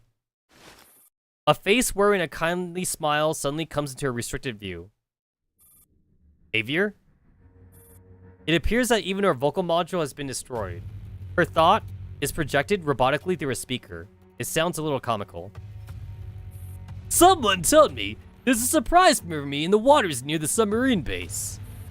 I didn't expect the surprise to be you. That's the only upside to living such a grand old age. Live long enough, and you'd see everything. What happened to M4 and the commander? Don't worry, your old boss is doing fine. They were actually sent on an important mission a few days ago. As for M4's whereabouts, you should know better than me. And Persica? Did she say how long my repairs would take? She hasn't been informed yet. Xavier smiles a little at M16's wariness. I'll be honest with you. If word gets out that someone has returned from the Starfish system alive, it would practically be like throwing a wounded sheep into the clutches of a pack of ravenous wolves. Think about all the vultures circling the submarine base. What do you think they'd do? So, the fewer people who know about this, the better. Don't you agree? Other than Persica, I can't think of anyone who can repair my frame. That is certainly true. At the end of the day, IOP is technically a civilian company. We're still very far behind compared to military technology. A door opens some distance away. M16 cannot turn her head, but judging from the gait of the footsteps, she deduces that the newcomer is male. There you are. Voice of a middle-aged man. The initial repairs seem to have gone smoothly. Thank you for your hard work, Mr. Xavier. You're too kind. After some perfunctory small talk, the man's footsteps draws closer. As M16 strains her eyes to look sideways, a face that she has seen in newspapers and news reports suddenly comes into view.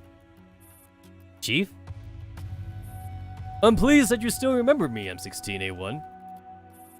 Still incredulous of what she's seen, M16's eyes flicker back and forth between Xavier and Zelensky. M16's frame was severely corroded by seawater and collapsed fluid. I'm afraid this is the best we can do with IOP's current technology. All is not lost now, and she has regained consciousness. We'll handle the rest. If I may ask, what does the old chief? That is his wish. This is his wish. We will provide M16 with whatever she requires. It sounds like I'm being treated like some kind of bargaining chip. Even the AI mechanical voice cannot filter out M16's sarcastic tone. Zelensky peers at M16 with narrowed eyes. I can tell you in all honesty that no, M16A1, you are not a bargaining chip. You are a crucial chess piece. I'll go as far as to say you are capable of tipping the scales. How can you be so sure I'll cooperate? You're not the only one who's seen that kind of thing. More importantly, we are also searching for M4A1.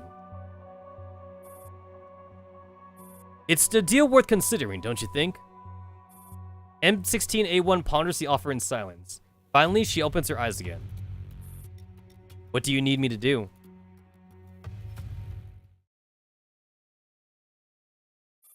Roger. The call ends. Phew. Whipped by the frigid wind, the figure standing on the high tower cast their cold gaze out into the distance. The doll team sprint down the runway in the middle of a night-shrouded airport. Just wait. Time is upon us.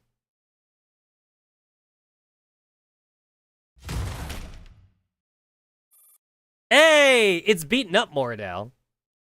That's the version I like to see. Huh? With a loud voice, the helicopter suddenly starts rocking violently. Well, what's happening? Before Moradal can figure out what's going on, the noise comes again, and the helicopter rocks harder. This time, Moradal finally identifies the source of the noise. Something is ramming into the helicopter. You what? She can hardly believe what she's seeing. She knows that the helicopter is currently flying through the air, and the readings on her dashboard confirm that. However... What the hell? How did you get up here? It is a doll, clinging on the outside of the helicopter against an inky backdrop. In her hand is a slender silver cord, and her feet are planted on the outer frame of the fuselage. Flashing lightning illuminates her cold face through the window splattered with rain, her silvery white hair gleaming like a specter. Wait a second! Through the glass, Moradal can see the doll's lips moving slightly. Her voice is drowned out by the rain. Moradal can't hear a single syllable. The doll nonchalantly fishes out something from her belt using her free hand. Then...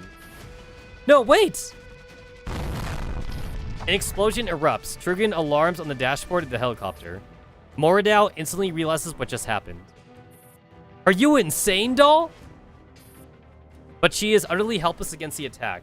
All she can do is swerve the helicopter in the hopes that she can shake the T-doll off. But before she can put that into action, the doll has already made her move. Explosives. She destroyed the rotor system with a sticky bomb. You're trying to drag me to hell with you? The doll is grinning. Ah! The helicopter, hovering at a high altitude, begins its sharp plunge after losing its rotor system. The white-haired doll, still holding on firmly to a silver cord, is still hanging outside the helicopter. In fact, with a powerful kick, she launches herself closer to the cabin, using her momentum. As the out-of-control helicopter plummets horizontally, the white doll has almost made her way into the cockpit. I won't let you! Before Moradal can even finish, the doll's second blow has shattered the cabin door. Her powerfully built body hurtles into the cramped space with a massive impact. And then...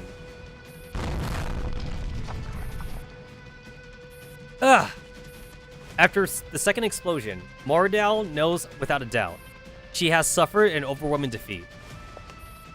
In the roaring flames around them, M16's footsteps toll in Moradal's ears like death kneels.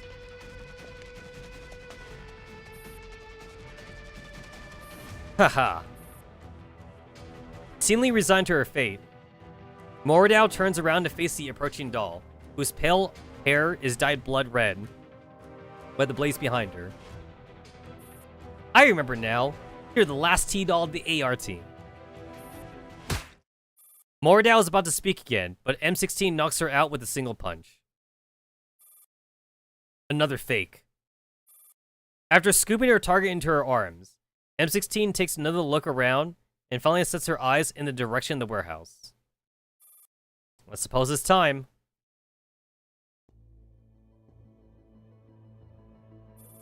Why are you all so tense, anyway? M16 sits in the corner of the room, looking very relaxed. M4 hasn't woken up yet, and you're asking us why we're tense. M16? When will M4 wake up? Do you really think that's M4? What do you mean? M16 opens a pack of compact food and munches on them as she looks up at Star 15. I understand that you're concerned about her, but don't let her feelings overrule your rationality. She isn't M4 at all. Oh, 16! I don't think you know, but she may look like someone else, but she's really M4 on the inside. No, she's not. At least not the one we're looking for. She is M4, but at the same time, she isn't. What does that mean? Exactly what I said.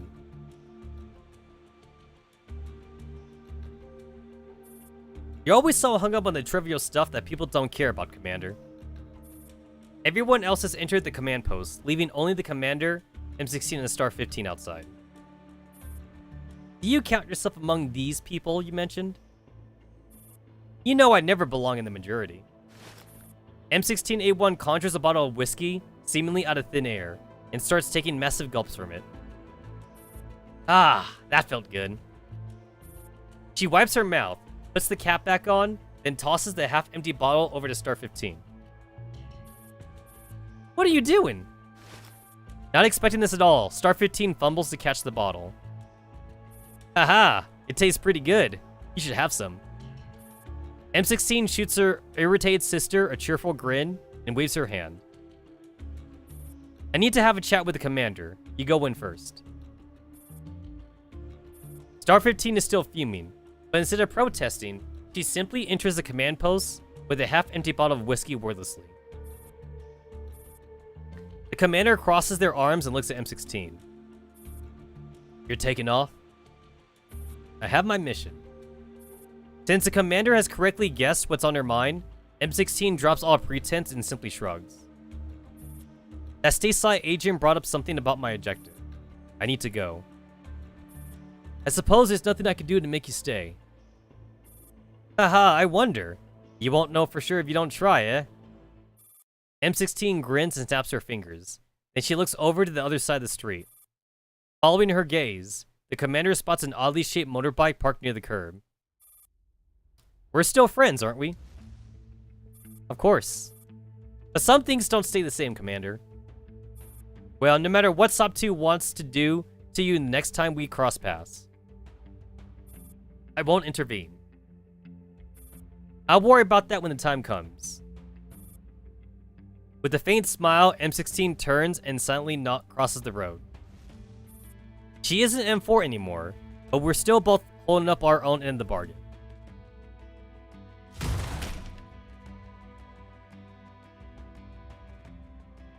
Hey! I remember this fight! So it's you. You need to go, M16. The answer you seek isn't here.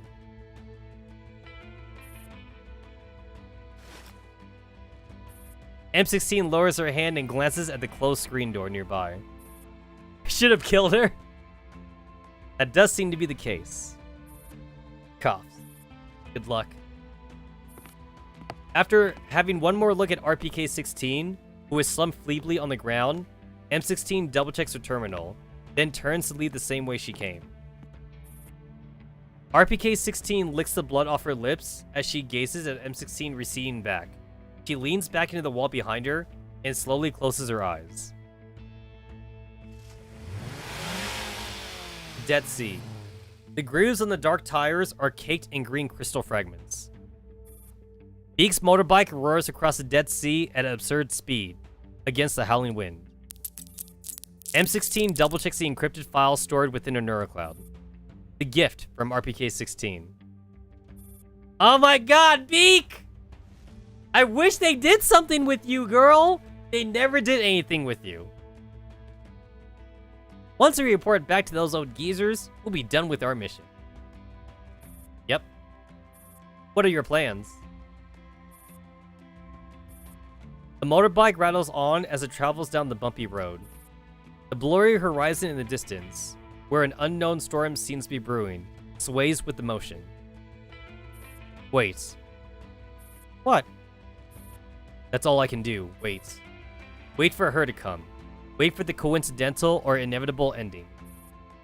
Or should I say, wait for destiny. Beak frowns in confusion.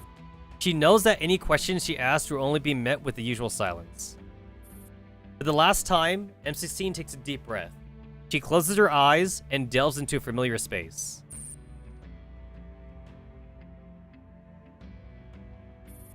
Yes, there's no mistake. Angie is definitely in the Eastern Tower. My job is done here. Best of luck. Got it. Are you sure you want to log out from the ANS conference room? You are logged out.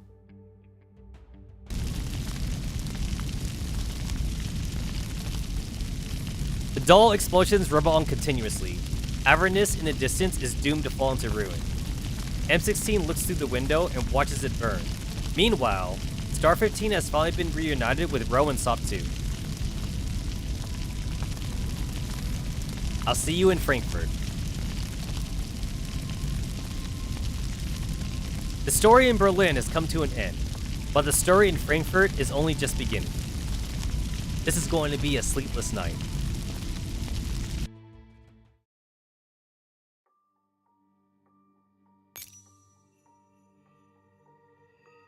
"24 out of 24.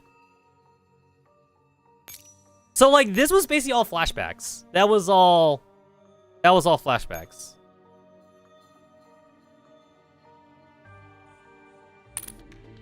Ohayo. あら、やっと私に会いたくなったの？メンテは丁寧に。どんな些細な問題も許さない。With time to spare. With time to spare. 18 hours. We got 18 hours left.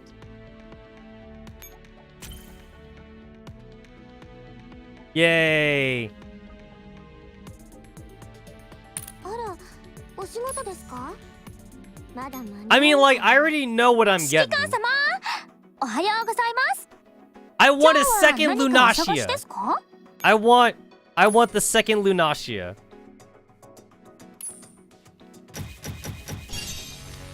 指揮官、よろしくお願いします。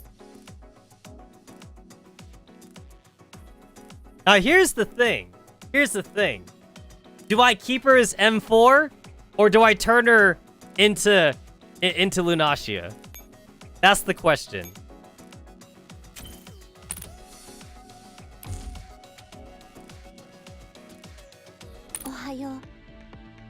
And then there was also like the letters too.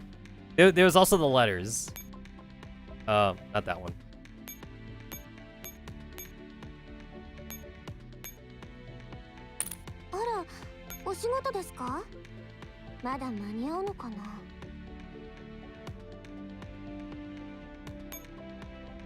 Oh yeah, the Sobmod mail was cute. You must receive my email. I miss you, Commander. Aww. There was a Sob. We got one from like each one of like the anti-rain team. Yeah, there was one from like the anti-rain team each.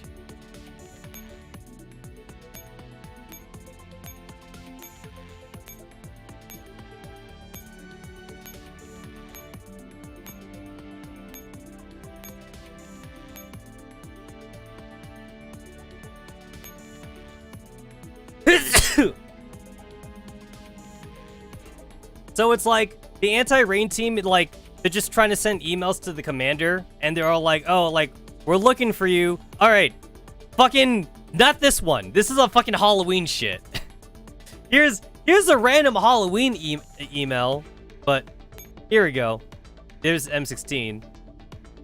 Sorry, Commander. I haven't been able to determine your whereabouts. If you can hear me.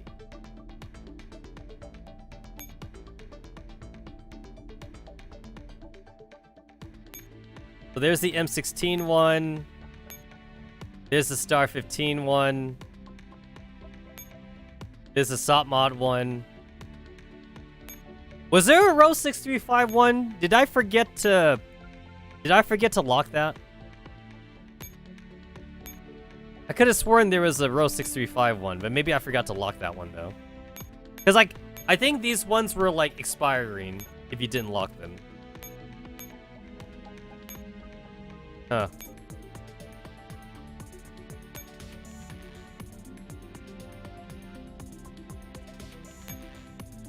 Yeah, I guess there's not a row 635 one. Either that or like I forgot to lock it.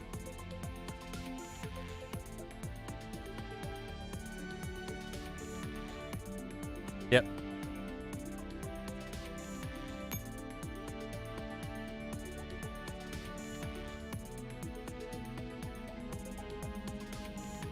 Ohayo.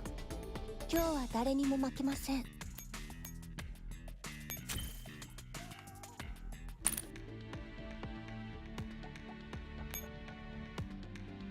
I'm a little disappointed that, like, the final part of that was technically all flashbacks.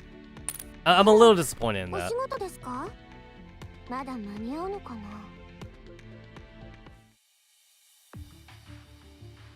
Will I get lucky enough to get, Halloween Dreamer on stream? Is she gonna show up?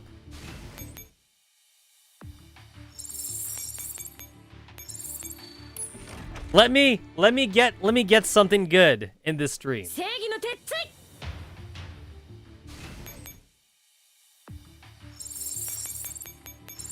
Zombie Bride? I need one of those. I actually do need a Zombie Bride. Hashtag necrophilia go. Yay! I got a small Zombie Bride. Does that mean she's a loli? I got me a small Zombie Bride. But I want the extra large Zombie Bride, though. I want the really big Zombie Bride. Alright, well, I guess it's not happening.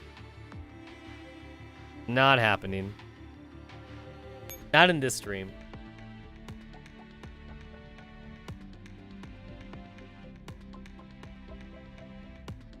Yeah, I'm not feeling the Halloween costumes this time. I'm not feeling it. There's a Phantom Thief thing. The Phantom Thief ones are pretty cool. ずいぶんと遅かったじゃない。あら、いいところに来たわね。I mean, like, that's not really much of a Yo, the letter! I'm just noticing the letter right there.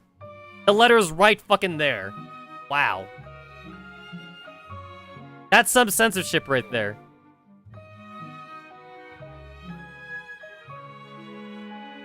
コーヒーのお供。コーヒー。お帰りなさいませ、指揮官。待ちくたびれたんじゃないかって？ And then, like, I do kind of want the live 2D from this one too. 指揮官、今日の獲物はもう決まったか？